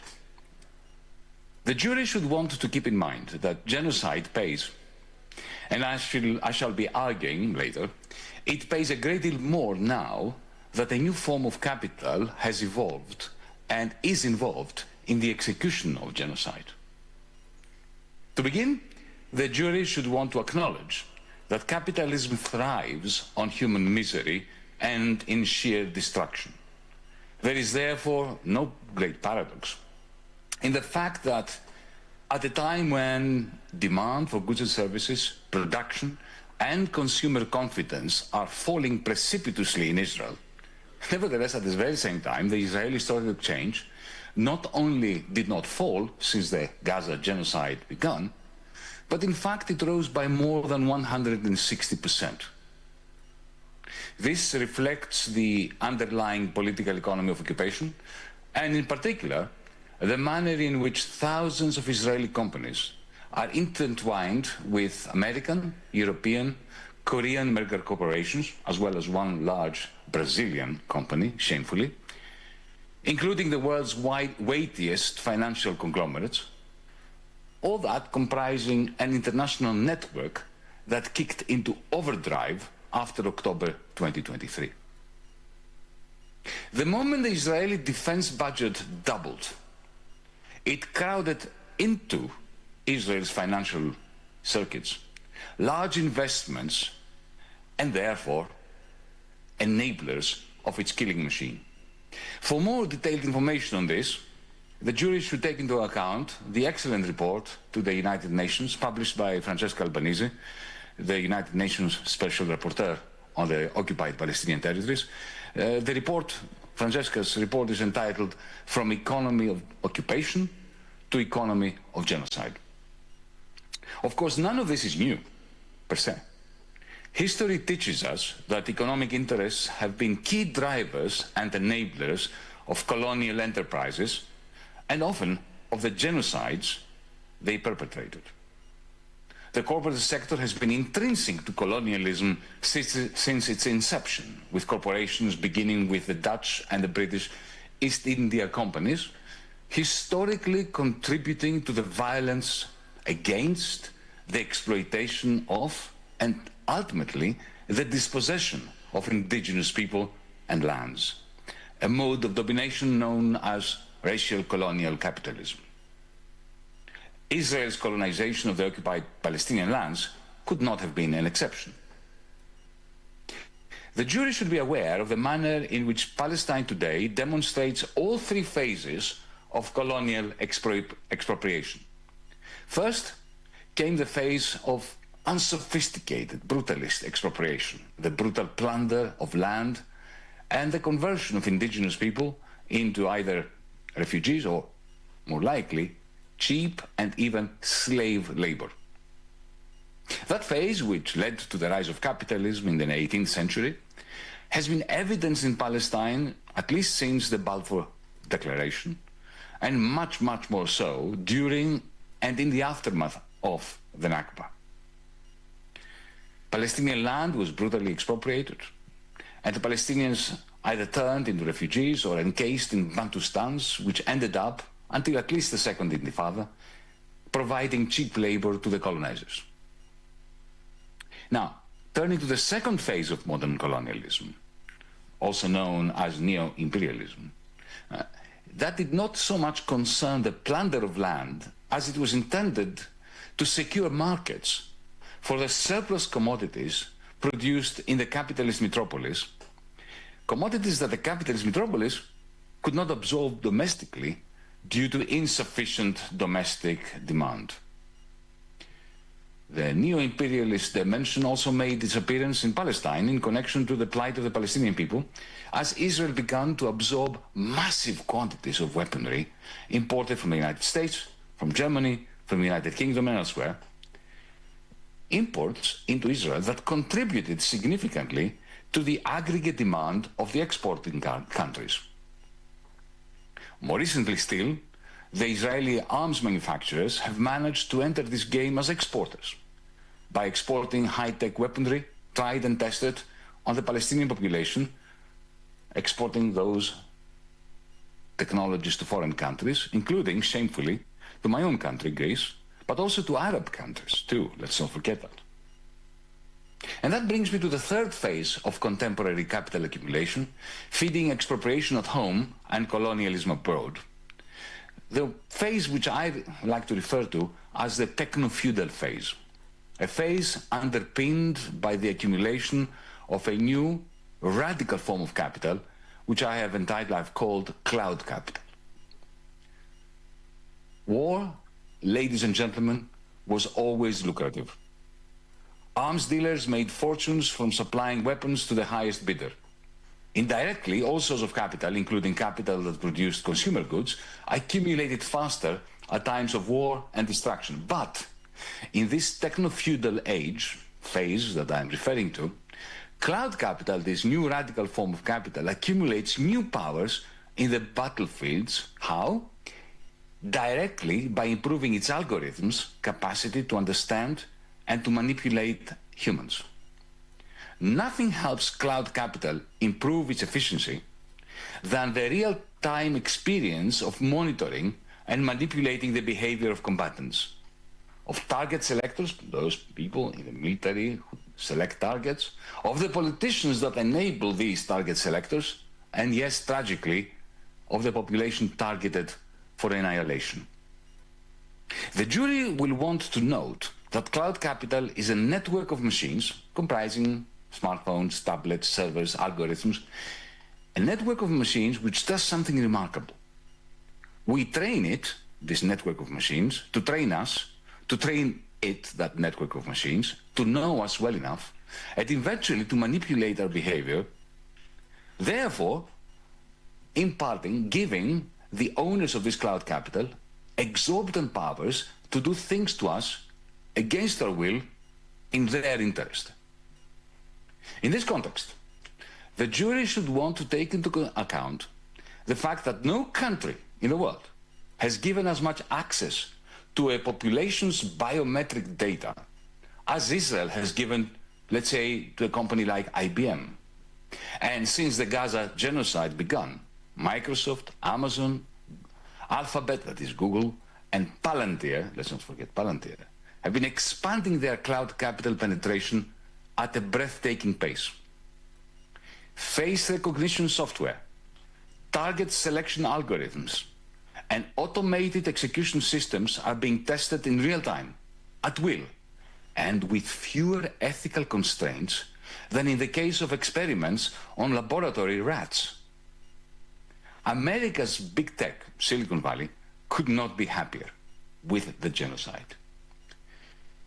The jury should therefore be aware of the fact that today's AI targeting devices that maximize death and destruction in Gaza will tomorrow morning power up the Amazon or Google or Microsoft algorithms, which make us buy stuff we neither need nor want, algorithms which poison our conversations in our social media here in the West, that drive increasingly dispossessed proletarians, drivers, nurses, and warehouse workers. In other words, I call upon the jury to note that what is happening in Palestine, the unfolding ethnic cleansing in the West Bank, East Jerusalem, the genocide in Gaza, is totally intertwined with the forms of exploitation and the toxification of our social milieu in the rest of the world. In this sense, yes, our freedom in the rest of the world is certainly connected with the liberation of Palestinians from colonialism, expropriation, fear, and manipulation.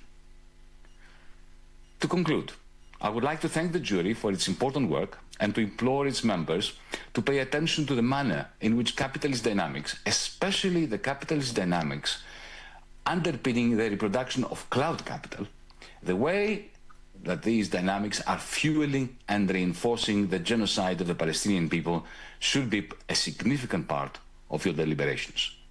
Thank you.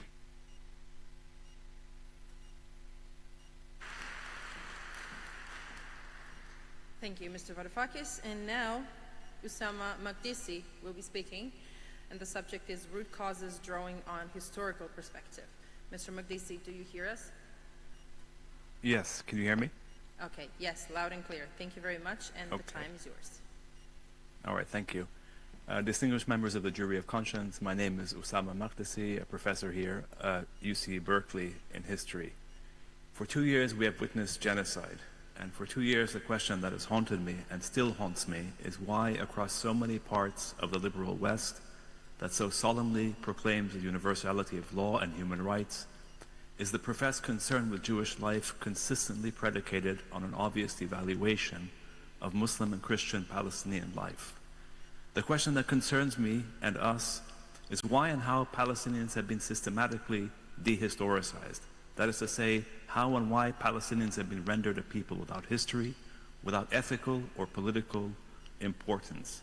A people whose past, and therefore present and future, has been overwritten by a deeply pro-Israel, Eurocentric narrative. This overwriting of Palestinian history is a key prelude to the dehumanization and the genocide that we have witnessed. This devaluation of Palestinian and, of course, Arab and Muslim life more broadly, in fact, has a long history.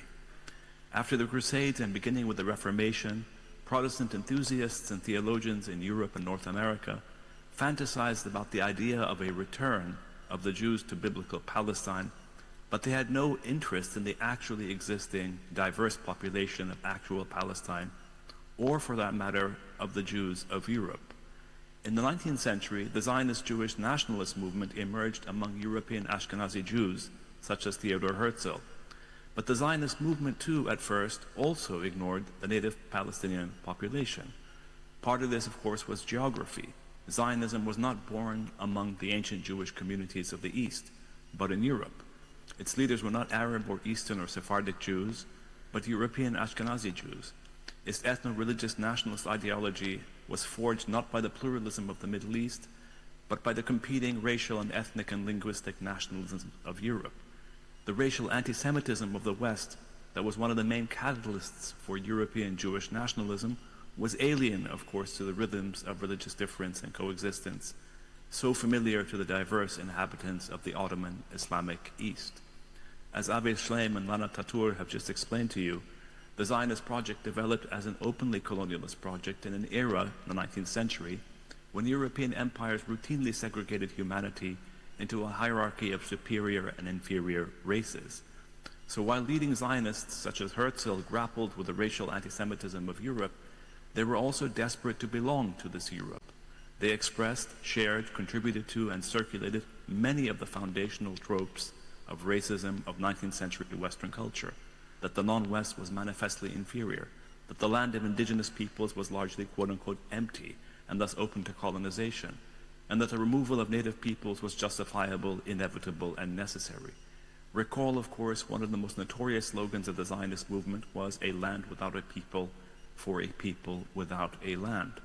The underlying point here is that both Christian and Jewish versions of colonial Zionism were predicated on solving Europe's so-called Jewish question, these are European terms, by removing or restoring Jews en masse to Palestine as if Palestinians did not exist and more fundamentally did not matter.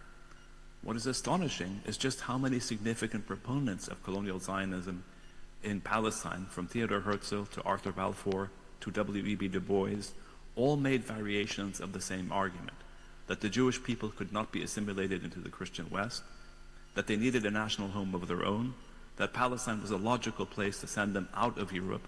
Thus, the transformation of multi-religious Palestine into a Jewish state was necessary to resolve Europe's so-called Jewish problem. The anti-Semitism in this Zionist proposition was either acknowledged obliquely or proclaimed or admitted openly. that Jews could not belong in Europe, and thus for their sake they had to be encouraged out of Europe, to build a European state outside of Europe. The racist Orientalism that regarded the native Palestinian population as dispensable was simply taken for granted.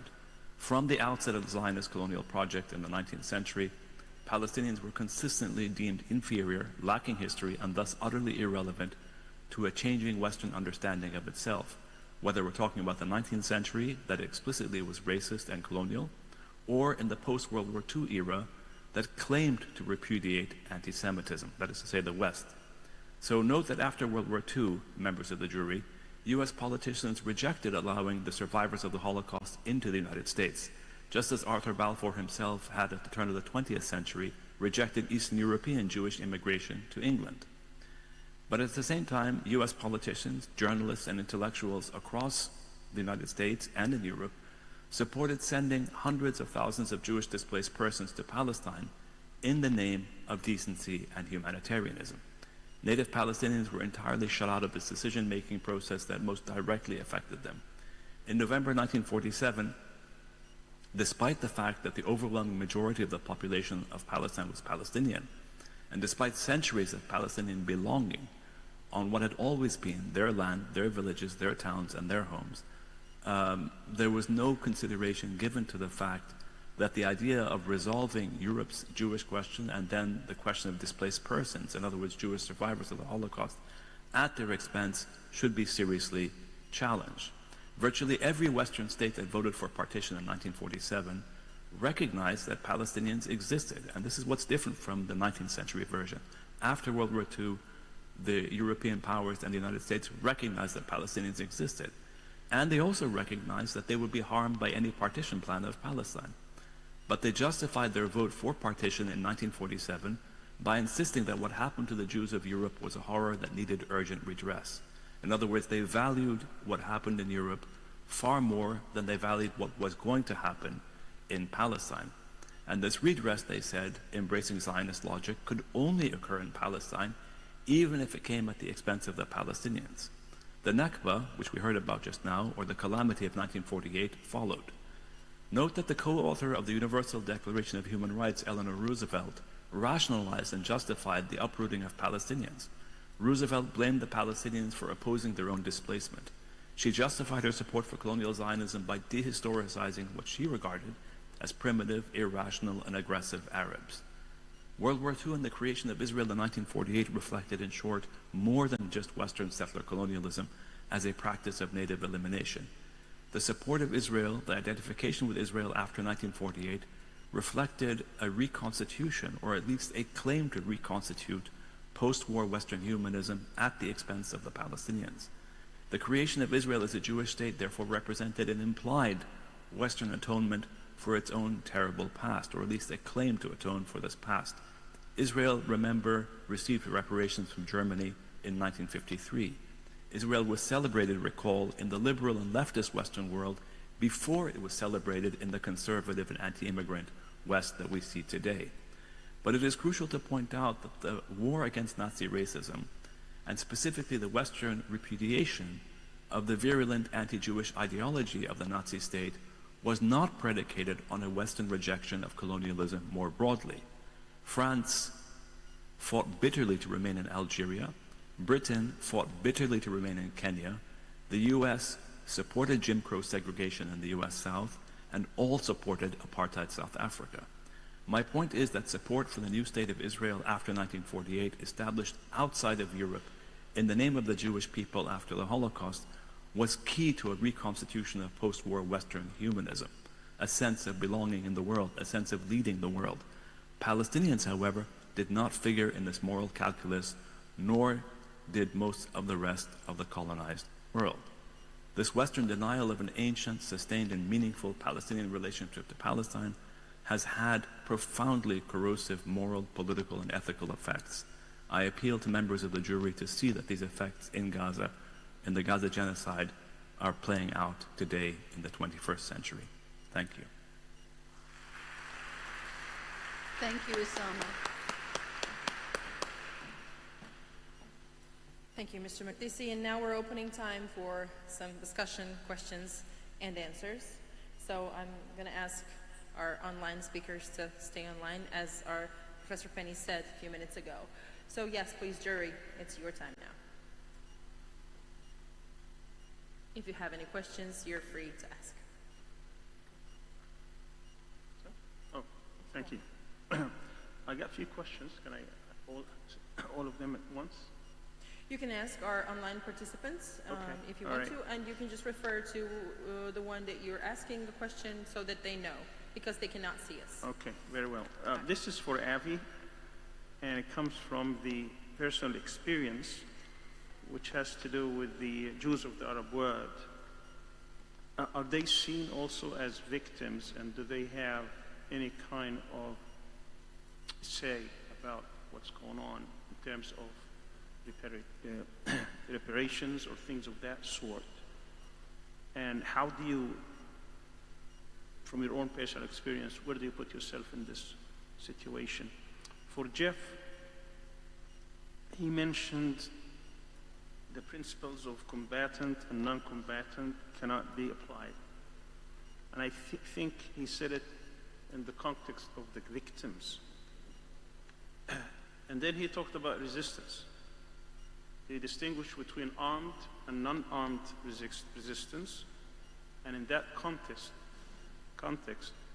are there differences between combatants and non-combatants, since all of them are settler colonialists, whether by choice or by being there? For Mr. Yanis Varoufakis, I wonder if he can answer this question about when you are a victim of a system and you're being exploited economically, is there a way that the victims can disengage, economically speaking, from their victimizers?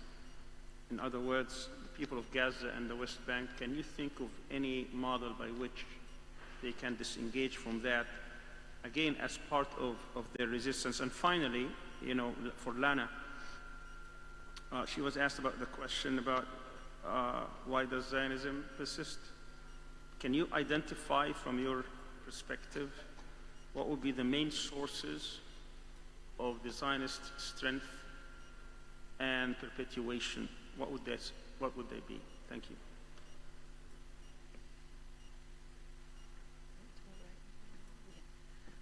Thank you, Sami. There are quite a few questions there. So what I'm going to suggest is that we take them one by one now. And we begin with the question that you directed, I think, to Avi.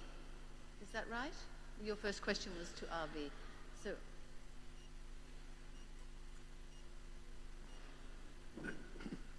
Thank you for your question to me about my personal experience. I have written an autobiography called 3 Worlds, Memoirs of an Arab Jew.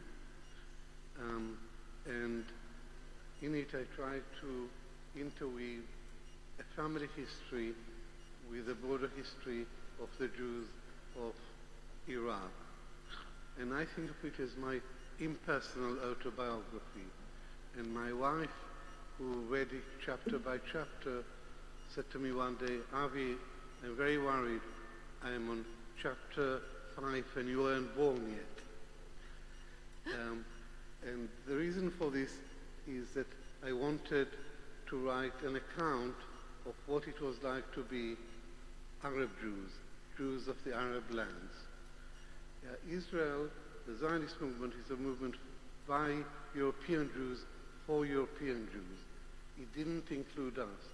After Israel was created in 1948, and after the Holocaust, the Zionist leaders looked for Jews from wherever they could find them, including the Jews of the Arab lands.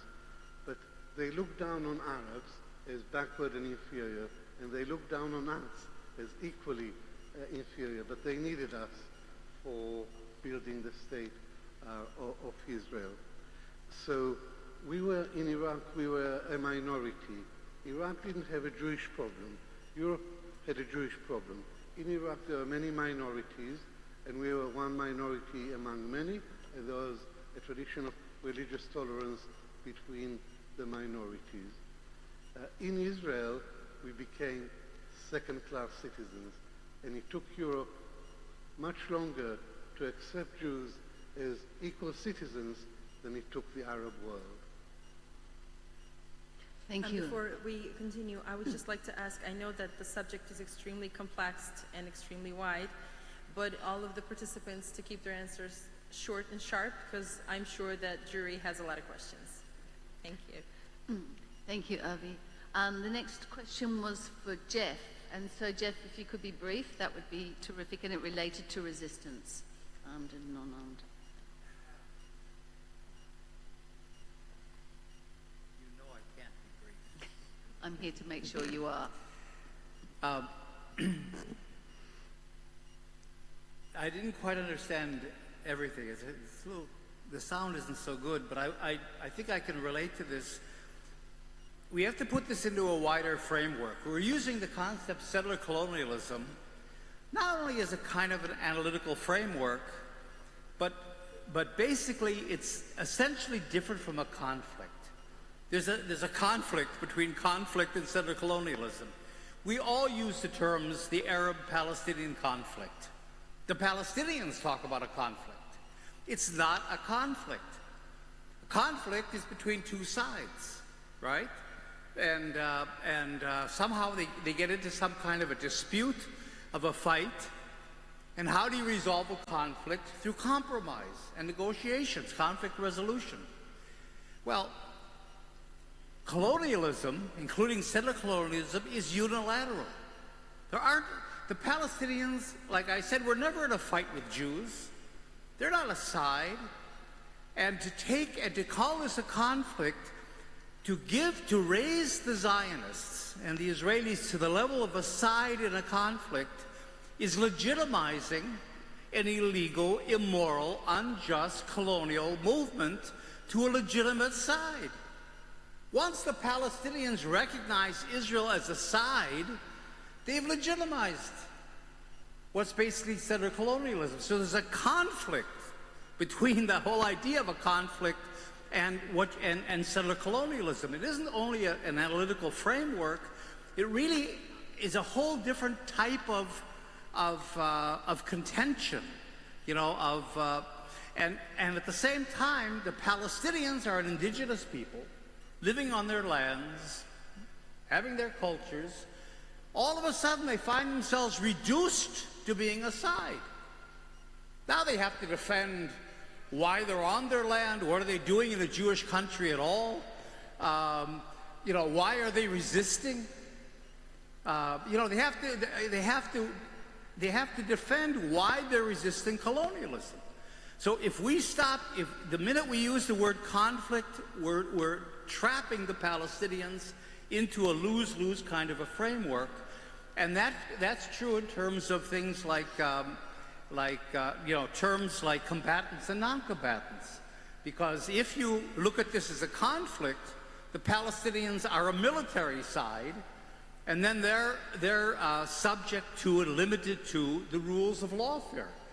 But in settler colonialism, it's a conflict, if you want to put it that way, or a contest between two peoples. So the colonists come in and it's military for them. But you can't compare. There's no symmetry between the violence of a military-based colonial movement intent on conquering a country and the resistance of the indigenous population.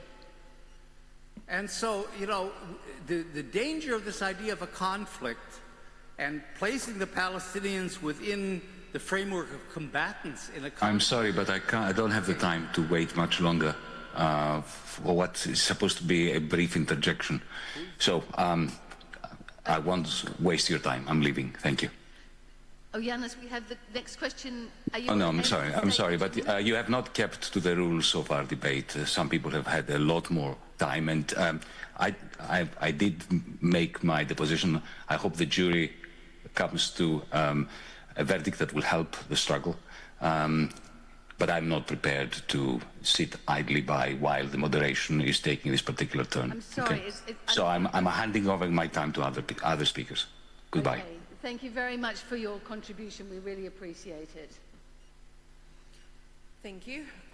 Okay, as we said, we know that the topic is really complex and wide. That's why we are trying to keep our answers short and sharp. So yeah, let's go to the next questions. We have like 5 to 7 minutes. The next question was to Lana, and the question was, can you identify the main sources of Zionist strength? Is Lana in the room?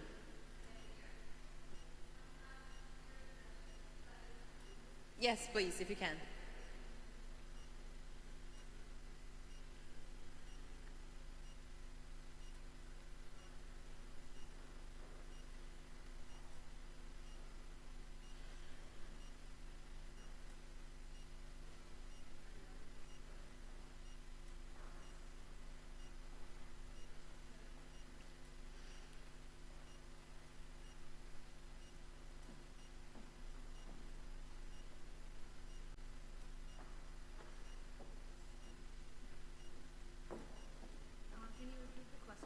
Yes, sure. The question, Lana, was, can you identify the main sources of Zionist strength?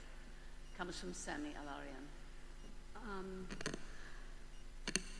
There are several. First of all, the Zionist ideology is part of imperialism and Western imperialism and colonialism, so the interests align. The second issue is obviously the view of the Holocaust as exceptional form of genocide, and that has given the West has given quite a bit of impunity to Israel in the name of Jewish history.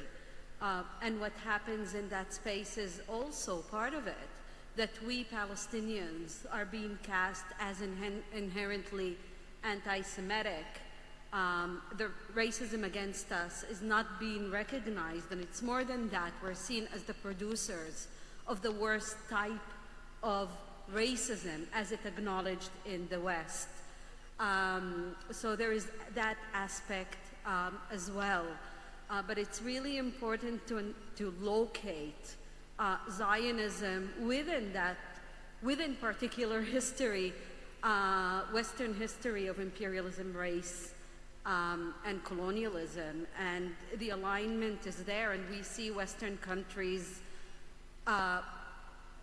prioritizing the interests of Israel over their own citizens precisely because they see the interests of Israel as their own interests.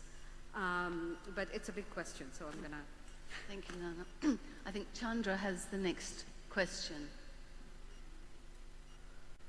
My question is related to Yannis' presentation. But he's gone now. So he's not going to be able to answer this here.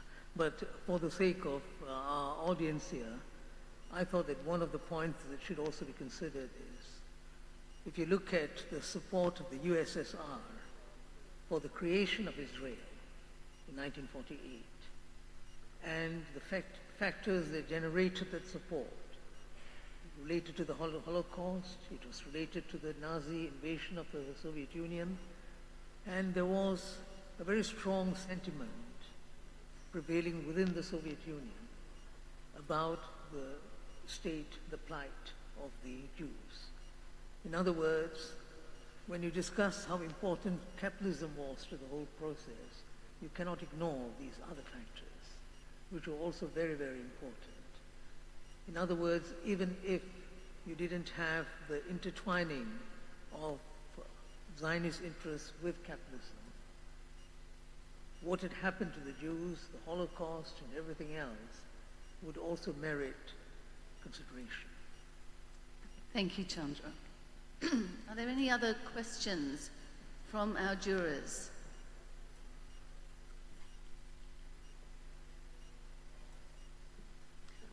Okay, in that case, I'd like to thank the online presenters very much, and I'll hand over to Marima. Thank you. I guess that's it for questions and answers and discussion for today when it comes to this segment of today's first day of the conference.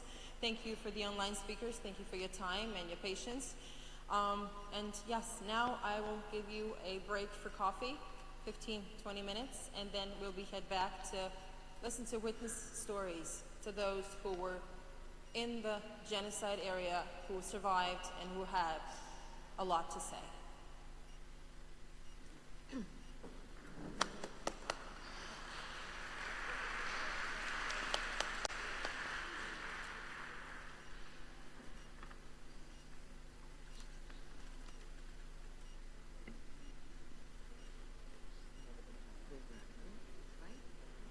Yes, there's another part. I'll just turn it.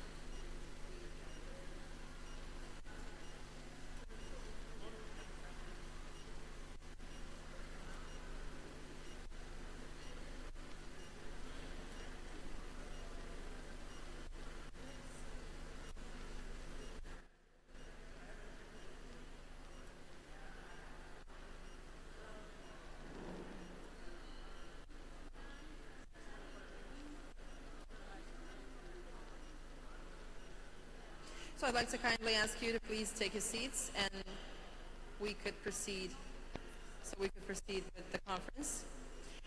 So our next section is the part where we talk about crimes of genocide and war crimes, so we could reach the final verdict on Sunday.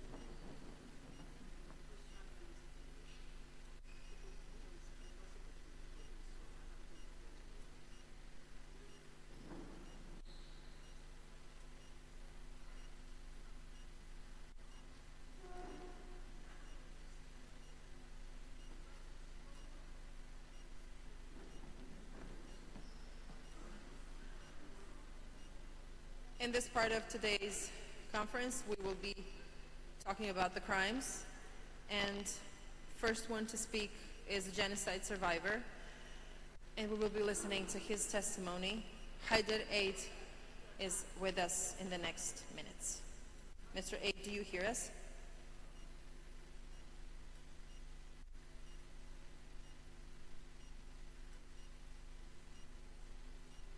Do we have Mr. Eid online? Okay. So, Mr. Eid, you have your time. So please, as I've said, testimony of genocide survivor, Mr. Haider Eid.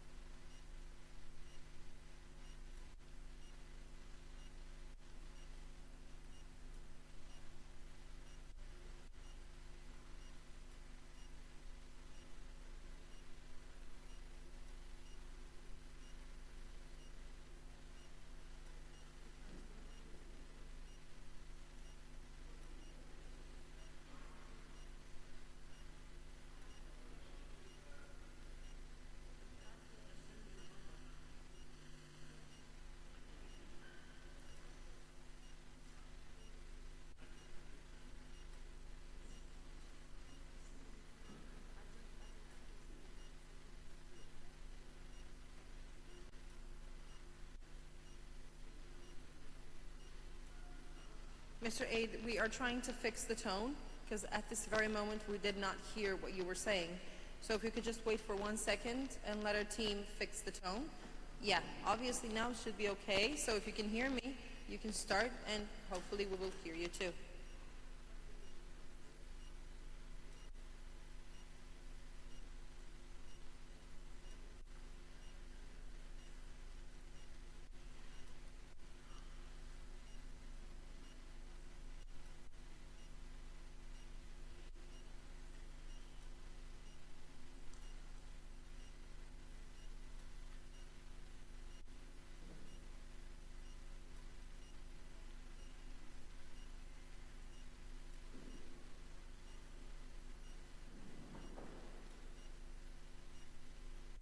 Maybe we could try with Ms. Noura Erekat, if she's ready, until we fix the tone with Mr. Eid.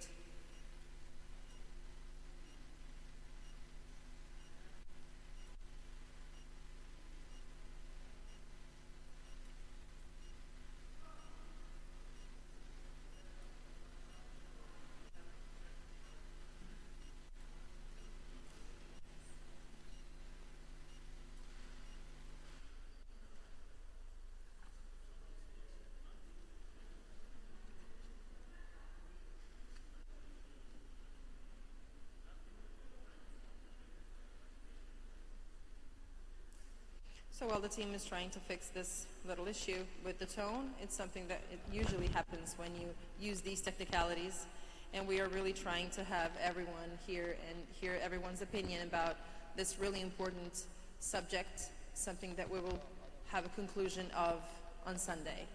Today we had an overview of the work of the Gaza Tribunal of chambers and everything that has been discussing in there. So maybe we now have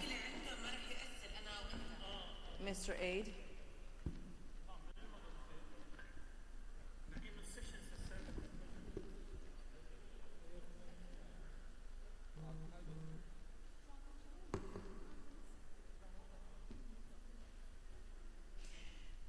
So, as I have said before, we have heard what the Gaza Tribunal has been doing for the past year. We also heard global statements of conscience from different speakers, from Ordati Roy, Marsha Gross, Raji Surani spoke for us, Omar Suleimani. Okay, can you hear me? Can you hear Roger me Waters. Now I think we hear Mr. Aid. Can you hear me? You can hear me. And everybody in the audience? Yes, we can hear you loud and clear. Yeah. Thank you very much. Here is your time. Okay, now I can start. Okay, thank you so much. Start, yes. Thank you so much. Should I, okay, from the beginning again? Yes, please, if it's not a problem for you. All right. Okay, dear esteemed members of the jury, my name is Haidar Eid, and I am an associate professor of literature and cultural studies at what used to be Al-Aqsa University in Gaza. And I'm speaking to you right now from Johannesburg, South Africa. I spent the first 2 months of the genocide in Gaza itself, where I was displaced 3 times.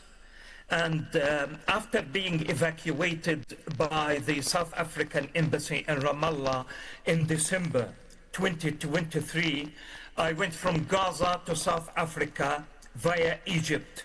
And South Africa has become my 4th displacement.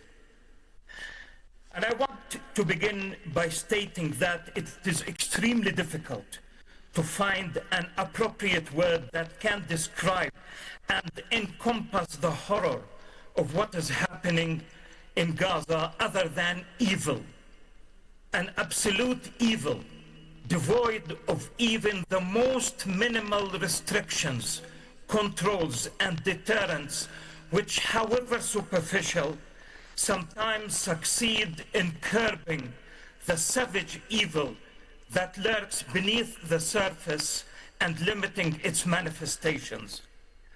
This is an evil devoid of all frameworks and explanations that justify and rationalize its consequences and find excuses for it after the fact itself.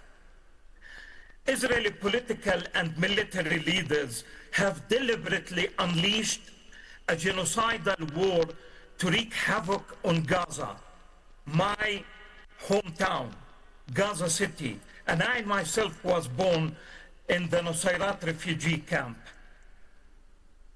making Gaza unlivable, literally unlivable. Israel has severely punished Gaza's population, especially women, children, and the elderly, for daring to challenge its colonial invincibility. I was in Gaza when the deadly hermetic siege of 2006 was imposed and was meant to punish us Palestinians for voting against the Oslo Accords, for voting against the two-state solution, for voting for resistance in all its forms, or rather, as I said, for voting against the Oslo Accords and the so-called two-state solution. Even as the Israeli onslaught continued unabated over the years, it was 17 years later that October 7th presented Israel with the perfect opportunity to take its historically punitive approach towards Gaza to horrific, unprecedented new levels. The personal loss, and I'm supposed to be telling you about my personal experience, and I'm saying it very, very clearly, and I'm not in the habit of doing that. The personal loss has been too tremendous even to grasp. Personally, I have lost 54 relatives, cousins from the Eid clan, and I have lost 39 colleagues from Al-Aqsa University, and I have lost more than 280 students from our university, including some of my best students, literature students. I also have lost all my belongings, my flat, my neighborhood, my family home, my children's school, and my university. 2 days before the implementation of the so-called ceasefire, Trump's Gaza plan, I had received a message from a friend who is still in southern Rimal, or rather what used to be Tel el-Hawa. He wrote it while the Israeli genocidal forces were decimating Gaza City. And I want to quote what my friend sent to me. He said, "The world feels exceptionally dark tonight, and I am struggling to breathe, to stand, to think. I feel like I'm floating through space, like I have lost my footing. Ask any other Gazan and they likely feel the same, utterly hopeless and bereft of words to describe this hell we are witnessing and that my family is experiencing right now. Our city, our beloved Gaza, our defiant Gaza that refuses to play by anyone's rules, home to generations of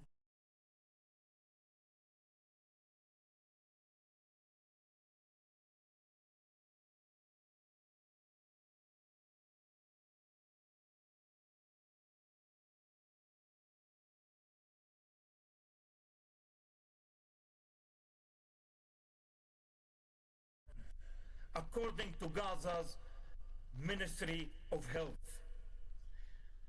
Now, compare that to the percentage of children dead in the Ukraine conflict, which is 0.3%. And I want to quote also another South African, Navi Pillay, chair of the United Nations Commission of Inquiry on the occupied Palestinian territories, including Eastern Jerusalem. Last month, she had this to say: "The goal of the Israeli government is abundantly clear: the destruction of life in Gaza. There is an escalating collective hysteria in Israel against everything Palestinian, which is a reflection of the ongoing racist implementation of Zionist ideology, as previous speakers have said. The implementation of Zionism on the ground since 1948. This ongoing genocide can be traced back to 1948. I am a son of refugees from the Zarnuga village, which was ethnically cleansed back in 1948. Both my parents died in 2005, dreaming of the day when the United Nations Resolution 194 would be implemented, when they would be allowed to return to Zarnuga. That unfortunately did not happen. The fact that Israel is a settler colonial state essentially means that, like any other settler colonial state, it is based on either the total extermination of the indigenous population and or ethnic cleansing. Thank you so much.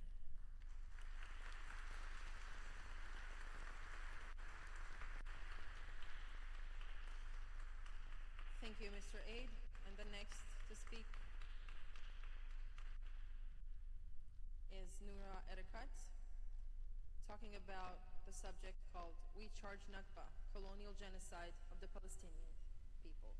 Ms. Erekat, can you hear me? Yeah, you do.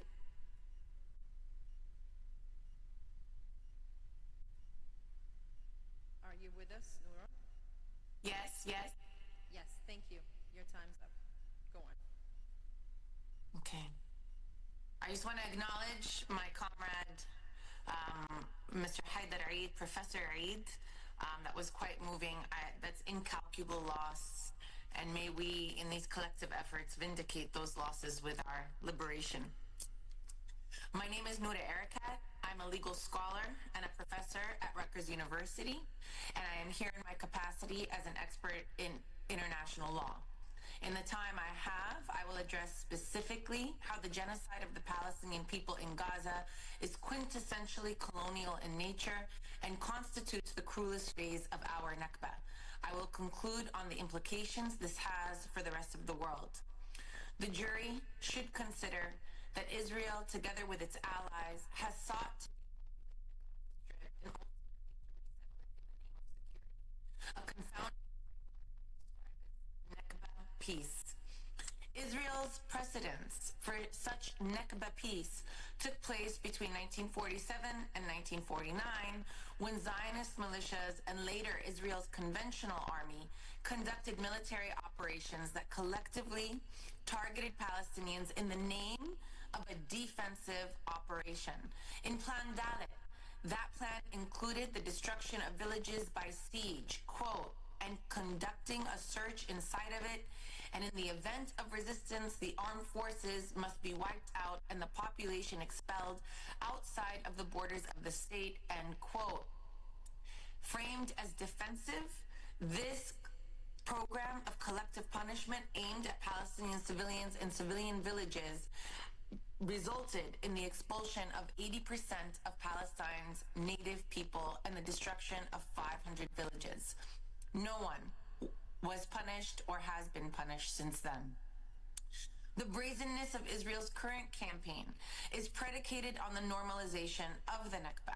The international community accepted Israel's claim for legal exception in 1948.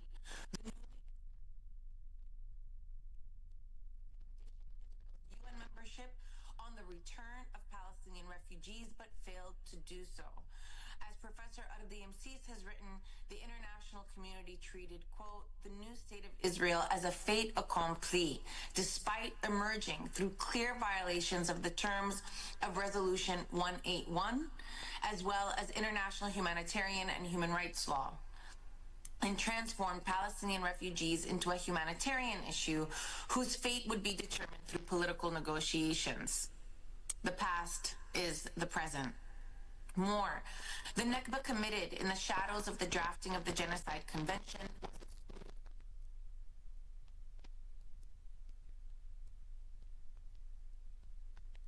to the newly drafted convention, and Israel, viewed as genocide's canonical victims and reparations, could not be conceived as its first accused genocidaire.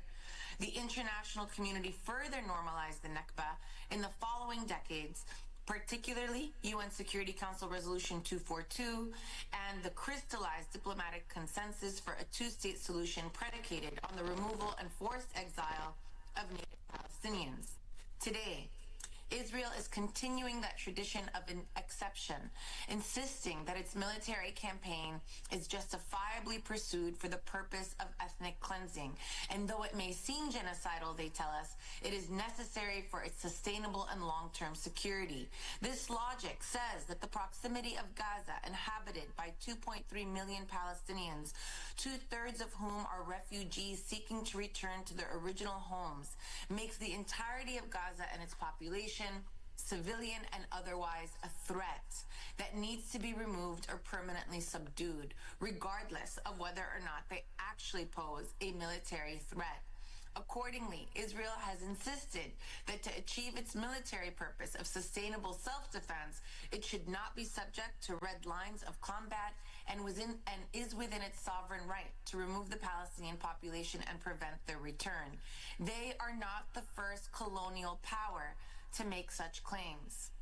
Unfortunately, however, the Genocide Convention, together with ICJ jurisprudence, do not adequately address this colonial violence.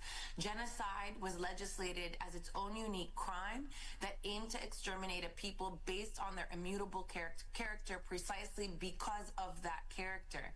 The final treaty defined genocide in law as comprising two overarching elements: the intent to destroy in whole or in part a national, ethnical, racial, or religious group as such, and the commission of specific acts to achieve that goal. What the final text of the treaty did not include in its definition of genocide, however, is also significant.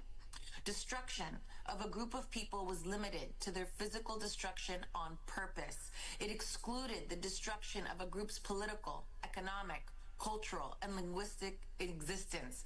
As such, the final treaty effectively excised colonialism and its constitutive violence from the scope of the international crime of genocide. The Genocide Convention failed to connect a group's biological life to the land upon which they live, thus obscuring how forced removal from land can be tantamount to a group's destruction even if its members survive.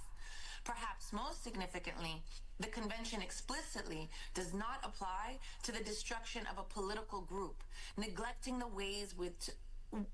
way groups with shared political affiliation can overlap with those who share immutable characteristics, particularly during wars of national liberation and struggles against racist regimes. The treaty condemned the destruction of a people, but not the kind perpetrated by the most powerful states. The way the convention has been interpreted by the ICJ also implies that the specific intent to destroy a group should be understood so narrowly as to exclude the more protracted and systematic destruction of a group across time that has been common throughout settler colonial history. In Bosnia and Herzegovina versus Serbia and Montenegro, for example, the court was not convinced that the mass killings of Bosnians happened with such specific intent. The ICJ discounted the systematic destruction of archives, libraries, monuments, and mosques because the convention only punished physical destruction. On nearly every count, the ICJ drew a very thin line between ethnic cleansing, committed for the purpose of forced removal, and genocide, committed for the purpose of destruction. Ultimately, the ICJ established a high threshold to demonstrate intent, thus reinforcing Western prerogatives to absolve themselves of their crimes. The long-standing normalization of the Nakba, together with the Genocide Convention's colonial blind spots and ICJ jurisprudence that further limits its application, makes it questionable whether the ICJ in its current form can ever really vindicate Palestinians. But failure to properly evolve jurisprudential standards and to adequately contend with genocidal violence in a settler colonial context will say more about the ICJ's relevance than it will about whether Israel has committed genocide. At this point, it is not what the ICJ says about Palestine, but what Palestine has to say about the ICJ and international law more generally. And it is already saying so much. In the past 2 years, the United States, in its global role as superpower, has had to systematically attack the post-World War II legal order to allow Israel to continue its carnage. Together, the Biden and Trump administrations have made a mockery of the UN Security Council by using its veto 6 times to undermine a multilateral resolution to genocide. They admonished and disregarded the ICJ's provisional measures to prevent genocide, criticized the ICJ ruling on Israel's unlawful presence in the West Bank and Gaza, and imposed on sanctions on anyone aiding the ICC case. Rather than resist the United States, France questioned the ICC's jurisdiction and allowed Netanyahu to fly over its airspace, while Hungary and Poland openly defied the court's arrest warrants. Meanwhile, the U.S. has withdrawn from the Paris Climate Accords, the World Health Organization, and now UNESCO in its bid to continue undermining an international system. It waged a genocide and simultaneously disemboweled international law and the institutions meant to prevent and punish it. As President Gustavo Petro put it aptly, Gaza is a rehearsal for the future. A future where capital sovereignty supplants national sovereignty, where states are led by corporate boards rather than elected governments, where political democracy is attenuated to allow markets to grow unencumbered by the demands for healthcare, labor rights, education, and dignity. We are being primed and desensitized to the violence necessary to forge this dismal future. Palestine is the epicenter of this struggle, where world powers are turning Gaza into a graveyard of international law, as well as basic norms of humanity, including empathy and solidarity. Esteemed jurors, we must defeat these forces in Palestine and save a future for everyone worthy of our children. I urge you to recognize the colonial nature of Israel's campaign, as well as the legal and political limitations that have made calling one of the worst colonial genocides of our time by its name. Thank you.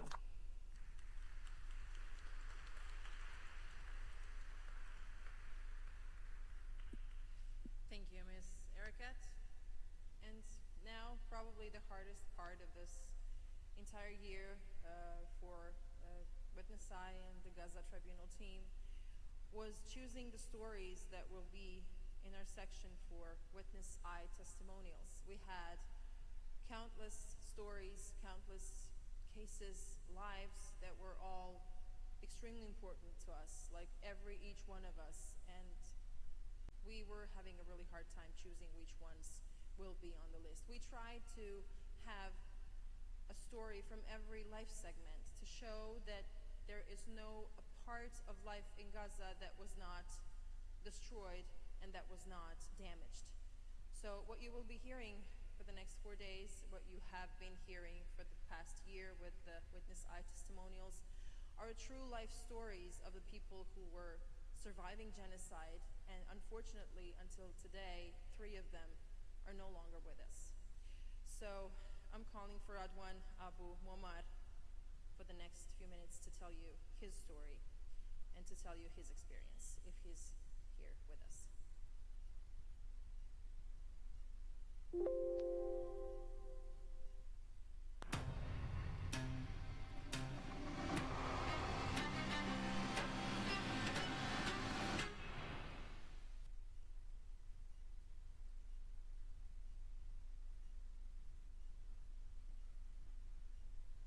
هو بالمناشير بيقول لك باعتبار هادي آمنة، لكن رحنا على هذاك البيت جلسنا فيه تقريبا 18 يوم أو أكثر في ليلة 20/12/2023.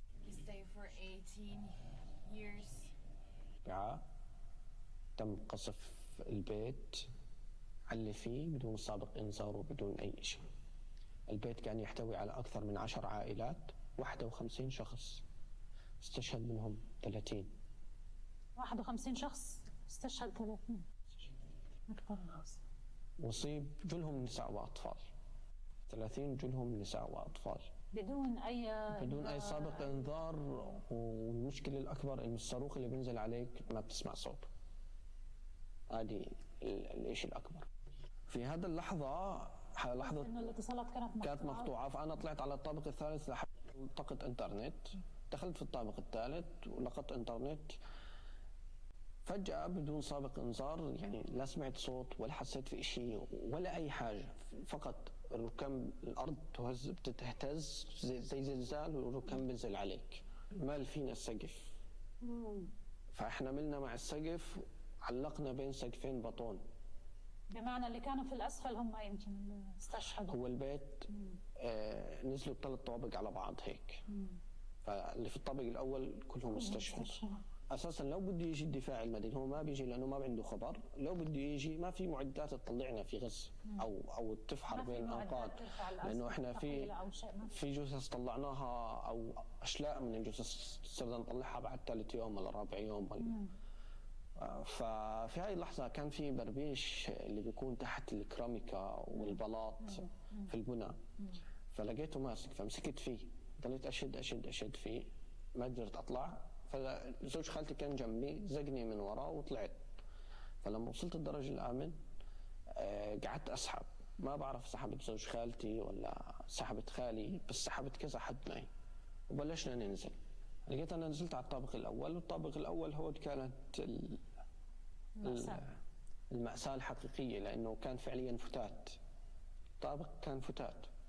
في هاي اللحظة أنا كنت بصرخ، بنادي أمي، أبويا، تالا، منصور، محمد، أمير، كنت بنادي عليهم، بس للأسف ما حد برد لأنه كانوا مستشهدين، ما حد.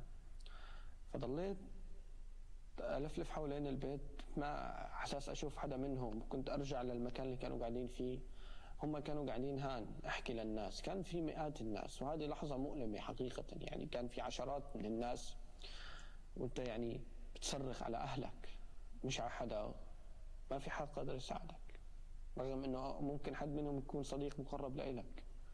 فهاي لحظة مؤلمة حقيقة، أنه أنت حوالين عشرات الناس ما حد قادر يعمل لك إشي. فيومها بتذكر تشبتت في حدا وقلت له خدني على المستشفى، لأنه ما في إسعاف ولا في أي إشي. فأخذني بسيارته على المستشفى. دخلت باب المستشفى، مجرد ما دخلت باب المستشفى كان على باب الطوارئ بيطلعوا 3 جثث كانوا أبويا وإخواني وأنا أصغرهم. فهذه كانت أشد لحظة ألما في حياتي، أني شفتهم وأنا صغيرهم المدلل هم أمامي محروقين أو ممكن مختفين الملامح. فكنت فاقد 2 بالأحرى بالأكثر، هي أمي وبنت أختي، أمي وتالا. تالا هذه كانت بنت أختي 9 سنين، ملاك. قتلت بالخوف، لأنه اللي أسعفها قلنا آخر إشي لما شلتها كانت تتنفس وحكت لي أمانة ثم انقطع نفسها، وهي كانت كثير بتخاف. عرفنا أنها قتلت بالخوف من هذا الموقف. توقف قلبها بشدة الخوف. فأحد أقاربي بيقول لي في واحدة كانت لابسة جاكيت أسود وجاكيت أحمر وبنطلون أسود، هيك عمرها 9 سنين 10 سنين. مين هاي؟ عرفت انها فعلا. فمسكت فيه قلت له تالا وينها؟ طلع فيا وسكت، قال لي استشهدت. قلت له الحمد لله مش تحت الأنقاض. هذا كان ردي عليه، لأنه كنت خايف تكون تحت الأنقاض أكثر من إنها استشهدت. صباح التعرف على الجثث كان أصعب من اليوم السابق. طيب بدك تدخل تتعرف من بين 30 جثة على عزداسك، لأبك وأبوك وإخوانك وأختك، الناس اللي قضيت معهم طول حياتك، وتفتقدهم في هاي الأجواء وتفتقدهم في هذا الألم في هذه الأيام. كانت أصعب لحظة إنه أنا أمي ما قدرت أتعرف عليها. كانت الجثة مشوهة؟ ملامح مخفية تهت فيها 3 مرات.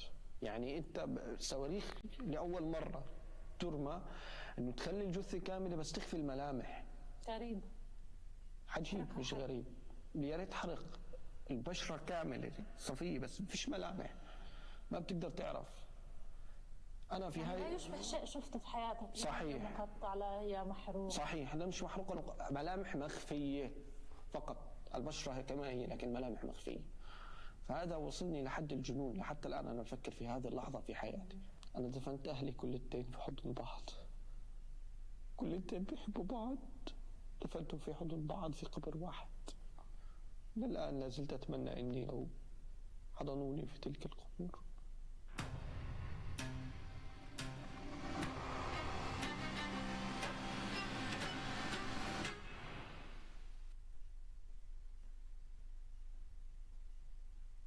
And now we will be hearing the next testimony. Multiple violations of the international law and the laws of war. Hopefully it will not be too stressful for you, but the truth is not so easy in this case, especially in the case of Gaza genocide.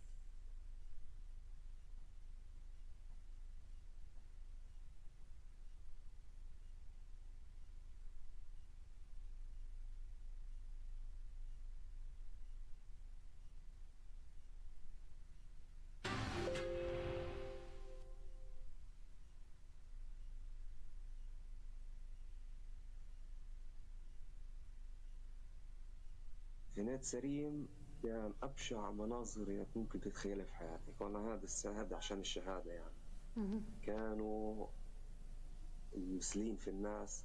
كان في بيت شبه مهدوم كانوا حاطين فيه بنت صبية مع الأسف. كانت يعني شبه يعني خالعة ملابسها طبعا بالإكراه، عايشة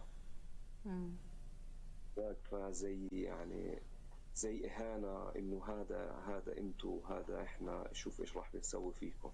يعني هم مجبرينها على التعري وحاطينها في مكان اللي مارر عنها يشوفها.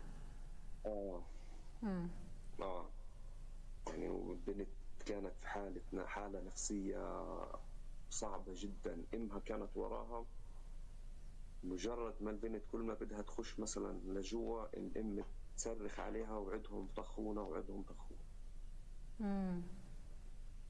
ناهيك طبعا عن يعني كانت ايام صعبة. ماذا رأيت ايضا على حاجز نتسارين؟ ايش لا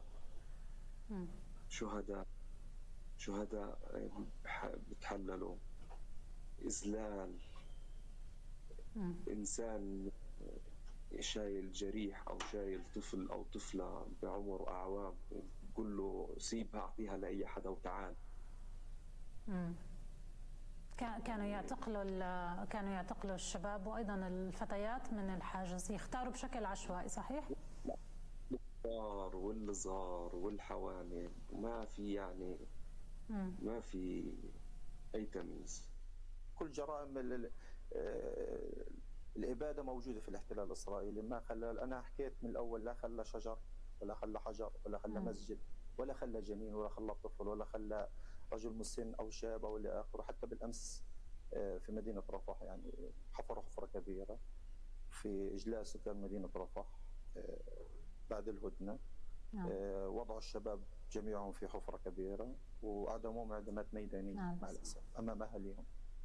النساء يصفوا على جنب، وطبعا الطريقة يعني اللي خلوهم يصفوا فيها على جنب يعني جلوس وحاطين ايديهم على رقابهم ومطمنين رؤوسهم، يعني هاي الطريقة. والشباب، في شباب عملوا لهم نفس النساء نفس الطريقة، ولكن في شباب أخذوهم ضربوهم ادعوا إنهم من حماس. وفي أطلقوا الكلاب عليهم، أكلتهم الكلاب. أنا عمي كان موجود بالمستشفى، عمي فكان معي، هو كان مرافق، هو وماما وإخواتي كانوا معي موجودين بالمستشفى. هو عمي كان مدني، كان مسالم، بس هو كان طبيب تحاليل طبية، فأخذته اليهود وكانوا بدهم يعتقلوه وأطلقوا الكلاب عليه. يعني إحنا تعبنا فيه إنه هو ما اعتقلوهم اليهود، يعني يضلوا يعني الكلاب نهشته وهو موجود في المستشفى. صحيح. أطلقوا الكلاب على عدد من كيف وضعه الصحي؟ الحمد لله أحسن، يعني هو طبيب وأحسن الحمد لله وضعه. يعني هو تهمته إنه هو طبيب مخبري. صحيح. والأطفال كانوا كتير خايفين بسبب الموقف اللي صار، يعني جنود وأسلحة وكوادكوبتر ورصاص ومنظر الأهالي وهم يعني نازلين حاطينهم أيديهم فوق رقابهم. هذا منظر كتير بخوف. وبالنسبة للأطفال يعني في ناس، يعني أنا بتذكر الولد اللي جنبي كان ينادي على أمه يحكي لها ماما أنت بخير أنت منيحة. فأنا يعني صرت أهدي فيه أحكي له أمك منيحة وإن شاء الله ما راح يصير شيء، لأنه يعني اليهود طخت عدد من الناس أمامنا، يعني من الناس اللي كانوا موجودين. وهناك كان لدي أحد أبناء العم أيضا كانوا من ضمن الفريق الطبي داخل المستشفى كمان العدوان، وبقي حتى آخر نفس يعني في المستشفى، وتم اعتقال جميع الكادر الطبي حاليا من المستشفى، وبيتم فرض عليهم يعني حتى أن عرض المنسق الإسرائيلي على صفحته فيديو لابن عمي وهو يتحدث.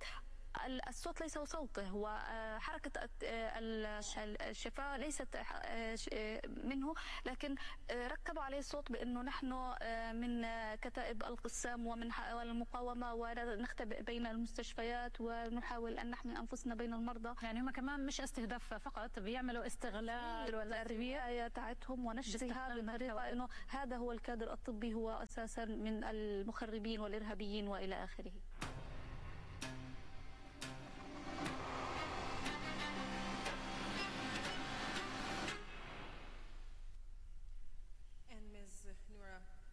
Is still with us, so I will ask if the jury and the penny have questions for her.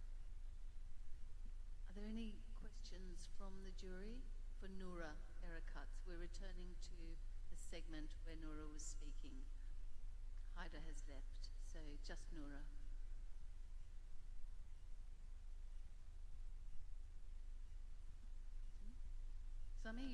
question?